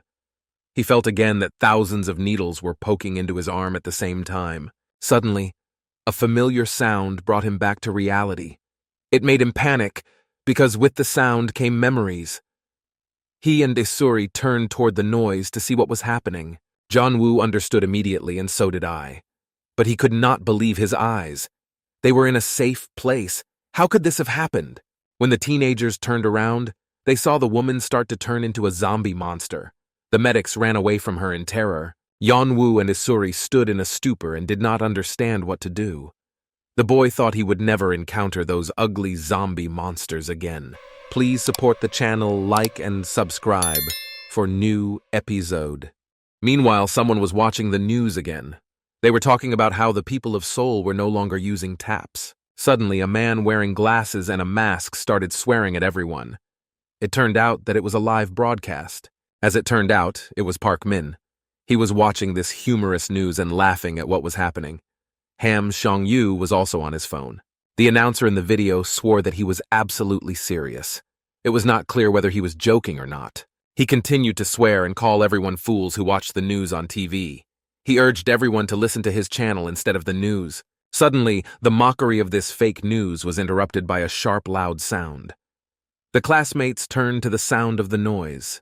The two boys saw the medics running out of another part of the shelter one by one and shouting for everyone to run away. However, Park Min and Ham Seong-yu just watched in silence and did not understand what was happening. Meanwhile, Isura and Yeonwoo were in real danger. A new zombie monster had just turned into a zombie near them, and all the employees had fled. They had to do something immediately. The woman, who was transforming into a hideous zombie monster, began to rise and growl, which meant that the transformation was about to end. Yeonwoo looked at him in horror, and a clear understanding flashed through his mind that the pain in his arm was not for nothing. The guy had a bad feeling that the pain in his arm had done something to that woman, and that it was because of him that she had turned into a zombie monster. His heart was beating fast, his blood pressure was rising, and his breathing was becoming more labored. Suddenly, an officer came out of the room right next to the injured woman. He was holding a charger for Yeonwoo. The man in uniform shivered when he saw what was happening to the poor woman. He stood in a stupor and did not move. Meanwhile, the woman was already getting up. The officer was obviously in danger, but he could not move out of fear. He looked through the crack of the door at what was happening. Suddenly, his eyes widened. He heard a scream and saw something he didn't want to see. The woman raised her head and looked at the man in uniform. She screamed at him. Half of her face was covered with the frog egg virus, but all of it was covered with cells. The officer started to close the door and asked if she was okay. But suddenly, the zombie monster's hands grabbed onto the door, preventing the uniformed man from closing it. The woman opened the door harder, and the officer's face looked even more shocked and scared. He did not know what to do, but he expected that it was the end, and that something bad was about to happen. However, the man did not give up. He tried to close the door back, even though it was already covered with frog eggs. Suddenly, the woman started screaming for help. It was a really sincere voice, begging for salvation. The officer looked at the woman with distrust and did not dare to come out. She started screaming that her stomach felt like it was on fire. Her voice was getting harsher and no longer sounded like a helpless person asking for help. Suddenly, the zombie monster became violent.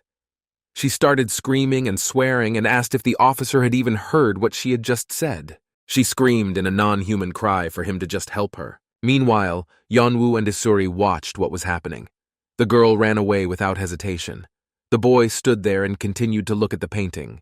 Suddenly, Yeonwoo shouted to the officer to wait. Isuri heard this and stopped. She thought that her classmate would also run. But Yeonwoo ran away in the other direction and shouted to the officer that he would come running to him. But Isuri called out to her classmate. She did not understand what he was going to do and why he was not running away from the danger, but rather going to the epicenter of the events. The girl shouted at Yeonwoo to stop. But his classmate shouted back that Isuri should find someone who could help him, and as soon as possible. The boy sincerely felt that it was all his fault, and he could not just leave his officer friend behind. He told his classmate Isura that they had to help him immediately, but the girl did not understand her classmate's heroism. She stood in a stupor for a few seconds and could not believe that Yeonwoo was really going to risk his life. Finally, Yeonwoo shouted that he was in a hurry and left the girl alone with her thoughts. Isuri yelled at his back that he was an idiot and had lost his mind. But Yeonwoo did not listen to her and kept running. He had to save the officer. The girl turned around and noticed an emergency exit plan and a map of the room behind her. Meanwhile, Yeonwoo ran as fast as he could. He had no plan, only a goal: to save the officer. Suddenly, he saw something as he was running to save himself. This made him slow down a bit and slow down. It turned out to be a fire extinguisher. Yeonwoo took it. It was the only weapon he had. Perhaps it was completely illogical to use a fire extinguisher as a weapon, but he felt safer with it. In my head, I was thinking that the guy was too reckless, but he couldn't help himself, so he just ran at the zombie monster with that fire extinguisher. At the very least, it was supposed to take his attention away from the officer. He watched the zombie monster about to touch the officer. If that happened, there would be no one left to save. Suddenly, Yeonwoo was again detached from reality. His hand holding the fire extinguisher suddenly hurt again. It was as if it sensed its owner approaching a zombie monster. It was as if the woman who was turning into a hideous monster also suddenly felt Yeonwoo. She turned back to the boy and distracted herself from her victim. Yeonwoo ran to her and stopped, loudly recoiling. He told her to calm down and breathe deeply. The monster just looked at him in shock. Yeonwoo continued to reassure the woman. He said that the man at the door was not a doctor. He added that he would bring medical workers to her to help her, so she could calm down. But the woman was shocked by the guy's speech. She was outraged that he told her to calm down. How could she be calm when her stomach was literally burning from the inside? The zombie monster started calling Yeonwoo a little shit. She said he had no idea how she felt, but he asked her to calm down. It seems that the guy's words did not calm her down, but rather made her very angry. Yeonwoo was clearly not expecting to hear that. The woman asked if the boy were in her place. Could he be calm then? It seemed that the zombie monster's patience was about to run out. Suddenly, a crazy woman attacked the guy screaming. Yeon-woo was shocked by this behavior. It turned out that the zombie monster could not be calmed by words. He reacted quickly. It was clear that the guy had almost no fear. He pointed a fire extinguisher at the zombie monster and foam poured out on the woman. Yeon-woo did not fully understand what was happening. He stared at the zombie monster and screamed, pressing harder on the fire extinguisher handle. Meanwhile, almost everything was covered in white foam.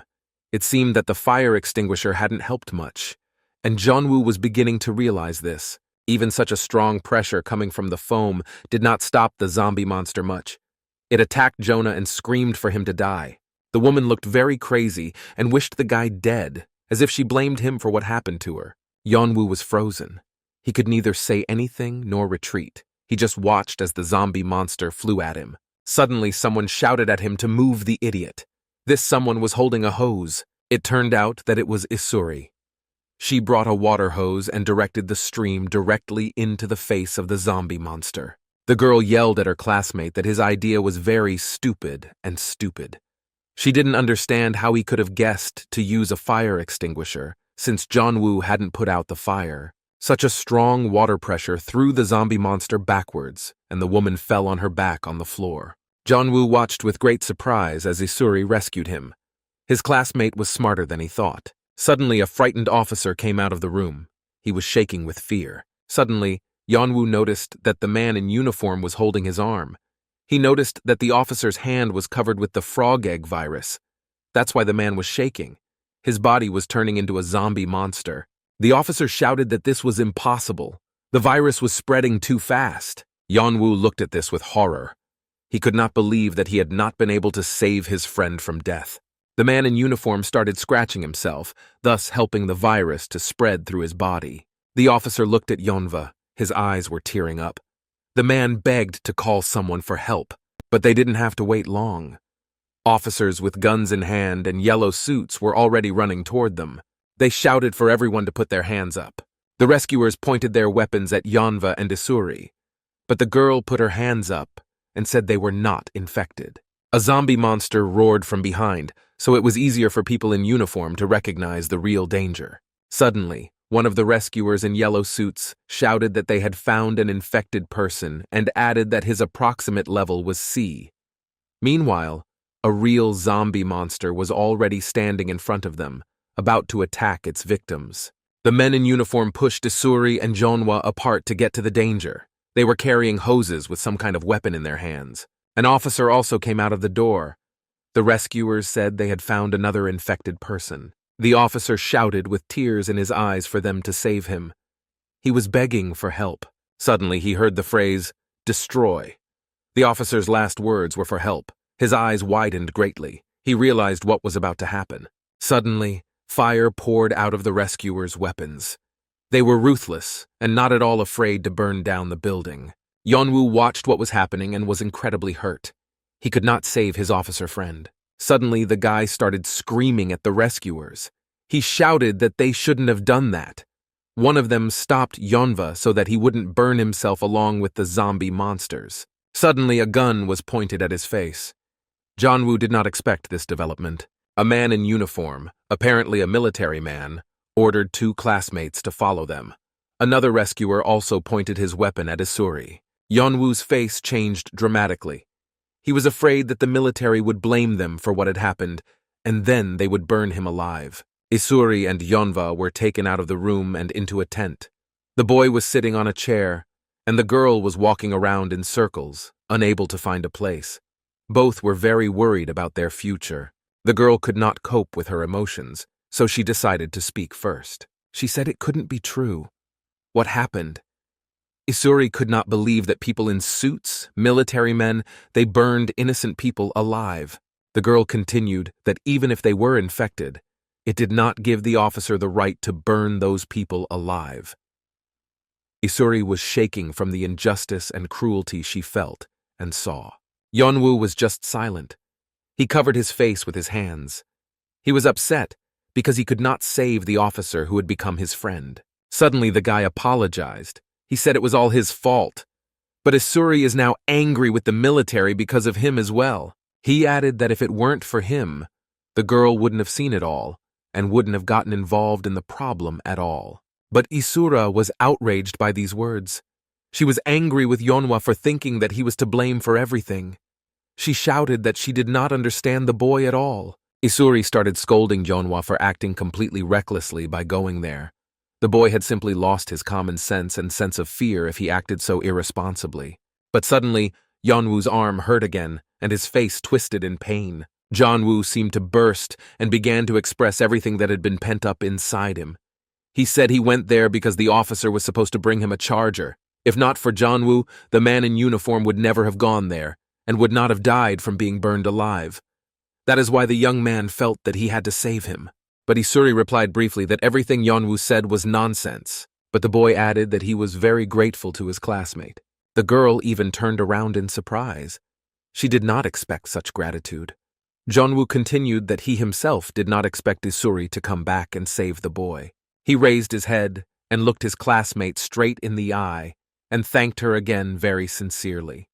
It hurt him so much that no one had ever thanked him for saving him on the Namsan cable car, so he knew how important it was to tell others. Isuri seemed to be trying to say something. She was picking up words in her head, although she did not understand why she was doing it. She just felt that she had to help.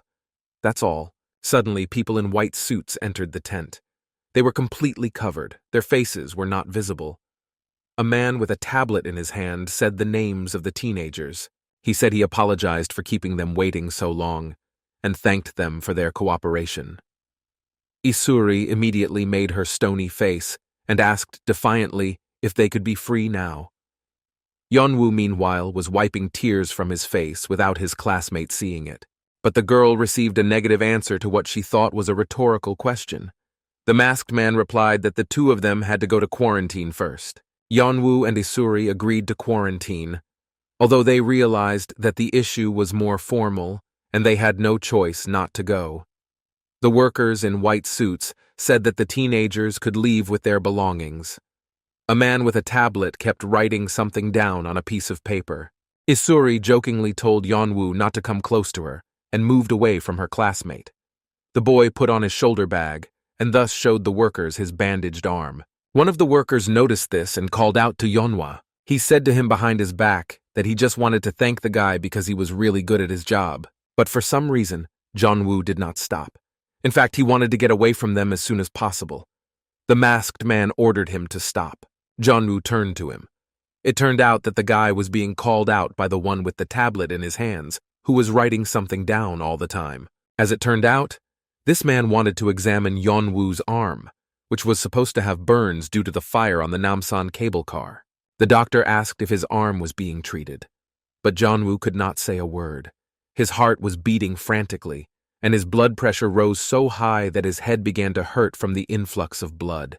He was very worried about what was under the bandages. After a short pause, the man said that his arm was being treated. Yeonwoo watched very closely as the masked man cut the bandage on his arm. The doctor thought that the boy was uncomfortable or in pain, and that was why he was acting so strangely. So the man apologized for the inconvenience and said that it was all in accordance with the protocol. Yeonwoo didn't even listen to him much, just nodded. His mouth fell open and drops of sweat trickled down his face. They were about to see what was on his hand and would probably burn him on the spot. He imagined that the frog egg virus was on his arm right now, like when he came to and saw his hand covered with white blisters without cells. But the doctor told Yeonwoo that he and his arm were fine. This was the most important thing for him. Despite the specialist's words, he still felt very anxious inside. The man in the white mask looked at Yeonwoo with a surprised face. The employee called the guy by name, but in response, he received silence. Then the man in the white mask called the boy's name again. Yeonwoo finally came back to reality. The masked man's scream scared him. The staff member said and pointed to the guy's bandaged arm. Yeonwoo took his hand to his side, and the masked man asked if he could look at the patient's hand. Meanwhile, the events moved to the gym, where other patients and victims of the frog egg virus were located. The room was in complete chaos. Everyone was running and screaming and pushing each other. Suddenly, a man wearing a mask and a yellow shirt entered the room and the frantic, frightened people. He told everyone to immediately calm down and stop running. It turned out that everyone was running to the door leading to the street. But a man stood in front of the door and asked everyone to listen to him and calm down. He said that the door was not even open, but the crowd still didn't listen to him. The man who ran first called the worker in the yellow shirt an idiot and told him to get out of his way because they all wanted to live. Suddenly, the door, guarded by a man in a yellow shirt, opened.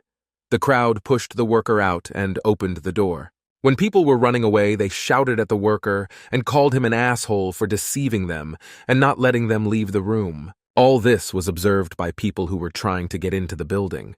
After all, it was a safe haven for all Seoul citizens. There were soldiers with weapons standing near them. The man who ran first got to the exit. There was a soldier with a gun waiting for him. The madman was shouting at him to get out of his way. But the soldiers stopped the fugitives and told them to listen carefully and stop. They said that the crowd had to cooperate with them, as no one could leave the premises. Meanwhile, Park Min and Ham Seong-yu were running out of the room following the crowd. But Min turned back and slowed down, distracted by something. His classmate noticed and asked if he wanted to die. Park Min had to run faster and not be distracted by anything. The guy looked at the gymnasium that had been their shelter. There was not a soul there. Everyone had fled and left their belongings behind. Suddenly, Park Min stopped Ham Seong-yun by the arm. He told his friend to stop, but this made his classmate angry because he had to run away if everyone was running away. But it seems that Park Min was not so stupid. He told his classmates to take a closer look because there were no monsters in the room, so there was no point in running away. Ham Seong-yu believed his friend and took a closer look.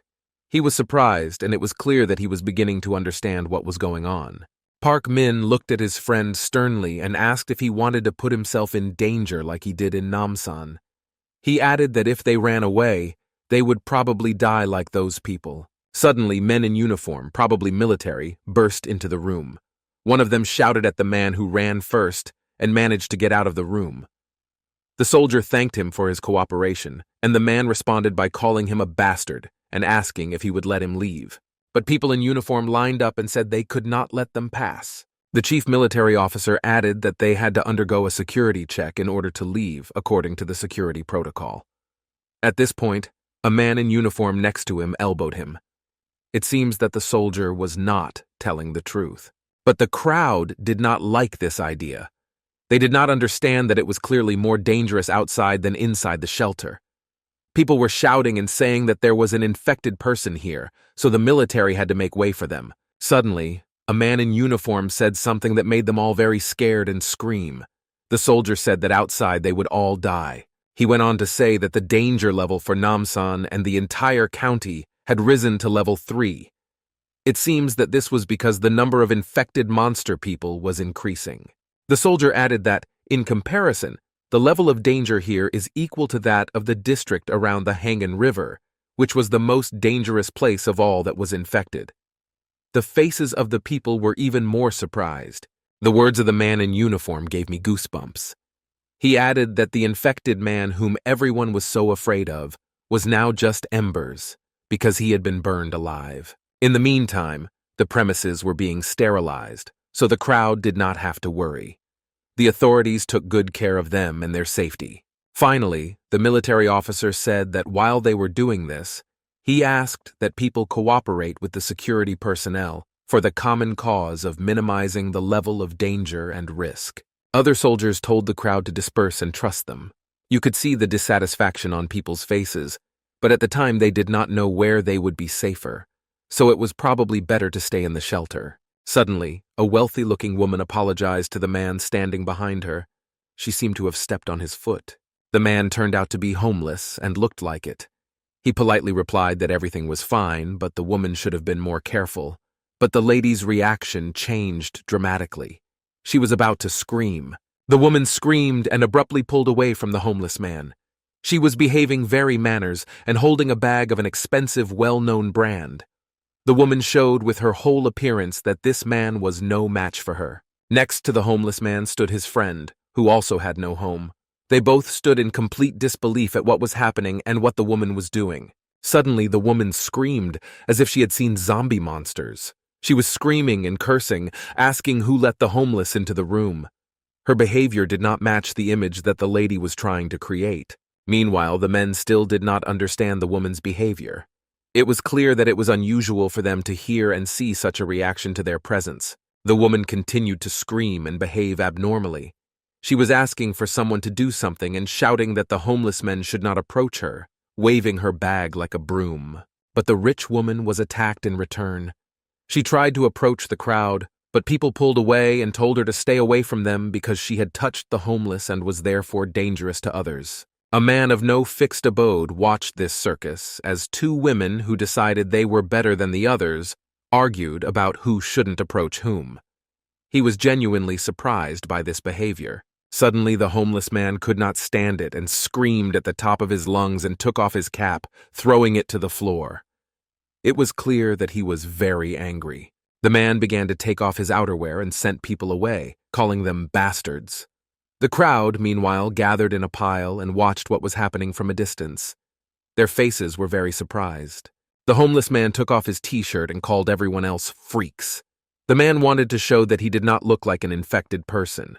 He hoped that this act would make them feel ashamed of their behavior. The homeless man defiantly threw his t-shirt on the floor and asked the voice if he looked like an asshole. The man was very angry. Even if he did not have a permanent place to live and expensive things, it did not make him worse than others, and did not give people the right to treat him like that. He yelled at the rich woman and called her a bitch. She was screaming and covering her face with her hand, obviously afraid that the homeless man might hit her or do something like that. But the man was shouting at the woman and asking everyone to take off their clothes to prove that there were no infected people here. He ordered the lady to take off her clothes. Meanwhile, the woman tried to run away from the angry homeless man. Then the military joined the fight.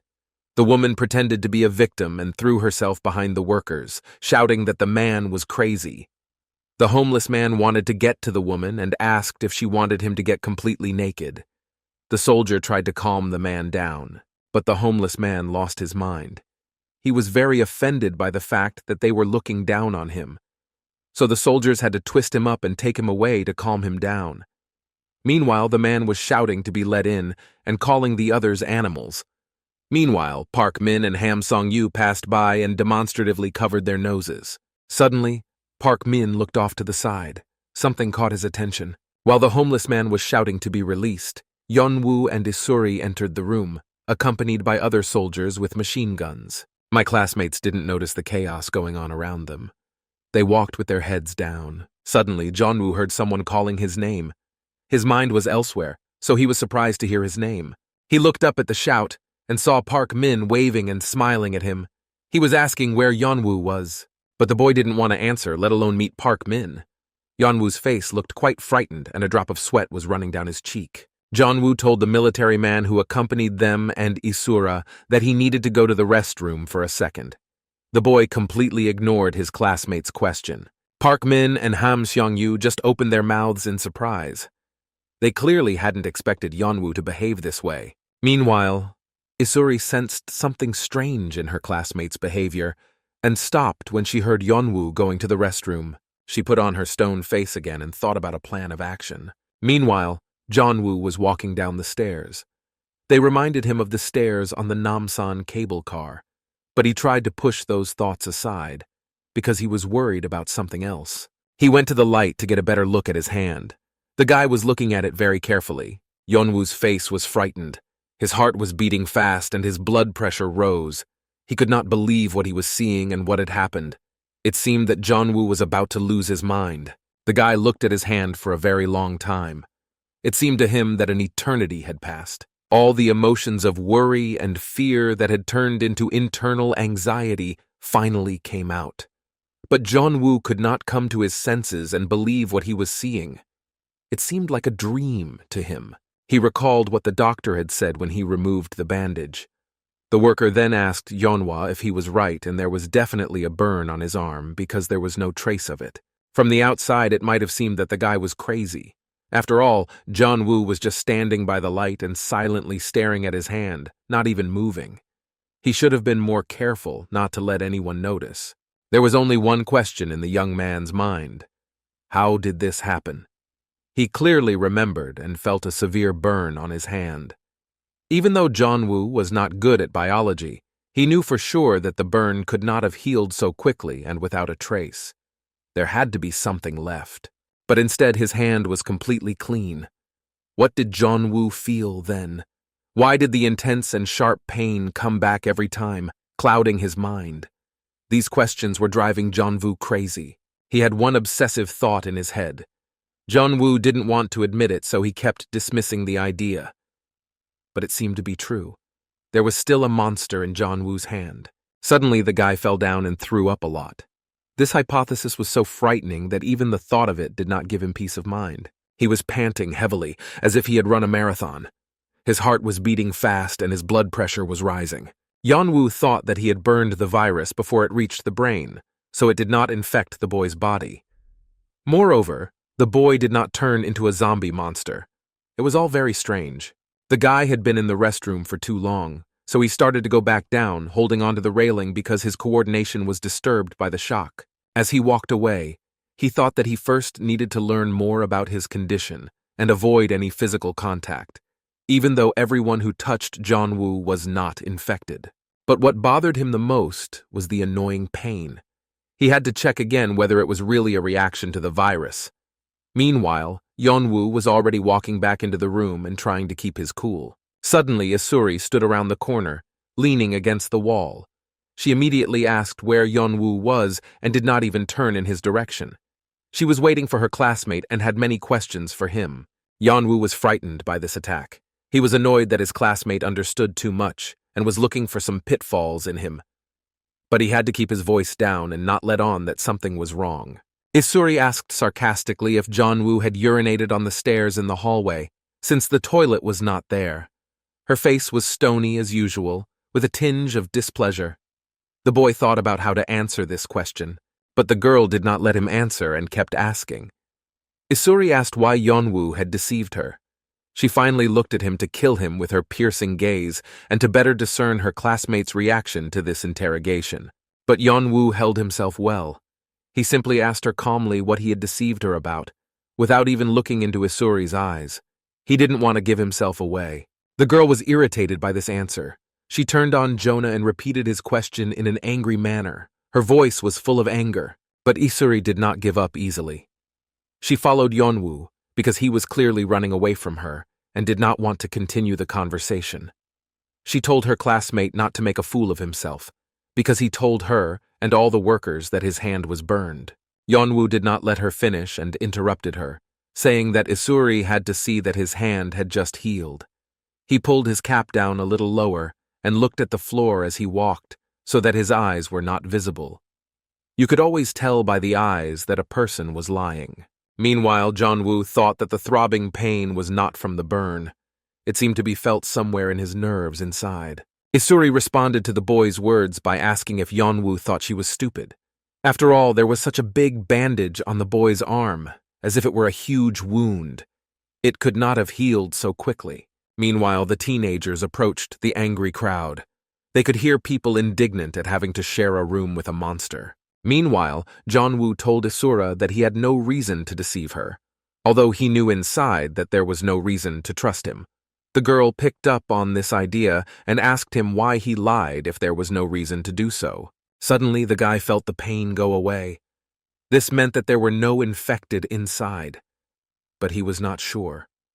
This theory was worth testing. Meanwhile, the military continued to deal with the violent homeless. His other friends stood up for the man. The situation was not resolved. Suddenly, Isuri touched her classmate's shoulder to show support and tell her that she could be trusted. Physical contact brought people closer together. But Yeon-woo's reaction to this was somewhat strange and only further confirmed the girl's theory that the boy was deceiving her and something was wrong. The teenager jumped up and pulled away from Isuri, shouting loudly for her not to touch him. Yeon-woo's hand even curled into a fist involuntarily. The girl could not stand this acting any longer and asked him directly what the guy was trying to hide from her and from everyone else. Yeon-woo was a very bad actor, so it was written all over his face that this question was right on target. He looked up with frightened eyes. Isuri's tone changed. She said that Yeonwoo himself understood that she could not and would not stand aside when she was so interested in something. Her stone face showed no emotion, only her mouth moved. Izuri threatened that if Yeonwoo deceived her again, she would kill him. She asked him again, clearly minting each word, why he had lied about his arm then. Her gaze pierced to the bone. Yeonwoo was stunned and did not know what to say. He just opened his mouth to avoid looking suspicious, but he had no idea what to say to Isura. The boy had already started a sentence. Suddenly, something made him stop. He again felt a humiliating sharp pain in his arm. It interrupted him, and the guy's eyes widened and his pupils narrowed. Meanwhile, the military abruptly entered the building. They seemed to burst in, with a crowd following them. One of the men in uniform loudly ordered everyone to disperse and move aside. This distracted both Yeonwoo and Isuri. The boy could breathe a sigh of relief, but the girl realized that their conversation had been interrupted and was not happy about it. The young man looked carefully at the crowd. He realized that the pain was caused by someone who had come with the crowd. Hit like for the next episode. Meanwhile, everyone was gathered in the hall near the stage to make an important announcement. People sat down below the stage and listened intently. Two men wearing masks and yellow shirts said that new quarantine protocols had been issued and wanted to explain the details. He went on to instruct everyone present to keep their distance and avoid physical contact in order to avoid being infected by those whose symptoms of the frog egg virus had not yet manifested. Park Min and Ham Sung-yu were among the first to sit down, but they couldn't stop looking at their phones. But the phrase about keeping a distance outraged them. They began to be indignant in one voice and said that it was impossible because the room was packed with people. Suddenly, something distracted Park Min. He heard a notification from his phone and looked at it. He was followed by others. Everyone started receiving notifications on their phones and they took turns pinging. It looked like the connection was back. Ham Sung-yu shouted to his friend about the class group chat. There were to be many messages from classmates. They had the opportunity to contact their friends and adjust their course of action toward the shelter. Park Min opened the app and entered the group chat. There were quite a few unread messages, and all of them were negative. Someone said that they were all going to die, and another student asked about not being able to find anyone and called him. Someone also sent a rather scary video. Park Min was horrified by what he read. Shivers ran down his spine. Ham Seong-yu read that Seo-young and Cha Hyunju were safe because they were on top of Mount Namsan. The guy was sincerely surprised by the girl's action and commented that it was quite smart to go up instead of down. Meanwhile, behind them, Yeonwoo was quietly sitting and listening to the conversation. Ham Seong-yu was talking about his classmate, Tae-in. It seemed that he had also been infected. This information saddened and angered Seong-yu at the same time. He went on to comment on his death. Thane was a good guy, even though he had a lot of dandruff in his hair. Meanwhile, Jeonwoo's ears perked up. He couldn't miss any information about Soyon and wanted to make sure she was okay and safe, but other thoughts also weighed on his mind. He could not forget that most likely someone among them was infected. His arm hurt for a reason. Someone had caused his pain. Park Min suggested counting all the surviving classmates. He wrote in a group chat to ask everyone to send in their location. But some of them didn't have cell phones. Suddenly, someone in the crowd wearing a blue t-shirt stood up and shouted at the workers in yellow shirts that the quarantine was useless. He said that someone was infected and they could not be calm in such conditions. He was supported by another man in a hoodie. He stood up and shouted that there were children here as well. He went on to threaten that if the workers did not take them to a safe place, the crowd would complain about them. But the man in the yellow shirt wasn't afraid. He said in a calm tone that he apologized for all the staff for the temporary inconvenience caused. He went on to say that the quarantine zone was already investigating the accident, so the audience had nothing to worry about. They were safe, as far as the situation allowed. The man in uniform continued that, based on an epidemiological study, an infected rat had entered the room. These words caught Jeonwoo's attention. He perked up his ears and listened intently. Meanwhile, his classmates were still on their phones. Yeonwoo ran the word rat over and over in his head. He found it quite strange and could not believe what he was hearing. Meanwhile, the worker continued to calm the crowd and said that the cause had already been identified, so they would try to make everything safer. Suddenly, Yeon-woo poked Isuri, who was sitting in front of him. The boy was very scared and asked if his classmate had heard what the man in the yellow shirt had said. He was panicking, you could hear it in his voice. Yeon-woo said that there were no rats in the corridor at the time. He asked if Isuri had noticed anything, but the girl behaved calmly, did not even turn to her classmate, and said that they would never say that they let an infected person into the shelter, so they made up another reason. But Yeon-woo panicked further. He asked if Isuri had also seen a person who had absolutely no contact with the virus suddenly turn into a zombie monster. Yeon-woo continued, his eyes wide. He hypothesized that perhaps some people did not convert immediately. It was something like an incubation period. Isuri had not yet returned to her classmate. She asked him calmly if he wanted to tell everyone present about it. There was a touch of irony in her words and voice. It seemed that she did not take Yeon-woo's experience as something significant. She went on to say that there was no point in doing so, because the workers would dismiss it as something that was ridiculous. She added that a dumb guy like Yeon-woo would say something like that. These words really hurt my classmate. His expression changed dramatically. He had trusted Isura in vain. Yeon-woo turned away from the girl and said there was no point in explaining anything to her, adding that he shouldn't have spoken to Isuri at all.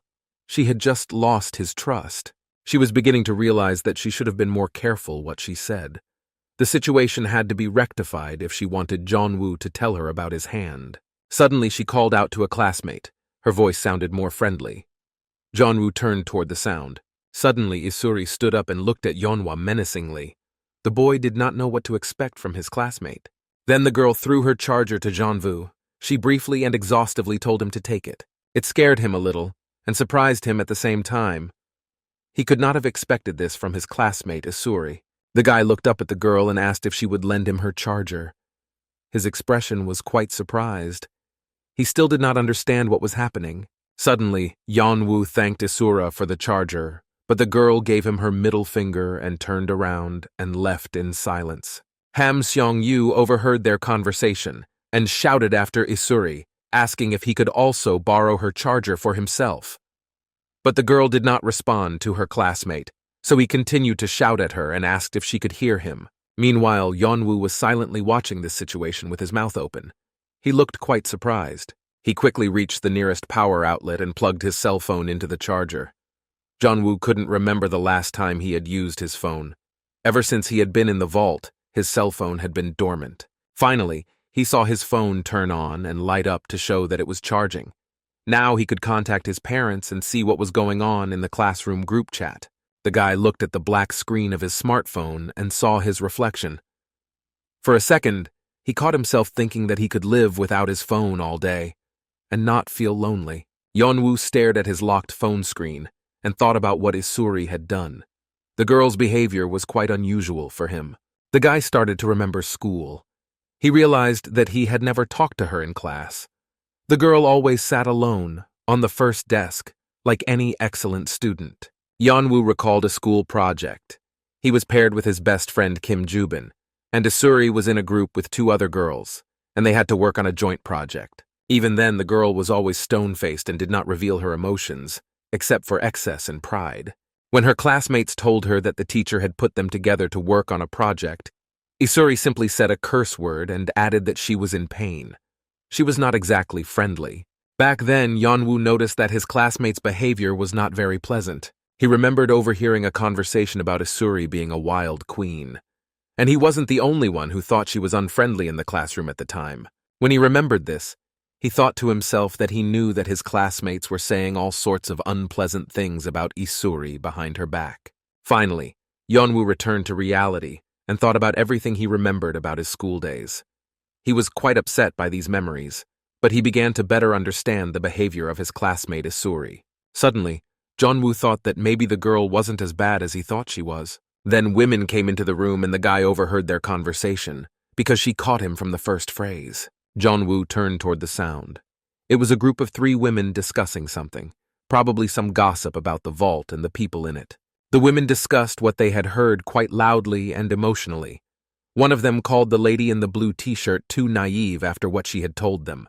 The lady in the center with the hat on her head told the woman in the blue t-shirt to repeat what she had just told them. She reiterated that the people who came with her to the shelter said that there was already someone here who was immune to the frog egg virus. At this point, Yeon-woo perked up his ears and listened intently to the women.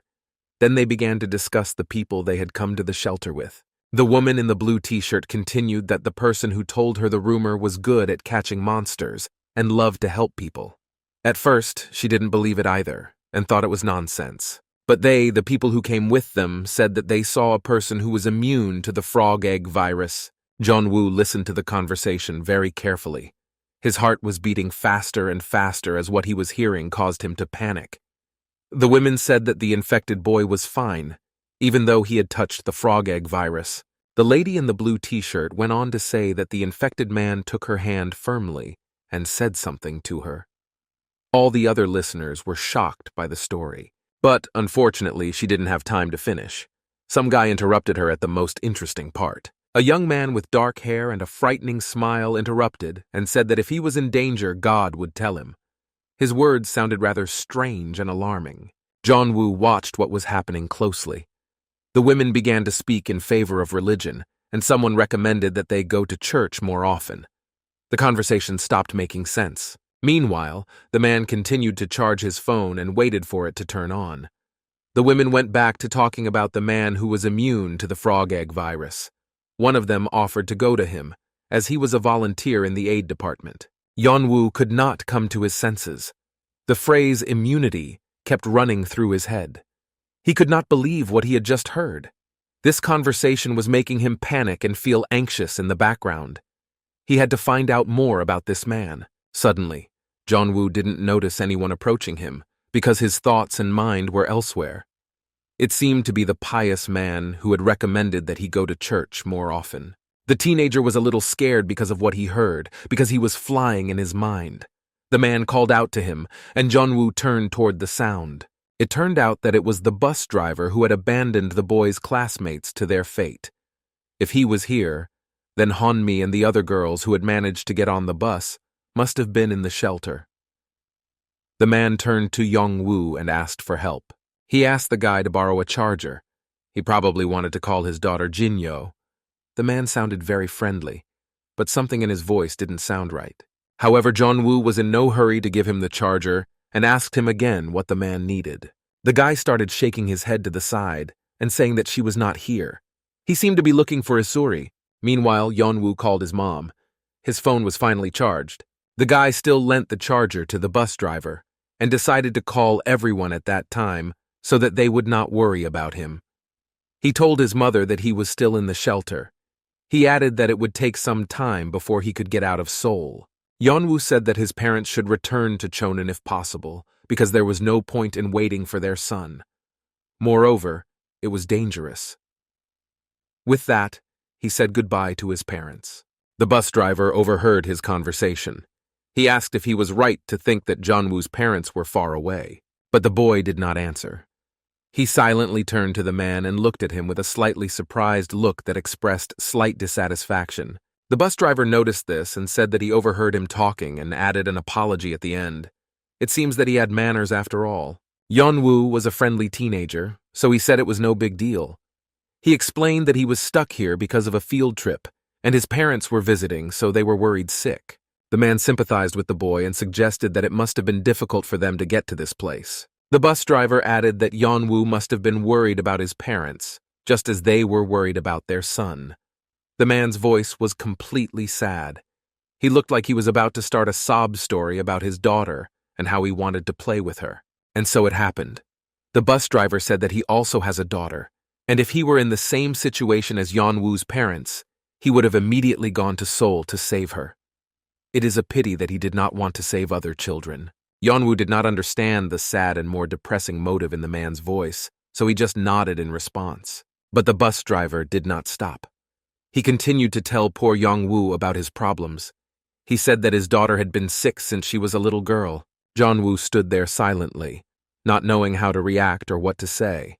But fortunately or unfortunately, the bus driver was not about to let him speak. He told him that his daughter Jin-yo had been hospitalized, even though she was only 9 years old. The man wanted to hear support from a teenager he didn't know. He seemed to be very lonely. Suddenly, the bus driver came to his senses and realized that he had been playing too much. So he apologized to Yeon-woo and closed the subject. But suddenly, the teenager also opened up to him. He told him that he had also been very sick when he was little. The bus driver's eyes widened at what he heard. Yeon-woo continued to tell me that he waited every day for his mother to return from work in the hospital room. His gaze was downward. It looked like he was sad to remember this. Suddenly, he turned to the man and looked directly into his eyes. Yeon-woo supported the driver and said that his daughter would definitely get better. The man laughed merrily after saying that, and said that the guy not only lent him the charger, but also encouraged him and gave him hope. Suddenly, the bus driver changed the subject to the excursion Yeon-woo was talking about. The man said he had heard about it from children who had fled Namsan. He asked again if Yeon-woo had come to Seoul. Suddenly, the boy's heart beat fast. He heard familiar words. It could not be a coincidence. The children the bus driver was talking about were his classmates. But the man did not continue this topic. His attention turned to the call from his phone. The driver's face changed dramatically. A wide smile appeared on his face, and his eyes widened with joy. He told Yeon-woo that it was his daughter who called him. The bus driver thanked the boy and said that he would return the favor. But he didn't specify what kind of kindness. The man abruptly stood up and walked away, happily talking on the phone with his Jin-yo, leaving Yeon-woo alone with his thoughts. The boy looked at the man and was in a stupor. Later, he had to find him and ask him about these children who were going on a field trip to Namsan. Yeon-woo headed into the crowd to find his classmates, including Isuri, to return her charger. The boy's mind was still filled with thoughts of the man who was immune. Yeon-woo thought that he might have been able to get a better idea of the pain in his arm if he had met the man. He remembered that he had to look for the emergency room. Suddenly, when the teenager looked up, he saw his classmate Isuri sitting on her phone. Yeon-woo went to her. The guy thanked her for the charger a little uncertainly and stammering and handed it to her. The girl didn't even turn to him. Suddenly, Isuri ignored Yeon-woo's words and asked him if he had seen anything. The boy's face was frightened because he expected aggression from his classmate, as he had after their last conversation. Instead, the girl turned to him and said that someone had sent him a message in their class group chat. She showed it to Yeon-woo. It was written by Kang Ji-hoon, the headman. He wrote that their company, which consisted of Seo-young, Kang-min, and a soldier, was near Namsan and hiding from a monster that was chasing them. He asked if anyone could help them. Yeon-woo read it and could not believe his eyes. His heart was beating wildly at the thought that So-young was alive. Although he was very angry with her, his feelings were stronger than anger. The boy's eyes widened greatly. He was overwhelmed with hope to see his beloved again, because she was next to Namsan. It was close enough. The story switched to the company that the bus driver had betrayed and left on the road. Kang Ji-hoon shouted out happily that he finally had a connection and could contact his classmates. Kang-min was also excited about this and started to pull out his phone to contact the others. But in any case, they had no idea what to do next. The company was hiding at a gas station. Behind the glass was a huge zombie monster that looked like a giant spider. It turned out that it was Gimson the cat. He was stalking the company and sensing his victims. They were looking through the glass at what was happening outside. The company had no idea what to do next or how to escape. The events shifted back a few hours, when they were running away from the cats that attacked them after the bus driver betrayed the company and drove away. They ran away as fast as they could. Fortunately, the zombie cats did not have time to infect anyone. The first thing they saw on their way to take cover was a mini-market. So without hesitation, the company decided to hide in it. The headman, Kang Ji-hoon, ran up first and started opening the door to go inside, while the soldier made sure that no monster followed him. Seo-young and Kang-min just looked away, but unfortunately the door was locked. It looked like no one was inside, so the company had to quickly find another shelter before the zombie monsters caught up with them. Although Kang Ji-hoon wanted to break down the door. Meanwhile, Kang-min spotted a gas station nearby where they could hide. It was very close, so the company had time. The boy told his classmate Kang Ji-hoon that if he broke the door, they would not be able to hide in the mini-market from the monsters. He suggested that they should hide in a gas station instead. The company had already started to leave, but Kang Ji-hoon offered to break down the door anyway and just take the food. But they talked him out of it. They left and didn't notice that someone was still inside the mini-market. Suddenly, the starosta turned around and noticed something strange that caught his attention. He carefully examined the floor of the convenience store. Something on it seemed rather strange to him. Some food was scattered on the floor. So, someone was inside and most likely covered themselves with chairs to prevent the monsters from getting inside. But Kang Ji-hoon ran after the others and didn't bother to find out what was in that strange mini-market. Kang Min ran first and said that they needed to get to the building as soon as possible. The events moved forward a few hours again, where Kang Min and Kang Ji-hoon were looking out for zombie monsters outside. They saw a cat that looked more like a giant spider. Luckily, the zombie monster didn't notice them and just walked around. The company also recognized the monster as Gimson the cat, who was the favorite of their rescuer, their grandmother. The soldier started telling me terrible things. He said that when they were running away, the man clearly saw that one of the cats that had been set on fire had survived. It seemed to be him. The cat was at the end of the gang, so the fire did not reach him. He looked so powerful and invincible then. It inspired fear in the military. Suddenly, something worse happened. The cat reached the corpses of other cats and stopped. The man felt that something very strange was about to happen. What he saw made his blood run cold. The cat started to release its white tentacles and merged with the corpses of other cats, turning into one big zombie monster. Everyone was scared when they heard this information. After all, when a cat merges with other corpses, it is not so scary, but a human monster could do it, and it would be much more dangerous. The cat seemed to sense that they were talking about him and looked at the gas station door and growled. The military man saw this and said that the zombie monsters were stronger than they had imagined and thought. Suddenly, the zombie cat opened its big, ugly jaw and growled. It seemed to notice the company behind the glass. Luckily, it was over. The cat turned away from the glass door and walked on. Kang Ji-hoon asked what it was and why the zombie monster was looking back like that. Suddenly, the soldier's expression changed dramatically. He began to understand the behavior of the zombie cat. The man came up with the hypothesis that the cat was trying to find them in this way. The zombie monster was indeed constantly looking around, as if searching for victims. He felt that they were somewhere nearby, because he was no longer chasing anyone. The military man said that if the cat followed them to the gas station and stopped, it meant that this zombie monster had a pretty strong sense of smell. Apparently, the zombie had skills from the victim it inhabited. But fortunately, the room was completely saturated with gasoline and various oils that had a pungent odor. So the soldier offered to wait inside until the zombie monster left them alone. Kang Ji-hoon and the soldier sat in the corners. Kang Min looked out the window and kept an eye on the situation. The starosta was obsessively trying to do something on his phone. It turned out that he was calling Hanma. The guy was very worried about what happened to her after that vile bus driver hit her in the face. But instead of the familiar voice of his classmate, Kang Ji-hoon heard an answering machine saying that the phone number he was calling was temporarily out of service. Kang Ji-hoon was unable to contain his emotions and swore out loud. The boy told his friend Kang Min that she did not pick up the phone. His classmate asked him who he was talking about. Kang Ji-hoon was very upset and scared. He had no choice but to write to the class chat to ask if someone could contact Hong Mi or call Hannah and Min-ju, as they were also on the bus. Suddenly, the guy could not stand it and screamed loudly in a mat, holding his head with his hands. His shouting attracted Kang Min's attention. Even a friend would not have expected such behavior from the elder Kang Ji-hoon. He swore that he would kill the damn bus driver if he caught him. The guy wanted revenge for Hanmi. It seems that he really cared about the girl. Kang Ming looked at his friend who was shouting at the top of his voice how angry he was and thought of something to say to support him. The boy recalled that Kang Ji-hoon himself had told him that even if the bus left, everything would still be fine. He ironically added that he was angry now, and it turns out that he didn't believe his own words. Kang Min had a smile on his face.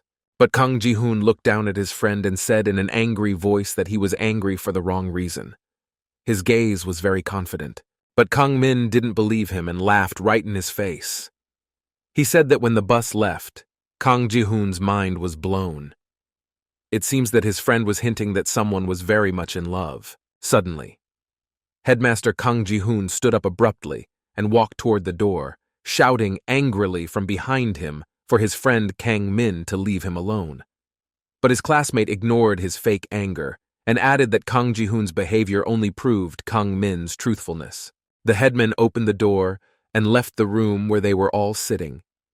Kang Min asked him where he was going. Did he really want to escape the conversation so badly? Kang Ji-hoon told him to go to hell and said that he wanted to look for some food because he was very hungry. The guy walked into the other room slowly, looking around. The chairs were upside down and the table was a mess. Kang Ji-hoon reached out to open one of the top drawers. He hoped that there would be some food in there, but instead, he just swore loudly that there was no food in it again. It seemed that this was not the first drawer.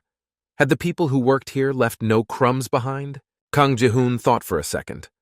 A situation was running through his mind. He couldn't control his emotions and keep from thinking about it. The guy remembered the moment when a lousy, disgusting bus driver beat his beautiful and innocent Hanmi. How she screamed and cried in pain. That raghead was hitting the teenager with all his might. Kang Ji-hoon's eyes were filled with anger. He couldn't contain his emotions. He wanted revenge right here and now.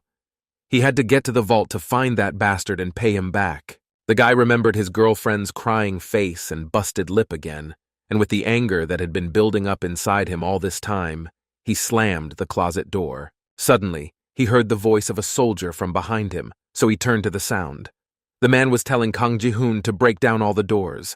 He was obviously saying it with irony. After that, he added instructively that if the guy was angry, he should go to the corner and get angry there. The soldier continued and asked if Kang Ji-hoon had forgotten about the monster that was looking for them outside. Surprisingly, the starosta didn't say anything, although he could have and wanted to start a fight. Perhaps then he would have released all his aggression, but the boy remained silent. Kang Ji-hoon simply turned around and wanted to leave the room, as he realized that the soldier was not going to leave. Suddenly, he was stopped by a man's question. He asked if all this behavior and aggression was because of that girl. Although the soldier did not mention her name, they both understood who he was talking about. Kang Ji-hoon turned sharply to the man and looked at him with an angry look in his eyes. The soldier was invading his privacy, even though Kang Ji-hoon didn't look like a person who liked to share anything personal. But the man wasn't afraid of him, so he asked if they had been close before, including in middle school. He remembered Hanmi telling him this. Kang Ji-hoon guessed that such precise facts could not be a hypothesis through observation. So he asked the soldier if it was Hong-mi who told him that they had been close. But the man was silent. He stood with his back to the boy and said nothing. So Kang Ji-hoon wanted to justify himself somehow and said that everyone was close to her, hinting that she was just that kind of person and had good communication with everyone. The guy continued to justify himself, but was unable to finish. The soldier interrupted him because he did not want to listen to this deception. He asked directly if the two of them had met before. This question caused Kang Ji-hoon's face to change dramatically, and without his answer, it was clear that the soldier had hit the nail on the head with his question. The man casually opened the door of a cabinet and wanted to take something out, making a rather long pause in their conversation, making it clear that Kang Ji-hoon would have to answer his questions. But the guy was silent, so the soldier bluffed and said that Hanmi had told him when they were making Molotov cocktails together. The man suddenly imagined these memories. He just asked if they were close. The girl was very nervous and answered yes, but then added that she had dated Kang Ji-hoon until middle school. The guy turned pale from this information, and drops of sweat ran down his face. It was obvious that he was embarrassed that the military man knew about it. Kang Ji-hoon replied that it didn't mean anything and it wasn't his business anyway. The guy was acting quite stupid, but that was because he had nothing to say. He was cornered. But the soldier's response surprised him. He said that he only wanted to help him. At this phrase, Kang Ji-hoon's pupils dilated and his eyebrows rose to his forehead. The man turned to look at his friend and added that he would help him find his so-called girlfriend or girlfriend. Meanwhile, Soyon sat in the room and watched through the glass what was happening outside. Suddenly, someone handed her a hot drink in a paper cup from a vending machine. He offered Soyon a drink. That someone was Kang Min. He scared the girl a little. She still couldn't get used to what had been happening to her all these days. The guy said that there was instant coffee. This gesture of kindness made the girl happy. She hadn't eaten for a long time, and a hot drink was perfect at that moment. A smile appeared on her face. Kang Min wanted to talk to his classmate. He asked her what she saw through the glass and then added whether she was afraid of the cats. The question was quite strange, but Seo-young realized that the boy was just looking for an excuse to talk. But the girl's mood was quite pessimistic. She was looking down. Her gaze was very sad, as if something had been weighing her down all this time, some obsessive thought. She started talking about something she wanted to do. It was clear from her voice that Soyon was up to no good. She said that she was a burden to her friends, especially since she was wounded. But the guy didn't let her finish and interrupted her. He said it was enough that they were already together. Kang Min asked if her thought was because of Kang Ji-hoon. He told Seo-young not to listen to the headman. The girl was silent. It was obvious that her classmates' words did not encourage her much, and she kept thinking about her stupid idea. Kang Ming noticed this mood and had to quickly think of something else to cheer up. He said that any time she was in a fight, she had a hammer with her. But Seo-young didn't understand what Kang Min was talking about, so he smiled and reminded her of the hammer he had given her on the bus. This brought a smile to the girl's face. It seems that Kang Min managed to cheer the girl up and improve her mood. The girl abruptly opened her purse and quickly started looking for something in it. And then she took out a small red hammer and showed it to Kang Min. Seo-young's expression became kinder and gentler. He was like that in school. She laughed and said that fighting with that hammer was like committing suicide. Kang Min was also amused by this phrase and said that Seo-young was holding it wrong. Meanwhile, Kang Ji-hoon came up to them and silently watched what was happening. He interrupted the fun of his classmates and said that he thought Kang Min was watching over their safety from the outside, but it turned out that he was talking nonsense. Seo-young's face changed dramatically, and it was clear that she didn't like the headmaster. Kang Min sensed this and realized that he had to support his friend, because she was already suffering from what Kang Ji-hoon had said to her earlier. He whispered to Seo-young to remember that if she listened to the headman, she would become a failure like him. Ji-hoon heard this and was outraged, but Kang Min abruptly changed the subject and said that he recalled that Kang Ji-hoon had written to the group's chat room and asked if anyone had replied to his message. But by the look on Kang Ji-hoon's face, he realized that something was wrong with the group. There was an air of anger about him. Park Min answered the boy and called him a freak. He was indignant that the chief had left Yeon-woo alone on the cable car. He called Ji-hoon an asshole and said that the boy shouldn't have done that. Park Min also added that Kim Ju-bin had sacrificed himself and died to save Yeon-woo. Kang Ji-hoon shouted to the others and told them to read the message from Park Min. So-young and Kang Min quickly pulled out their phones and opened a group chat. So-yeon's face changed dramatically. Her heart beat faster. She was overjoyed to hear the news because it meant that Yeon-woo had survived and she didn't have to blame herself so much for running away. Ham Song-yu added that he and Yeon-woo were in hiding. He asked if their company was now in Namsan and asked if it was revenge. Headmaster Kang Ji-hoon asked out loud if Ham Seong-yu wanted to die. He was very angry and did not understand what the two classmates were talking about, although Seo-young had repeatedly reminded him that they had indeed betrayed Yeon-woo and left him for dead. The boy almost miraculously survived. Suddenly, they heard a sound from outside. All three of them looked up to see what had happened. They heard someone screaming. The scream seemed to be coming from a convenience store. Kang Min was the first to ask what was going on. Kang Ji-hoon mentioned that he heard strange sounds of a box falling as they tried to get inside.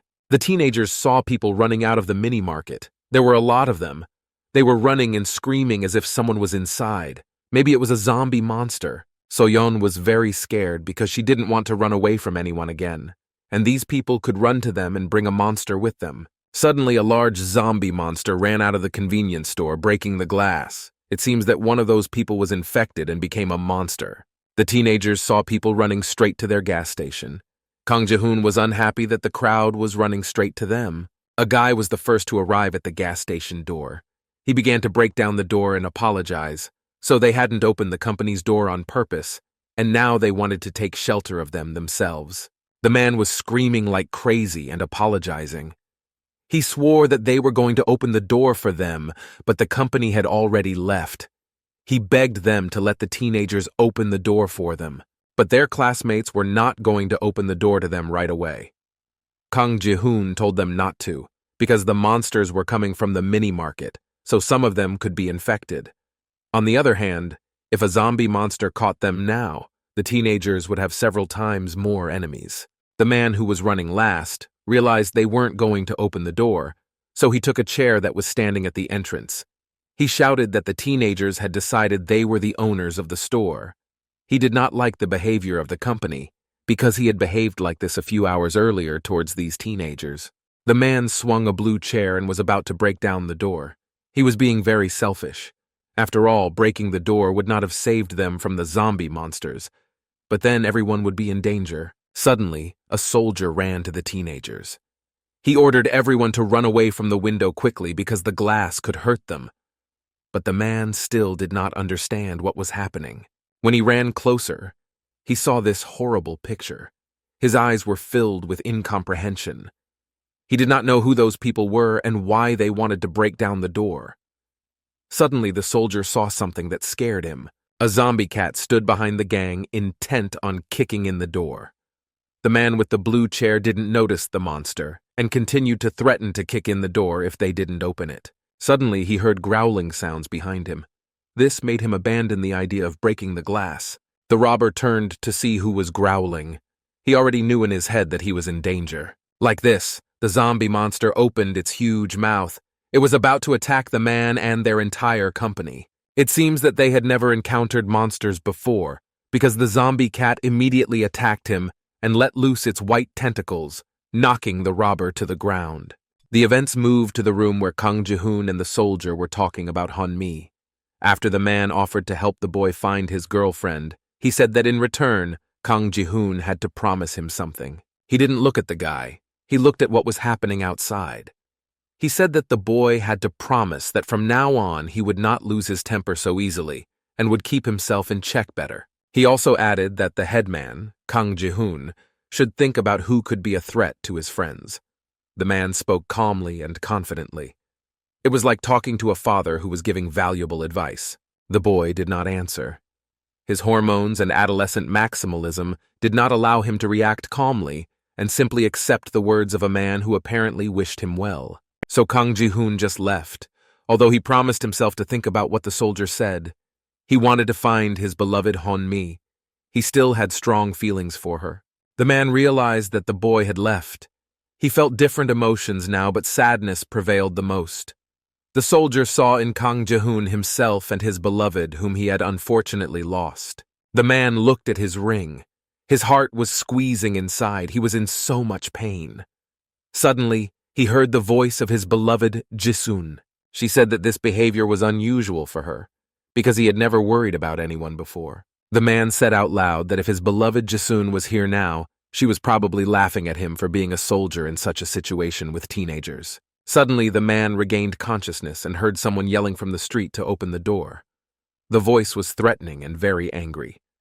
The soldier turned toward the sound and realized he had to run to help.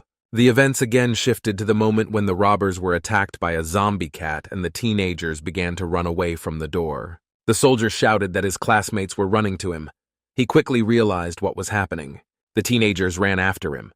The man seemed to know where the other exit was. They had to leave the room, because now there were at least 5 monsters around them who knew they existed. When the children ran into the room where the man was, the soldier was carefully examining what had happened outside and assessing the criticality of the situation. The girl hid behind a man in a striped sweatshirt. They watched their friend being eaten by a zombie cat. The woman asked what they should have done. Suddenly, they heard a soldier speaking to them. He was shouting for the 2 of them to run to him. The man could not leave them to die and shouted for them to run to him as quickly as possible, as it was very dangerous outside. But the couple stood in a stupor and did not move.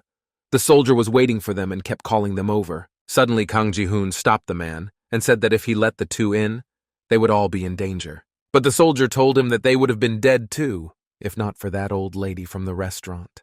He shouted at the guy that they shouldn't have helped these people then. Goodness must be repaid. Kang Ji-hoon looked at him with a serious look. His face showed an understanding of how selfish he had been, but the couple continued to stand there. The woman put her hand over her mouth in amazement. She could not believe what was happening, but the man seemed to be slowly moving toward the entrance. He had to save himself. Finally, he yelled to his friend Miju to run after him. Then the pair began to run, but a zombie cat noticed this. He didn't want to kill his victims. Suddenly, the monster opened its mouth again and screamed at the steam. It released its tentacles on the fugitives. The woman covered her face with her hands to avoid seeing what was happening. They were not as fast as teenagers. Kang Ji-hoon noticed a fan on his wall. Without hesitation, the guy grabbed it and threw it at the zombie monster. Thus, he saved the couple from certain death. The soldier was shocked by this act of his new friend. Kang Ji-hoon was silently shaking his head. The guy was really a good shot, because he hit the target and saved the couple. He noticed that the man was staring at him, so he asked what the problem was.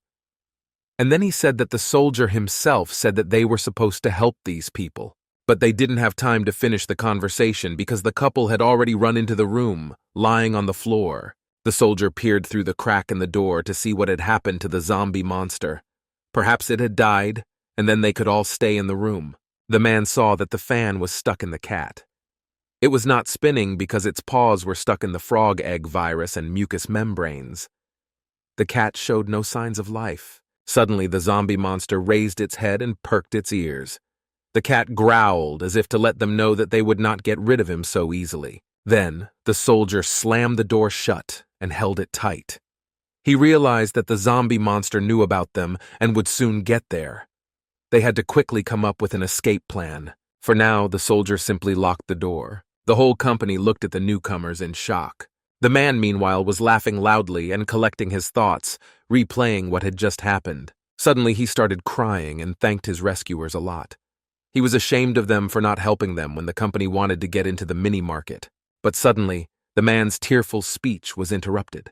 Everyone turned to the door because they heard some sounds from the other side. Someone tried to open the handle. It seems that the zombie monster got to them faster than they could have imagined. The soldier reacted quickly, so he propped the door up with himself, holding it securely. The man loudly commanded them all to bring something heavy to him quickly. Then the soldier would be able to block the door. After all, if he let them go, the zombie monster would most likely get inside. But the teenagers were a little stuck, because they could not get over the previous incident. Then the soldier once again told them to think faster. Still, the man was very professional, and this helped him to react quickly in such extreme situations. Thanks to him, the company was still alive. The teenagers quickly came to their senses and ran to find something heavy to prop up the door with. Kang Ji-hoon immediately grabbed the refrigerator and shouted to Kang Min to help him. But he said that he had his hands full because he had grabbed the water boiler. These were probably the heaviest objects in the room. Everyone wanted to escape so badly and not let the soldier down. A few minutes later, there was already a pile of heavy objects under the door, and loud gasps were heard. Everyone present did a good job. They propped up the door with a refrigerator, a heater, a water boiler, a freezer, and many other items. The monster could definitely not come in now. For a few seconds, everyone stood silently and looked at the door to see and hear if the monster could enter. Suddenly, instead of a zombie monster, they heard a woman crying. She covered her face with her hands. A man named Seongchul Oppa immediately approached her. He tried to calm his friend Misha down. He hugged her and said that he would protect her no matter what. But the girl still cried a lot. She could not bear the loss of her friend. It seems they were quite close. Like here, the soldier asked if they were okay. It was impossible not to notice the girl's despair. The man expressed his condolences and said he was very sorry for what had happened to their friend. Seongchul just nodded. He was also grieving, but he kept all his emotions inside. Here, the soldier asked whether the couple was also going to the shelter and with this phrase seemed to invite them with him. But, surprisingly, the couple knew about the shelter, and the man said that they were also going there, but wanted to rest a bit before reaching the shelter. He also added that all the local people were in that shelter. Suddenly, Kang Min spoke up. He said that the distance from the gas station to Seoul station was less than 1 kilometer. It was close enough, so most likely everyone had evacuated long ago. At the same time, the guy was looking for something on the table. Kang Ji-hoon noticed this and asked what his friend was doing. Kang Min replied that he was looking for something useful and continued to look for something. The headman asked another question, whether it was really that important in this situation. Kang Min didn't even turn to his friend and just did his own thing. He thought that Kang Ji-hoon just wanted to hit on someone. Suddenly, Kang Min made a triumphant sound. It seems that the guy had found something after all. He opened a drawer in his desk, which contained various office supplies: scissors, glue, a stapler, tape, and a book. Kang Min shouted happily that he had found something. His voice sounded triumphant, as if he had won the lottery. This time it had to be something better than a small hammer. Suddenly the guy picked up the key and jingled it merrily. Kang Min shouted for everyone to look at him and showed him what he had found. The boy seemed to think it was a car key. Kang Ji-hoon picked up on his friend's joy and gave him a thumbs up and told him he was doing well. Kang Min said they were now able to get to the shelter more or less safely. He asked if it wasn't wonderful. After all, no one was as happy as he was. Suddenly, he heard something strange, a sound, so he looked down to see what it was. Suddenly, all his joy disappeared as frog eggs began to crawl out from below, spreading the virus. They were right next to Kang Min's leg. Suddenly, everyone jumped up quickly and screamed. Kang Min jumped away from them because it seemed that the eggs could sense the boy's presence, so the virus released its white tentacles at Kang Min. A zombie monster began to crawl out from under the rubble. It simply turned into a liquid and somehow got through all the objects and into the room. The first to react, as always, was a military man. The man shouted for everyone to disperse, took a chair and swung it to break the window and escape from the room and the monster. Everyone started to climb out through the hole one by one. Kang Min and So-young went first, followed by the soldier, and the last were a couple of newcomers. Meanwhile, the monster was getting deeper and deeper, leaving its slime all over everything. Kang Ji-hoon was the first to get down to the ground. The height was not high, but it could have been an obstacle for So-young because of her leg. But everyone managed to jump out of the window. The first guys ran the fastest to find the car and open it. Kang Min reacted quickly and looked at the keys he was carrying. He looked closely and shouted happily that it was a Honda, because this sign was painted on the keys. This would have helped them greatly in their search and narrowed down the range of options. But unfortunately, all the cars in the parking lot were Honda. The soldier said so and added that they should keep running, because at this rate, they would not find the car they needed. Suddenly, as the soldier was running, he noticed something that made him stop for a second. He turned his attention to a large Honda car. The man thought it was this car, so he ran to it and asked Kang Min for the keys. It turned out that the keys did fit the car. The man got behind the wheel, although he did not say he knew how to drive, and started the car. The soldier shouted to the others to run to the car and get in. With it, they could get to the shelter quickly and relatively safely. 3 people were left, So-yeon and the newcomers Mi-ju and Seong-chul Oppa. Suddenly he noticed something. What he saw was not good. A zombie monster was flying behind the runners. Mi-ju's wife was the last to run and complained that it was too far and she couldn't keep up. The military man immediately shouted to warn them that a zombie monster was running behind them. He shouted as loudly as he could because he was sincerely worried about his friends. Everyone turned around to see what the danger was. Kang Min had almost climbed into the car in the meantime. Suddenly, a zombie monster attacked someone. Unfortunately, Mi-ju didn't have time to escape and was captured by the ugly giant's tentacles. Seo-young and Seong-chul Oppa put their hands over their ears in fear. The woman screamed and begged for help. Oppa turned to the girl's scream. She was calling his name. Mi-ju was screaming for him to help her. She didn't realize that she was actually dead and had to give her friend a chance to escape. For a second, Seong-chul Oppa stopped and looked at his friend and what the zombie monster was doing to her. But the man ran on. He was crying because he had just lost his second loved one in an hour, but he realized that he had to save himself. His heart was clenching from helplessness. Meanwhile, the teenagers all managed to get into the car. Suddenly, they were startled by the man's scream. They all turned to him. Seong-chul Oppa shouted out the window and told the soldier to start the car quickly.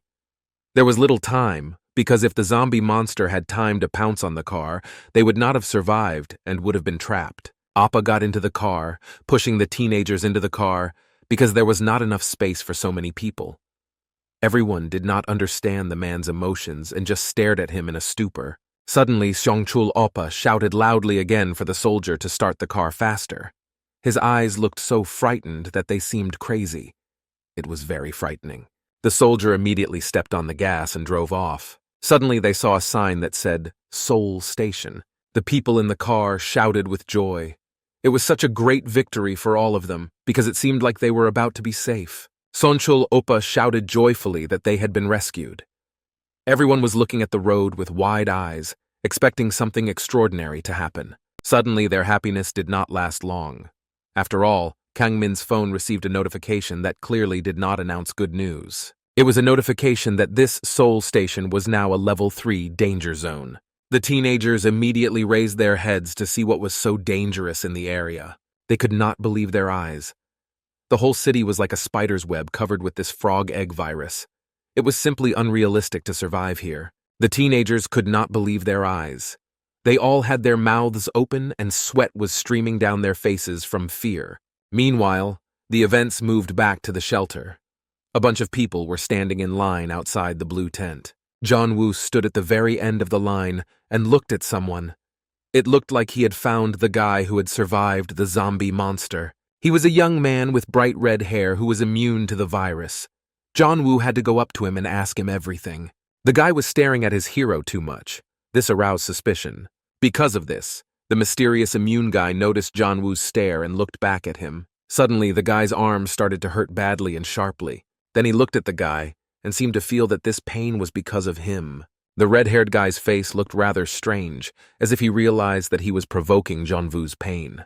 Meanwhile, Seoul Station was completely covered in slime and white frog egg virus. Suddenly, one of the monsters stood up and growled loudly. Suddenly, I heard a loud sound of the wheels breaking on the asphalt, followed by a loud and dull thud. The car in which the company was traveling began to lurch from side to side. It was skidding because it had hit a zombie monster. The people inside were not wearing seatbelts and were thrown around the cabin with the car. The soldier shouted at them to hold on better. But fortunately, the man was able to steer the car and simply hit a zombie monster that wanted to attack the company. The soldier looked in the rear view and saw the zombie monster lying unconscious. Perhaps he had knocked it to death, which meant that they could be defeated by force after all. But the adventures did not end there, and Seongchul Oppa shouted to Mr. that there was another obstacle in front of them. The driver braked hard, so all the passengers leaned forward. In front of them was a pile of cars covered with white slime and the frog egg virus. Suddenly, another monster stood in front of them. It was bigger than the one the soldier had just shot down. The man realized that they were trapped and did not know how to get out of it. He had to act quickly and most likely turn around or get out of the car. But the soldier decided to act differently. He stepped on the gas and turned the car around. All the passengers in the car were hit in the side. The man continued to turn. His plan worked, and he simply shot down a zombie monster that most likely intended to attack them. The monster rode on the ground and ended up in the back of the car. It got hit a lot, but the car survived and didn't get any viruses. They didn't have time to stick to it. The soldier turned the car around again, but in the other direction. The passengers inside were already thrown to the other side. Kang Ji-hoon lost his footing and hit his head on the front of the car. He may have been injured or wounded. The soldier turned the car around and drove onto the oncoming lane. He was about to crash into the yellow car, but managed to dodge it. It seems that the man still had a license and knew how to drive a car, and very well. But still, the rearview mirror is a military one. But the owner will not be angry, because most likely he was not alive anymore. Seongchul Oppa told the man that he was going the wrong way. He replied that there was no other way. He had to do what he did. The soldier asked Kang Min, who was in charge of the map, how far they were from the shelter. The guy replied that they were almost there. They had to keep going straight, and then they would reach the shelter. Suddenly, Kang Ming saw something in the window that made him ask to slow down. He pointed somewhere through the window, and all the passengers looked at what Kang Min was pointing at. He pointed to a blue bus with people on it. The soldier stopped abruptly, and everyone was thrown forward. They all looked closely at the bus with people to see if it was also stuck because of the monsters. The company saw that the people on the bus were still alive and showing signs begging for help. Kang Min said that these people were alive and added that he would feel guilty if he pretended not to see them. Kang Ji-hoon told him to shut up. Suddenly, Sonchul Opa yelled at the soldier. He asked what was happening to him. The man looked at him to see what was wrong. He yelled at the man and asked why he started stopping. The whine was that Sonchul was very much afraid of everything and didn't want to take any risks. The man was shouting at the soldier very loudly. His face looked so crazy. He said that the soldier had gone completely crazy because the shelter was right in front of them. He added that they were just supposed to get to a safe place. The soldier looked at Sonchul Opa with a strong lack of understanding. It seemed that their values did not match. But according to this logic, the company should not have rescued this man and his friends. Suddenly, the voice of his fiancée sounded in the soldier's head. In her memory, she begged him to go to a safe place. He recalled how his beautiful bride screamed at him on the cable car to go without her because she was being consumed by a monster. These memories were very painful for the man. The last thing he remembered about her was her look. Eyes that were about to fill with tears, because the bride realized that this was their farewell, and she was leaving her beloved alone to grieve. This was not how they had imagined their married life. Suddenly, the soldier opened the door and just ran away. Kang Ji-hoon shouted after him and asked where he ran to. The man did not even close the door behind him and did not say a word. He just realized that he had to save these people. The soldier ran to the back of the car. There was a rope and some devices there. He stood back and looked at the instruments and quickly figured out what to do next. He had to act very quickly because the people on the bus were probably hiding from the monsters. Kang Ji-hoon shouted at the soldier. He thought that the soldier was acting absolutely stupidly and putting them all in danger. The headman shouted at him, but it was useless. The man was going to finish his job to the end.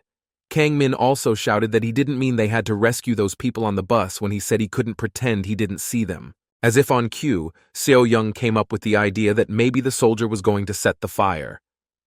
Kang Ji-hoon looked at her. His look said that he had just realized everything, as if he had solved some difficult problem. Soyon realized this and added that there was fuel in the truck the company was traveling in.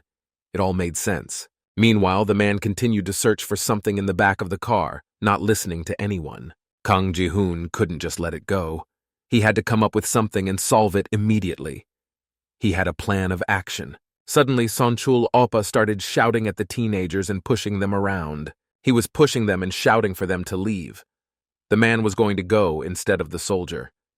Did he really want to leave him alone like that, even though he had recently saved his life?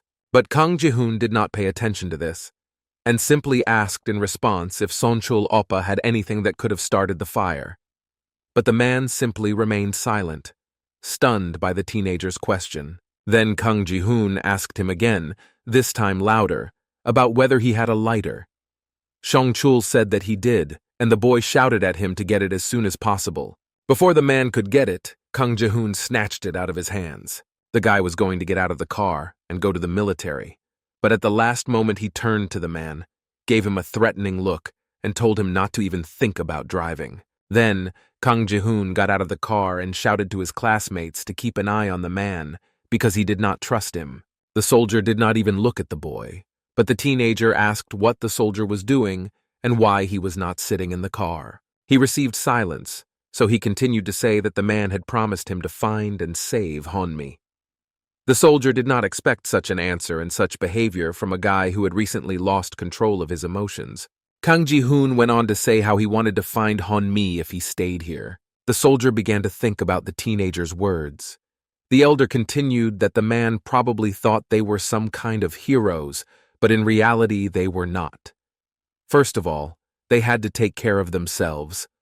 Unfortunately, they could not save everyone. But the soldier's response surprised him greatly and made him go into a stupor. The man apologized to him. He raised his head, looked Kang Ji-hoon in the eye, and said that he did not expect them to understand him. With his words, he seemed to make it clear that the company could go on without him. The soldier just walked away from the guy. He took the hose and ran to the bus with people. He shouted to them that he would help people get out of the bus and save them all. People looked at him as a savior. He was their last hope. The man shouted that he would pave the way with fire, and people just had to wait a little bit. One of the women on that bus looked at him rather surprised. Suddenly, she screamed loudly, closed her eyes, and put her hands over her ears. Was it the soldier's words that affected her so much? Suddenly, the woman told the soldier to turn around because there was someone behind him. The man was already scared, with drops of sweat running down his face. But he still turned around, and what he saw made his eyes pop out of his head. The soldier expected a lot, but definitely not this. On top of him was a big pile of zombie monsters that had already spotted him. To deal with them, it was necessary to burn the entire bridge, and possibly more. One of the zombie monsters growled, making itself known. One sharp movement and he would be down, and there was nowhere to run. Meanwhile, the teenagers Seoyoung and Kang Min, who remained in the car, tried their best to stop Seong-chul-op from driving. They shouted at him, but the man was not going to stop. He was acting very selfishly. So-young decided to see how Kang Ji-hoon and the soldier were doing, but this picture did not make her happy. She loosened her grip a little. The girl shouted to Kang Min to look at the monsters that were already attacking the soldier. He had nothing to defend himself with, because Kang Ji-hoon had the lighter. The teenagers were distracted and didn't hold Seong-chul-opa as tightly. Soyon said they were supposed to help a soldier. The man saw what was happening and panicked. His heart was racing and he did not want to risk his life for anyone. So he took advantage of the moment when the teenagers let go of him and simply kicked his two friends out. He did it with all his strength, absolutely ruthlessly, and shouted at them to get out. Meanwhile, the zombie monster was about to attack the soldier. The man stared at him in a stupor. Because there was nowhere to run, he could only fight and quickly come up with a plan of escape. Suddenly, some yellow liquid poured onto the zombie monster, preventing it from attacking first. It turned out that the man was pouring gasoline on the nasty giant to save himself. The man acted quickly and decisively, and did not seem to panic at all. It was clear that the soldier felt like a fish in water. He was looking at the monster which he had poured gasoline all over and stalled a bit. Suddenly, the man realized something important. The soldier realized that he hadn't brought a lighter, and now the zombie monster would just attack him, and then the man would be finished. He let himself, his company, and the people on the bus who were waiting for him to be rescued. Because of his haste and rash actions, the soldier gave the monster the opportunity to pounce on him. It opened its huge maw and lunged at the man. But the soldier's reaction was excellent. So he quickly jumped away from the zombie monster, and it did not have time to attack or hurt him. The man immediately started running away. Meanwhile, the zombie monster fell to the ground, so the soldier had a little time to quickly find a lighter and finish the job. But unfortunately, the monster recovered quickly enough and was about to strike back. The giant threw its nasty tentacle at the soldier and screamed. Meanwhile, the man was running away, shouting back at him to turn around. The people on the bus were closely watching the fight and trying to help their rescuer in some way. It turned out that Kang Ji-hoon was running to the man. He shouted at him because he wanted to give him the lighter. The boy raised it above his head and shouted for the soldier to run to him, because the teenager could not keep up with him. The man noticed this and was happy. Half the job was done. All that was left was to set the monster on fire and save the people from the bus. Kang Ji-hoon swung to throw the lighter, because time was running out. The guy was sharp, so he didn't worry about her. But the guy changed his mind about quitting. He said loudly that he would finish the military's work. His eyes became stern again and he gained courage. Meanwhile, the man was about to be overtaken by a monster. It was literally a meter away. Time was running out. Kang Ji-hoon decided to run towards the soldier. He was shouting at him that he was coming to him, and it looked like he was going to set fire to a giant zombie monster. The man shouted at the boy to see if he still remembered how to throw a Molotov cocktail. He wanted to remind Kang Ji-hoon that the fire had to break first, but the guy told him to just run away as fast as he could. After all, Kang Ji-hoon had just been the one to take care of them last time. The guy swung hard and threw the lighter on the floor. It immediately broke and started burning. Like here, there was a pretty big explosion. The lighter exploded and created a fire that ignited the zombie monsters. But the guy and the soldier were simply thrown back and fell to the ground, hit by the shockwave. They lay on the floor and watched as everything caught fire. Kang Ji-hoon did it all. He saved the soldier. The friends were lying there, laughing loudly, assessing the consequences of their actions. They started swearing and saying that they were literally one step away from death. The guys miraculously survived. Meanwhile, all the monsters were burning. Suddenly, they heard familiar voices and turned toward the sound. Someone was running toward them and shouting the boys' names. It was Kang Min and So Young. The boy was cursing and coughing heavily. The girl was running after him and was also barely breathing. The company saw their car with gasoline drive away, and Sonchul Oppa was inside. The man looked in the rearview mirror and saw the confused faces of his rescuers. The bastard justified himself out loud and said that he had no other choice. He still felt guilty, but said he didn't want to die. This was the second time the company had saved someone who betrayed them later. If it wasn't for them, Seongchul Oppa would have died at the gas station. Kang Ji-hoon and the soldier just watched their car drive away and did not understand anything. Suddenly, they noticed that the handle from which the soldier was pouring fuel was coming out of the pen. It had caught fire from the fire that Kang Ji-hoon had started. The pen lit up more and more. Suddenly, the man began to realize what was about to happen. The car in which Sonchul Oppa was fleeing was about to catch fire because the cable was burning further. And since there was gasoline inside, the fire spread quickly. Suddenly, there was a very strong explosion. In a matter of seconds, the car caught fire. The shockwave was so strong that everyone was thrown to the ground. Soyon covered her face with her hands and fell to the ground. No one expected this to happen. The explosion was so strong that it was visible even from the rooftop. The fire was spreading more and more, engulfing the entire space. If there were any people near them, they would have heard the explosion. All the teenagers were lying on the ground. They were thrown to the ground by the shockwave. The soldier was the first to regain consciousness, stood up and asked how the others felt. Suddenly, other people responded to his voice. The man was coughing loudly because there was more and more smoke, and they were right at the epicenter of the explosion. The soldier heard someone running up to him. Two men in yellow uniforms with assault rifles and bulletproof vests were running toward the company. One of them was shouting on the radio to the headquarters that they had found survivors in the area of the operation. The soldier looked up to see these people. Although his mind was still foggy, he clearly realized that they would finally be safe. He had saved these teenagers, and at the same time, the people on the bus. The man could be proud of himself. Finally, the men in uniform found the company and asked if he was okay. They said they would accompany them all to a shelter. Finally, they found him, and he would be safe. Life was starting to get better. The events moved to the shelters. People just sat there and went about their business. A couple was sitting together. The man was sleeping, and the girl was guarding his sleep and was on her phone.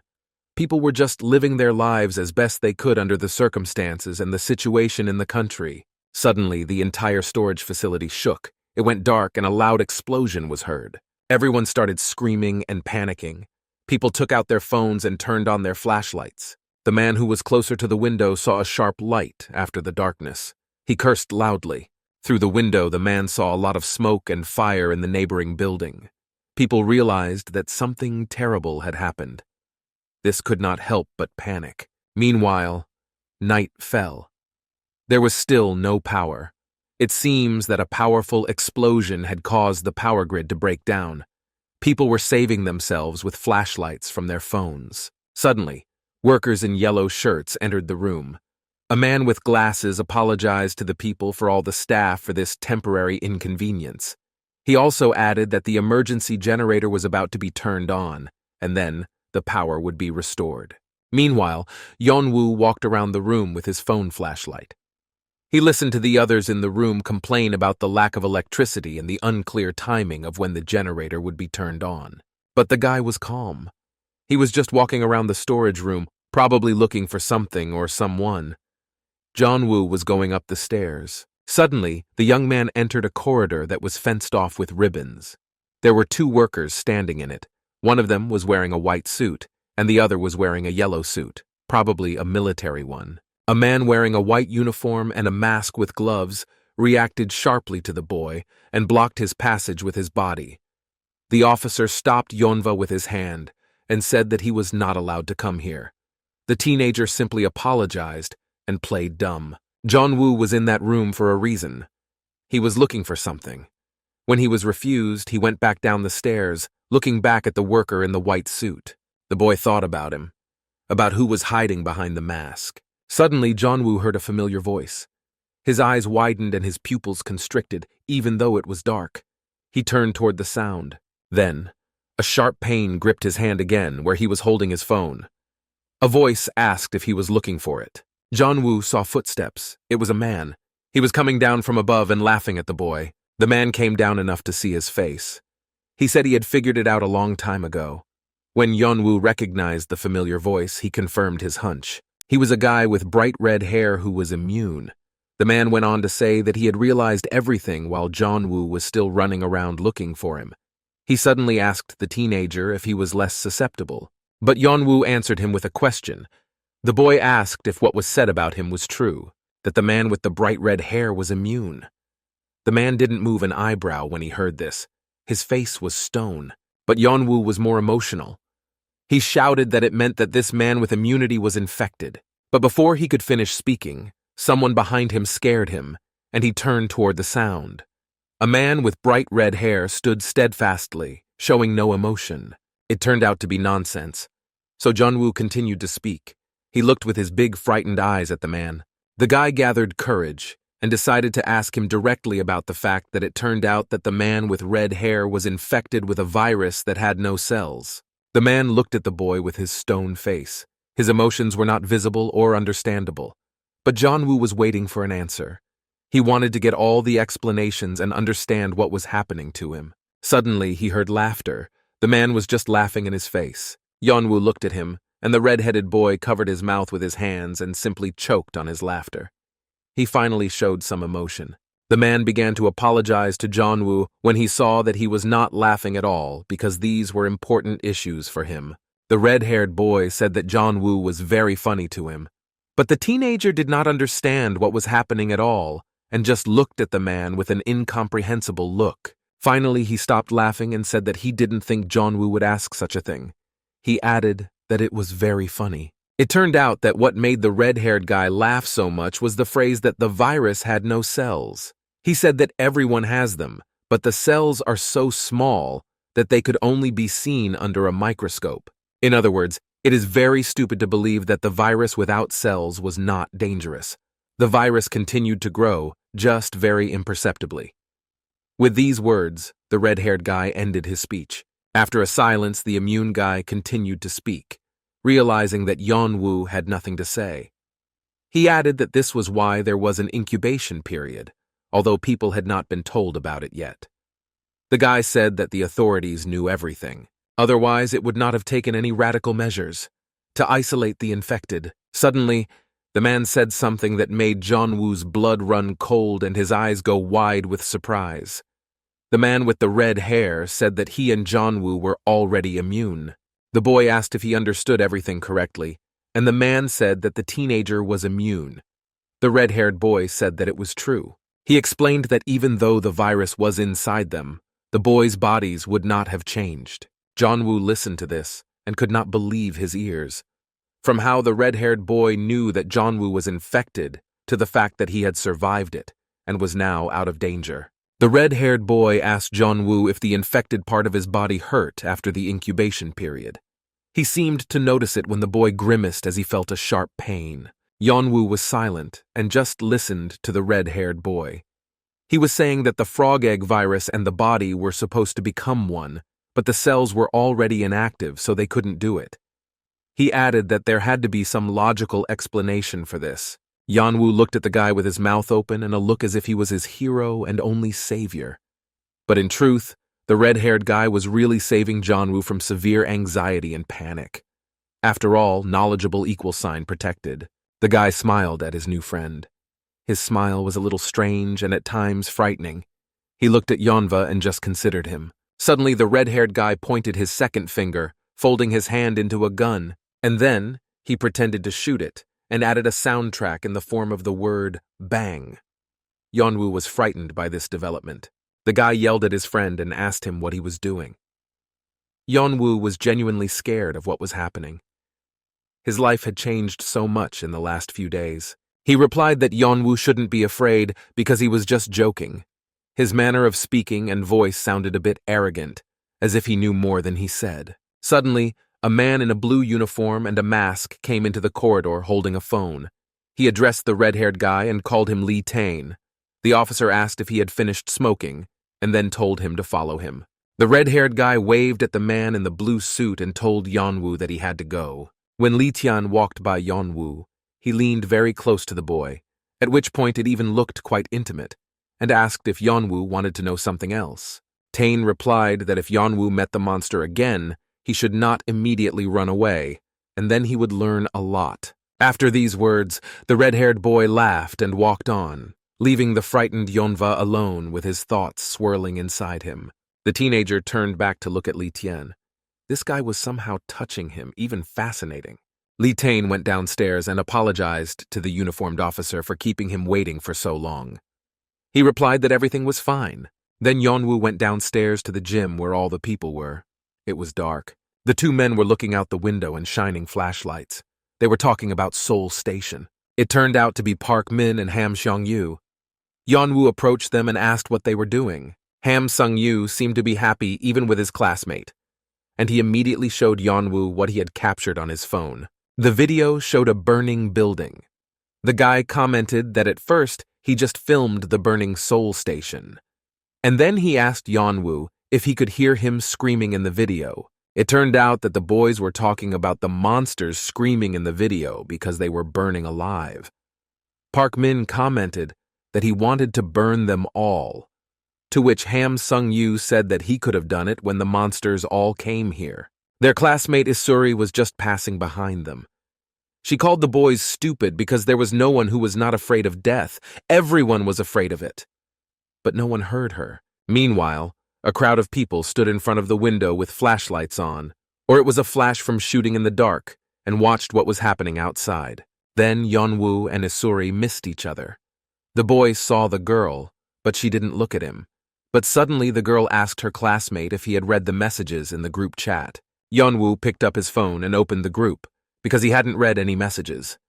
It looked like there was something interesting there. The report said that Park Min asked Kang Ji-hoon why he had left Hongmi. The boyfriend added a question about how he must have left the girl when he ran away. Park Min intentionally spread this rumor. Park Min overheard Yeon-woo and Isuri talking, and commented that those who betray their friends are not worth a penny. The guy said this with a smile on his face, as if he was supporting Yeon-woo, even though they both knew and remembered that Park Min had betrayed his classmate with Sojo. He probably hoped that Yeon-woo had forgotten about it, but their conversation was interrupted. Suddenly, two men looking out the window shouted that everyone should immediately look at what was happening outside. Outside the window, the rescuers were taking someone out of the ambulance on a stretcher. Events began to develop quickly. Several workers in white and yellow suits were carrying a man. They shouted for everyone to disperse. An employee who had been in the shelter the whole time asked if he was seriously ill. He seemed surprised that he was brought to the shelter. The man in the white uniform replied that there was no place to put him in the isolation room. Classmates stood behind everyone and watched as new people entered. Ham Sung-yu asked who they were and rejected the hypothesis that they were survivors of the explosion. Someone said they were lucky. Then, in the crowd of people, they began to notice familiar faces. Ham Sung-yu was the first to notice and react. He screamed because he could not believe his eyes. Kang Ji-hoon, Kang Min, and Soyon entered the room. They were all covered with bandages, probably because of burns from the explosion. Soyon then told Kang Min that even the hammer was useless. They still managed to get to the shelter. The two classmates smiled at each other. Everyone was happy that the nightmare was finally over. Yeon-woo saw his beloved Soyon. His heart was painfully tight, as if someone was stabbing him with a knife. He was experiencing such a storm of emotions that he thought he was about to burst. Then, Kang Min spotted Yeon-woo and shouted. They all did not expect to see each other. So-young heard her classmate scream and looked up. She saw Jeonwa. She was afraid of this meeting the most. At the same time, So-yeon was so happy to see that Yeon-woo was alive. It felt like time stood still for a moment, and everyone was walking in slow motion. They looked at each other, and no one knew how to react.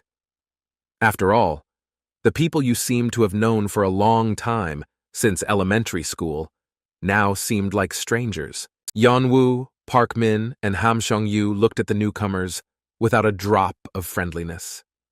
They held a grudge for a long time even though it seemed that their relationship had long been strained. So-young looked only at Yeonwoo. She was frozen. It felt as if her heart had frozen, and she didn't know how to behave or react. Yeonwoo looked back at her. Suddenly, he realized that this was not the person he had once loved so dearly. He had been wrong. The boy abruptly began to recall how his classmates fled from the Namsan cable car building and abandoned Yeonwoo when he distracted the monster from them. The boy remembered Soyon's face. She did not stop for a second and clearly noticed her classmate. This escape was intentional. She did nothing then. Suddenly, Yeonwoo's body became aggressive. His eyes were filled with rage, because he remembered his best friend, Kim Joo-bin, and the way he was in the last moments of his life. Yeonwoo suddenly realized that it was because of them that his friend died. Meanwhile, the soldier was entering the shelter separately with another crowd. As if on cue, the bus driver noticed the company he had left behind. His eyes narrowed sharply. His heart beat faster, and the coward realized that he should run away as fast as possible. A soldier noticed this out of the corner of his eye. When he turned to look, he saw the unfortunate bus driver already running away. Meanwhile, Kang Ji-hoon was already shouting at Park Min, and the boy was looking at him without order. They just stared at each other for a while, Kang Ji-hoon holding his hand. Then the first one to speak was the headman. He said that Park Min had made a fuss in the chat room, but he hadn't told a word of the truth. Park Min replied by asking what Kang Ji-hoon meant by that. And ironically, Ham Sung-gyu asked if he felt deceived and angry about it, hinting that this was how Yeonwoo felt. Kang Ji-hoon replied to him rather rudely, telling him to shut up because he was just Park Min's henchman. These words hurt the boy a bit. Park Min abruptly began to argue that this was not the case, which further proved that Kang Ji-hoon had hit the nail on the head with his words. Ham Seong-yu began to yell at the headman and call him names. But Kang Ji-hoon said that Park Min first had to apologize to his friends for talking about them all in the classroom group chat. But Park Min answered him with a counter-question. He asked why Kang Ji-hoon had such an angry face, and he added ironically that he wondered if the headman was going to hit him. This question was clearly a provocation, so that Kang Ji-hoon would attack first and be the one to blame for the fight. But the guy figured out Park Min and kept his cool, saying that he would have done it before. His classmate just laughed at him. The teenagers got quite close to each other, but Park Min didn't give up. He wanted to get Kang Ji-hoon emotional because he knew that aggression was his weakness. He reminded him that the headman had been summoned to the principal's office for beating up students at school. He asked if he wanted to brag about it here. Then Kang Ji-hoon couldn't take it anymore and became aggressive by grabbing Park Min's shirt. The boy simply told him to let go because he could tear it. Even now, Park Min was thinking about how he looked. But the fight didn't have time to start because the boys were interrupted by Yeon-woo. He approached his classmates and addressed Kang Ji-hoon. Yeon-woo asked him if he was the one who had abandoned him and Kim Joo-bin on the Namsan cable car. Kang Ji-hoon tried to say something and justify himself, but Yeon-woo didn't want to hear anything. There was no excuse for what he had done. It was just whining. Yeon-woo had changed over the past few days. He no longer wanted to let others wipe their feet on him. The boy interrupted and said that he had heard everything when Kang Ji-hoon and his classmates left him and Joo-bin. His friend told Yeon-woo everything. He said that Kang Ji-hoon had simply told the truth, without lies or unnecessary excuses. The headman looked at him with a frown. He could feel Yeon-woo's anger and at the same time a little shame for what he had done.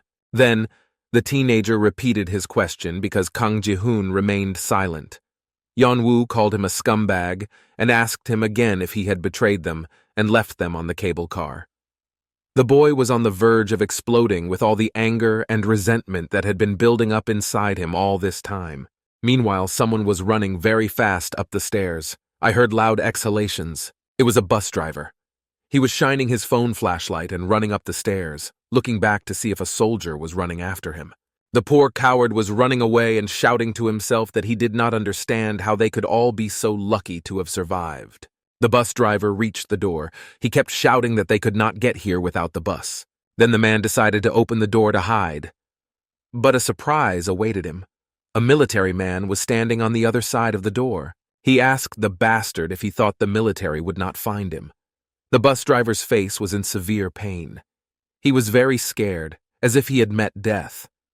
Now that the man had no advantage and no manipulation in the form of the bus, he realized that the military would not have spared him. The soldier looked bad. His face was covered with burns and plasters.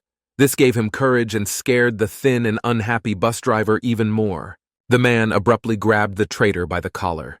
It was obvious that the soldier had so much strength, fueled by anger, that it was very good that the man knew how to control his emotions. The bus driver screamed like a small child and begged the soldier not to do anything to him. But the man just wanted to know from the bus driver where the girls who were traveling with him were. He repeated this question several times and took the driver upstairs. The soldier's grip loosened a bit, so the bus driver was able to escape. He started running away and shouted why the man was asking him about it. The bus driver began to attack the soldier for taking them with him. These words made the man go into a stupor. The traitor shouted that they had all run away from him. The girls just got off the bus. The driver was screaming as if his life depended on it. Meanwhile, Kang Ji-hoon and Yeon-woo continued to sort out their relationship. The situation was heating up. Suddenly, Kang Min and Seo-young came over. He greeted everyone as if they had never quarreled and had always been good friends. Kang Min just shouted out words of surprise, and that was it. So-young remained silent, hiding behind him as if they were a couple. Then Kang Min shouted Yeon-woo's name. He seemed genuinely happy that his classmate was alive. So-yeon also expressed genuine surprise, even though she had read the class chat, which said that Yeon-woo was in the vault. Both of her classmates had their mouths open in amazement. So-young immediately began to speak to Yeon-woo. Her voice trembled, as if she were about to cry. She looked at him and apologized. Meanwhile, the guy covered his eyes with his cap to avoid seeing the girl's expression, which was unpleasant for him. But the girl continued. She said that she was very sorry because she was so scared then. She didn't know what to do, but now she was very sorry for her actions. But her apology was interrupted by Yeon-woo. He cut her off and told her to stop apologizing. It was as if something died in the girl's eyes. She did not expect to hear this from Yeon-woo, but the guy looked her in the eye and said that he was disgusted to hear her apologize. Yeon-woo was as cold as ever, but he couldn't do anything else. The teenager continued to talk to Kang Ji-hoon as if the conversation with Seo-young had never happened. In fact, he wanted the girl to suffer and be tormented by her conscience, if she had one. Yeon-woo said that if they hadn't left Kim Ju-bin on the cable car, he would still be alive today. The guy looked at Kang Ji-hoon with such an angry look that everyone was shocked. No one had ever seen Yeon-woo so angry. He was really hurting for his friend. The boy began to accuse them all of being the reason why Ju-bin died there and was burned alive. His classmates just looked at him in silence. So-young and Kang Min looked quite scared and did not expect Yeon-woo to behave like that. He went on to say that he understood that they had to escape because it was very dangerous inside the cable car, but he added that Kim Ju-bin could have also escaped with them and survived. Then Yeon-woo could not stand it and started shouting. He asked again loudly why they all abandoned Kim Ju-bin and called his classmates pieces of shit. Suddenly, their argument was interrupted by a man in a military uniform and yellow suit. He asked everyone present to put their names on a list. He took the teenagers somewhere and said that he hoped for their cooperation. Then Kang Ji-hoon turned to Yeon-woo and wanted to say something last. He asked that Yeon-woo had asked them why they had abandoned Kim Ju-bin, but instead of answering, Kang Ji-hoon asked Yeon-woo a counter-question about why he thought they had abandoned his friend. Suddenly, the headman asked something that made the boy's blood run cold and his heart break. Kang Ji-hoon asked Yeon-woo if he would trust someone who betrayed his best friend. The boy remained silent. Then, Kang Ji-hoon spoke again, to Yeon-woo, to make him speak. The elder's statement was quite serious, so the teenager thought about his words and gathered his thoughts. Suddenly, Kang Ji-hoon said that it was Kim Ju-bin who dumped him. Yeon-woo's face immediately changed. His eyes dilated and his pupils shrank, and his mouth dropped open in shock. Then, Kang Ji-hoon began to talk about what happened on the Namsan cable car. Kim Ju-bin ran to them all out of breath. He started screaming like a madman. Meanwhile, Yeon-woo was driving the monster away from everyone. Like here, Ju-bin was screaming and saying that they were all idiots and should have left without Yeon-woo, not waited for him. After all, according to the guy, they simply had no choice. In the end, Kang Ji-hoon summarized once again that it was all Kim Ju-bin, his best friend. He was the first to betray Yeon-woo. Then the guy's face turned white. He didn't want to believe what Kang Ji-hoon was saying. Suddenly, Yeonwoo's mind was blown. He shouted so that everyone in the room could hear that it was all a lie, and the headman was deceiving him, because it is easy to put the blame on someone who was already dead. But then, soldiers in uniforms and yellow suits ran up and took Yeonwoo away from Kang Ji-hoon. The boy didn't have time to attack the headman with his fists, although he didn't even move. It was clear that Ji-hoon was not ashamed of his actions. Yeon-woo was screaming and calling him a freak when the soldiers carried him away. Meanwhile, all the newcomers were taken to a blue tent, where they took turns signing and giving their contact information. Seo-young sat on a chair, while Kang Min and Kang Ji-hoon stood and looked in different directions. Soyon could not find a place to sit. She looked down, her eyes filling with tears. As she did, she started to cry. She put her hands over her face. She was very sad about what had happened in the last few days. The fact that they had survived the explosion and finally reached the shelter did not give her any joy. Kang Ji-hoon heard this. In fact, it was hard not to hear the girl's bitter cries. Surprisingly, the boy became imbued with the girl's feelings. He suddenly began to remember how they were running away. Everything was covered in white slime with the frog egg virus. There were monsters everywhere, and they had to act quickly. The teenagers began to jump out of the window one by one. Kim Ju-bin was next in line. He was detained for too long. The guy looked at the height and the amount of danger below and realized that he could not overcome the fear inside him. Kim Ju-bin was breathing very loudly, sweat dripping down his face. From behind him, Kang Ji-hoon was yelling at him and pushing him. Suddenly, they heard a zombie monster snarling from below, already sniffing out new victims. This was the final straw. And then Kang Ji-hoon yelled at Kim Ju-bin even harder for not remembering. The boy replied that the headman should help him, because Ju-bin couldn't do it on his own. Kang Ji-hoon was very hot-tempered at the time, and he was terribly annoyed by Kim Ju-bin's timidity.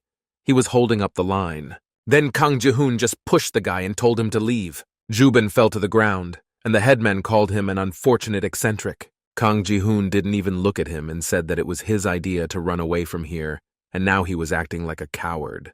Kim Ju-bin's last words finished him off.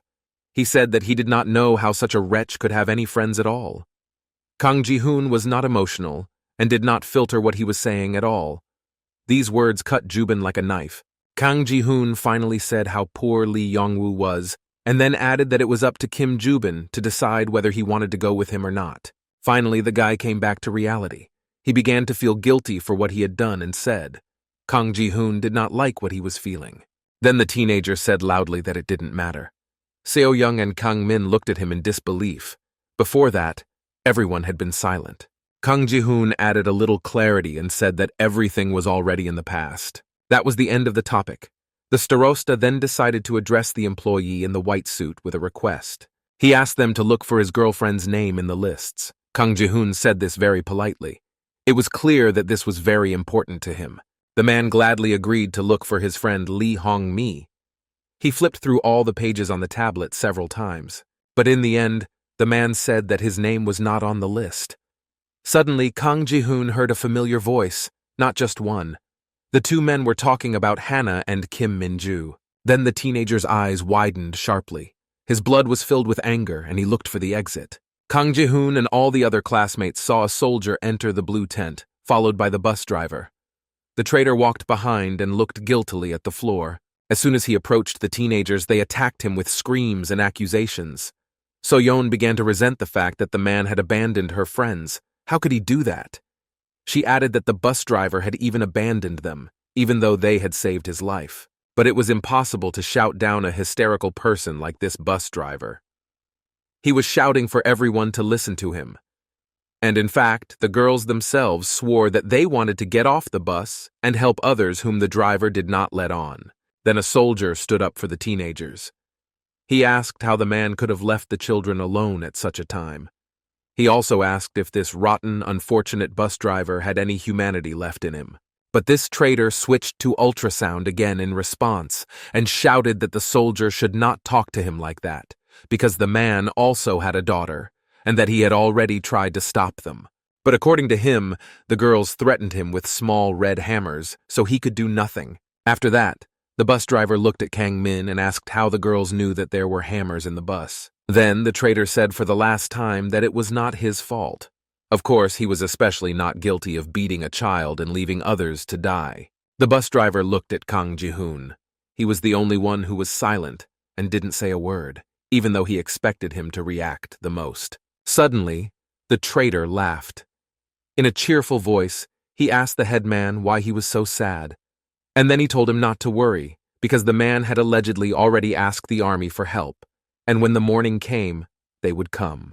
But the bus driver did not have time to finish. Kang Ji-hoon interrupted him. He wasn't interested in the idle talk and excuses of this lowlife.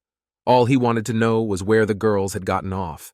He looked the bus driver straight in the eye and ordered the man to tell him where the girls had gotten off. Meanwhile, in the shelter where all the people were, it was time for sleep. It was dark, so most people just went to bed. Ham Seong-yu looked at this and told his friend Park Min that he didn't understand how everyone present could fall asleep.